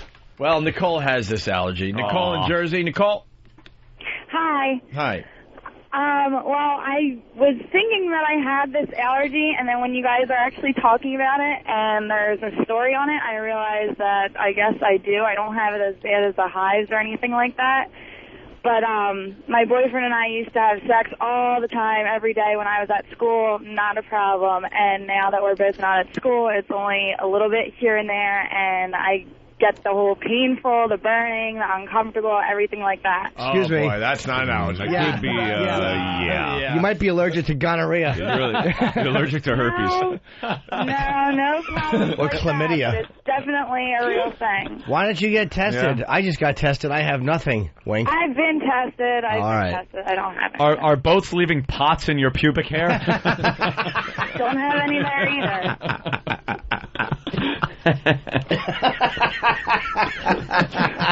Just the thought. The deadliest catch. That certainly is. Yeah. That's funny. So what, you really think you have this allergy?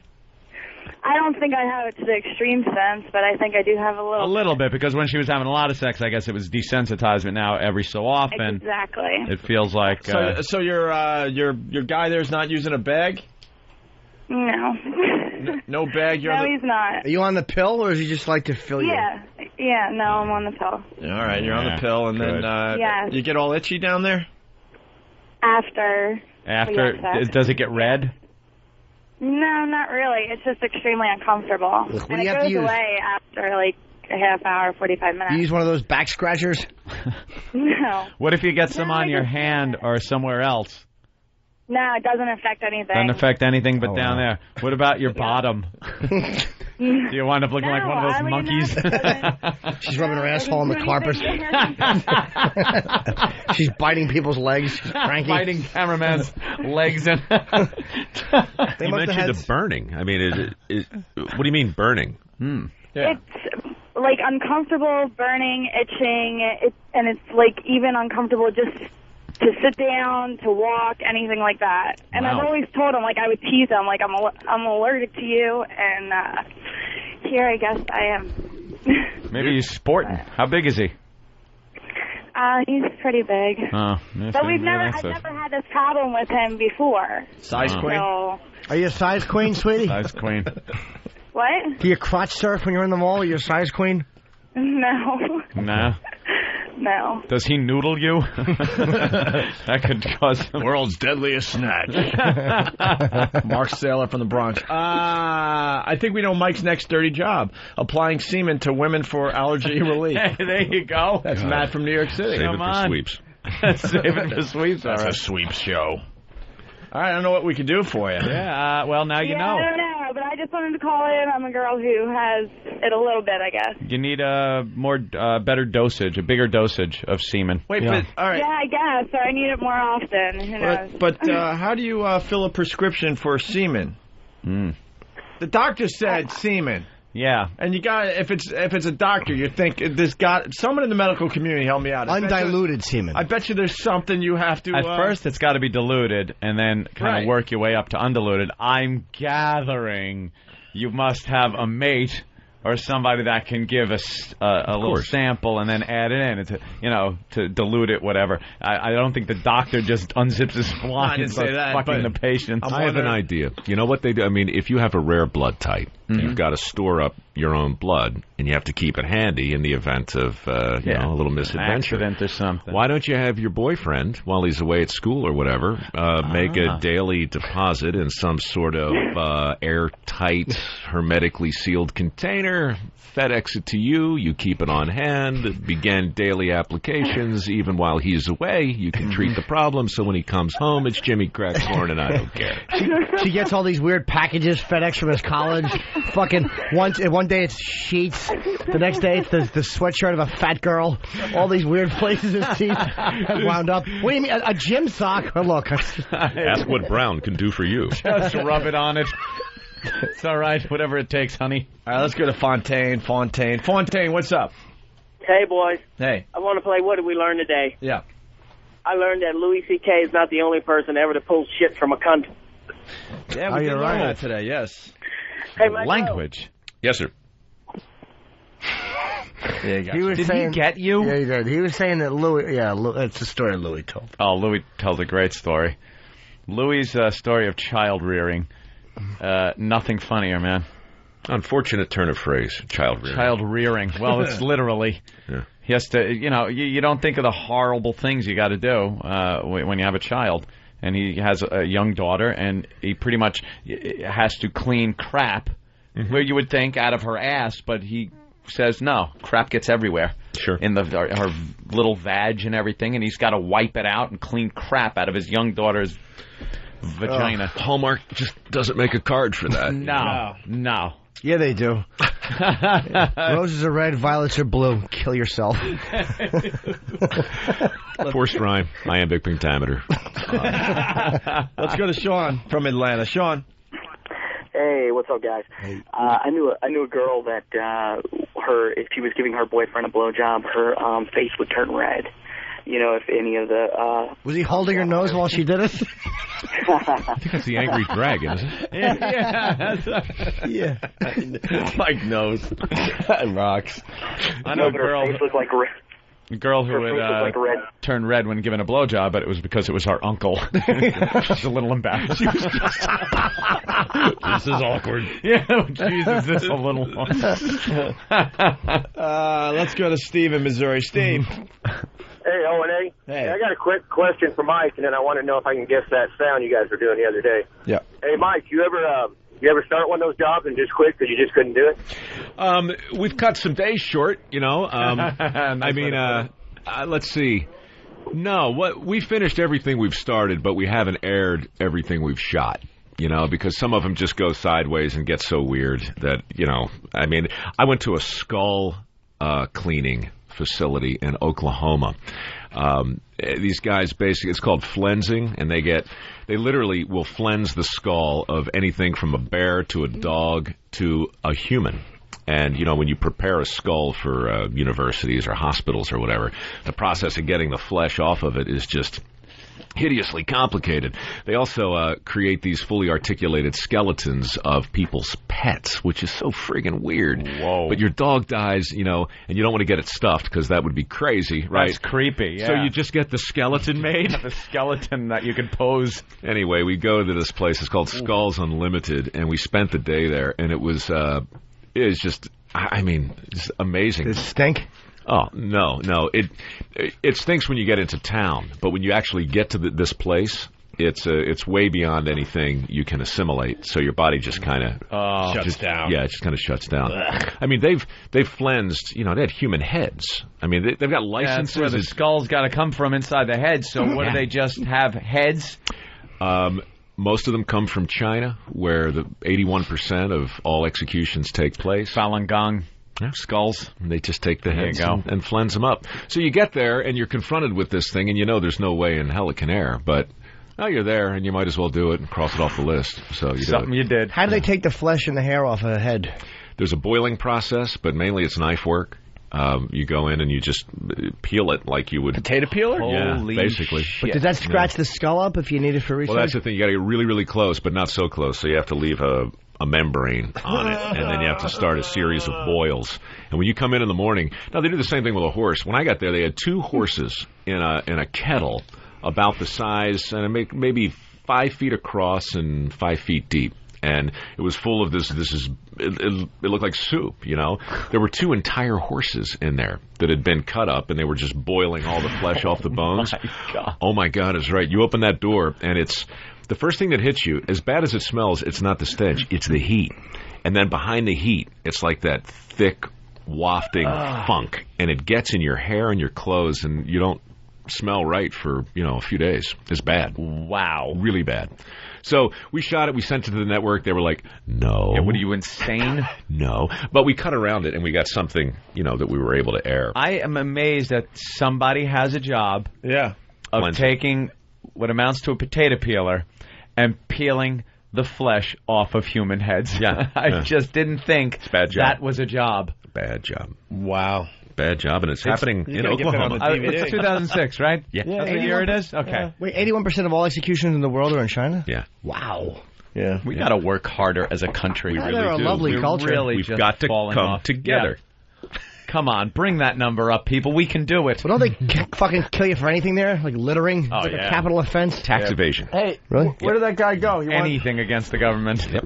He wanted to guess that sound. You punch up 99.9% of the websites you go to, and you'd get your head cut off. There'd be somebody with going, I think I saw this guy at a comedy club. Yeah. Give me the potato peeler. Yeah, boom. Goes Gone. Jimmy's head. Yeah. The guy wanted to guess the sound, but he's gone. Mike, you want to try to figure out what this is? I'd love to, yeah. All right, listen to this. He probably knows what they're saying. はい、続いてのタイトルはこちら。はい、いくよ。はいよーい。第1回第4回やらへんでチキチキ山崎よくちゃくちゃくちゃくちゃ。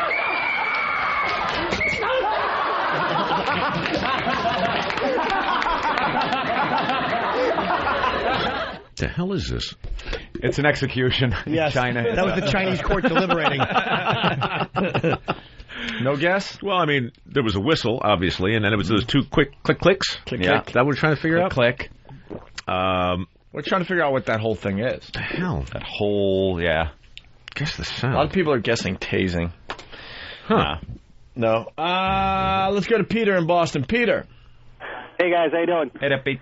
Did you let that line go through that Mike had? The what can Brown do for you when you talked about sending in all the stuff? That was a good one. Well, thanks, man. Good one. Great line. That was good. When it absolutely, positively has to be there in a week or so. All right, let's go to Mark in MD there. Mark, what's up? Hey guys, what's going on? Hey. Hey Mike, I found your show by listening to Opie and Anthony the last time you were on, and I just wanted to tell you how much I enjoyed it. There was the first episode I saw was the one where you kept getting sprayed in the mouth with the termite poison. Yeah, it's a bad day. That's a bad day. I've never laughed so hard in my entire life. Those guys you were working with were freaking knuckleheads. Yeah, that's Bill Bretherton. He runs a company called Vexcon up in Shreveport, where there are more roaches per square foot than anywhere in the country. Why there? Why not? It's Shreveport. It's a high water table. It's a low lying area, and we basically went that day not to deal with roaches, but to kill termites in a church. It literally eaten the foundation out of this thing. So we're crawling around under this church. Bill's not a carpenter, but his whole family gets involved, and it just turned into a Three Stooges episode. We're trying to shore up this church. Termites are everywhere. Could you see the termites? Oh yeah. Yeah, little white, tiny little, they look like little pieces of pus crawling around, and they're everywhere. And anyway, he's got this, I think it's called Termidor. It's this very toxic stuff, and we're trying to apply it, and the applicator's all screwed up, and I squirt it. Hits me in the face, hits my cameraman in the face. You know, this after he's basically spent 10 minutes telling us, don't let this come in contact with any area that's sensitive. Yeah, good stuff. Oh, did you see roaches too? Oh, sure. Yeah. That's gross. How many roaches have you seen? You ever see a lot? I see one every once in a while in my apartment. No big deal. Well, I just went to New Orleans finally. You know, I didn't want to go down there for a year after this mess because I just, you know, the country doesn't need another schmuck standing in the rubble, you know, acting like a hero. You just figured it was time. I'll save you. You just figured it was time to party. I'll save you. Well, you know, we started. Juana is here. Oh God, yeah. So we're gutting houses down in St. Bernard Parish, you know, and some of these houses, a lot of them were underwater for over a week, and they haven't been touched in over a year. So the entire inside is completely, like there's a layer on it, and inside the layer are, I don't know, millions of roaches. You know, you just start, they're everywhere, man.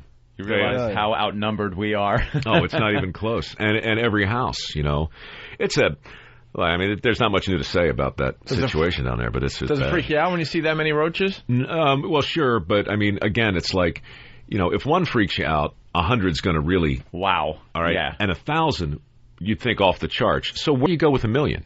It's like your brain can only get its notion around so much. Yeah. And, you know...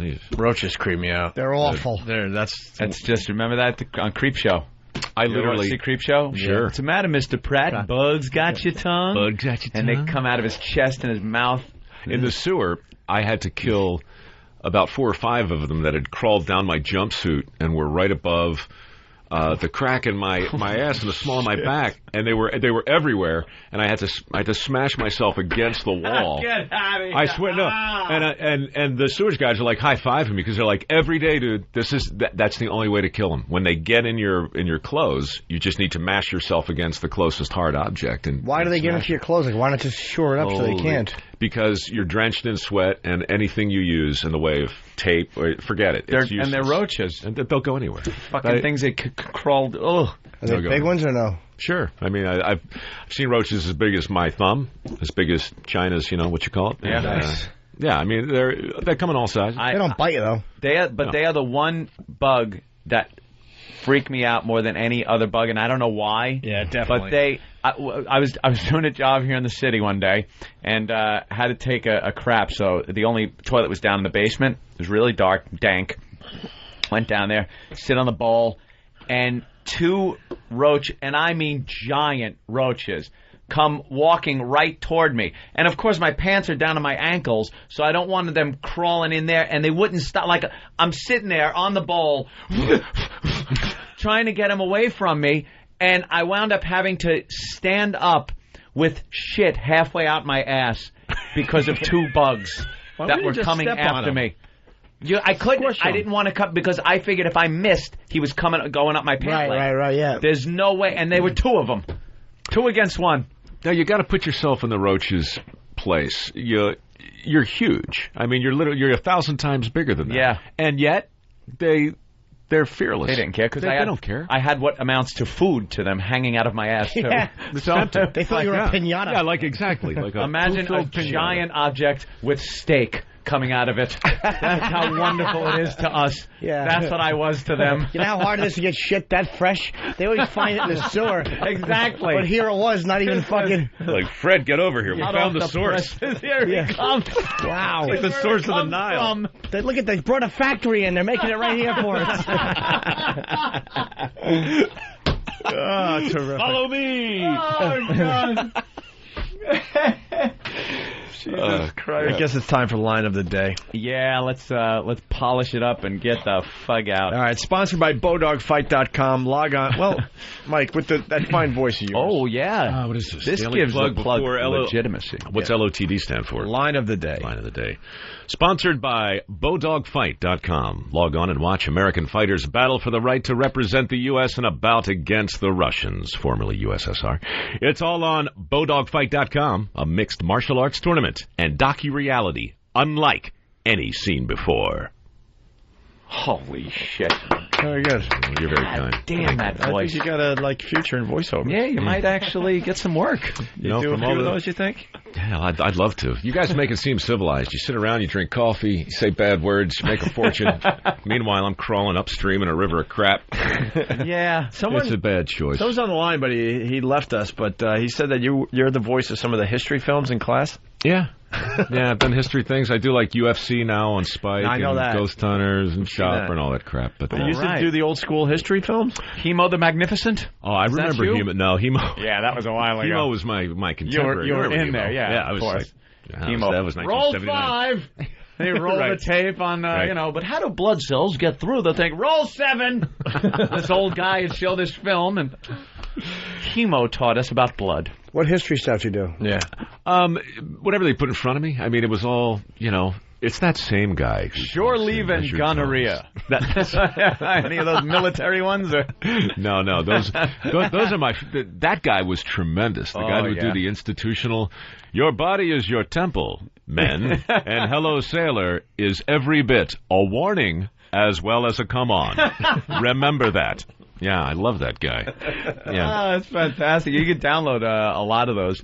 Sure. And they're funny to listen to, man. Shore leave means don't leave your dignity behind.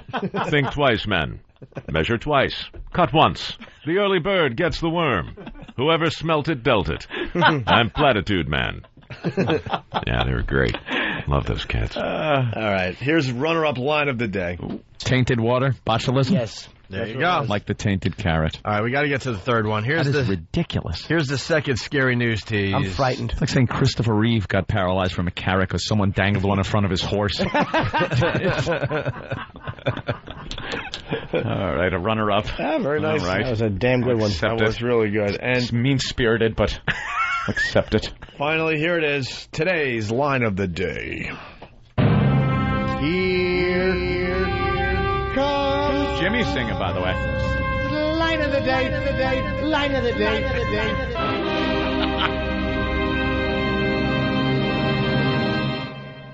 Why don't you get tested? Yeah. I just got tested. I have nothing. Wink. I've been tested. All right. Tested. I don't have it. Are both leaving pots in your pubic hair? Anthony! Nice. I pull off the late one. Oh, thank you. I'm honored. Bravi. Very late in the show. Very nice. Actually pulled one off. See how competitive we are in this fucking place? Damn good one. Line of the day, and we fight for it. It's a great line. That's a good one. Mike, Thank what are we you, promoting sir. today? Anything? No, Just Dirty hanging, John. really, right? New season.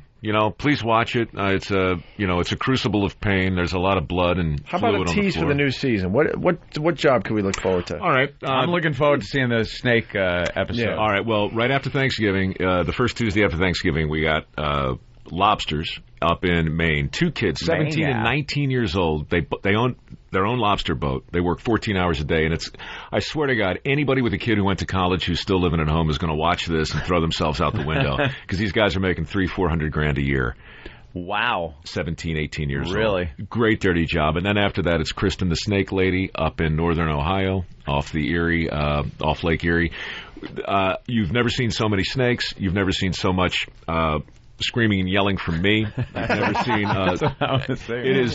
It's a humbling. Like I said, it's not my finest hour, but it's a great dirty job. Snake Lady, entertaining. Yeah. Looking forward to it. Man, thanks so much again. I mean, we love having you. Hey, love man, having it's you. great to be had. The people, they love you, nothing Mike. but good feedback. They love Cool. Mike Rowe. Well, God bless him. And I got one quick one. I'll be at the Comics Cafe 9:30 tonight doing that American Cancer Society benefits. Myself, Billy Burr, Colin Quinn, Corey Kahaney, and Bobby Kelly. So it's for a really good cause, and Keith Robinson. Tonight, Comics Cafe is on 14th Street here in New York City. Sweet. And with that, we'll see you guys tomorrow. Or just comics. See you tomorrow. All right. Thanks, man. See you. You're listening to the soothing sounds of Opie and Anthony. So sit back, relax, have yourself some herbal tea, close your eyes, and drift away with O&A. Ass cock. Hi. This is great. You dick. Bye. Shut up. Fuck all y'all. Horrific and tasteless. It's called sarcasm. I've never heard anything as offensive and gross as you are. and that's why I'm signing up. The Opie and Anthony Show. Line of the Day is brought to you by Bodog. If you'd like to vote on any of the weekly show polls, go to iliketolisten.com.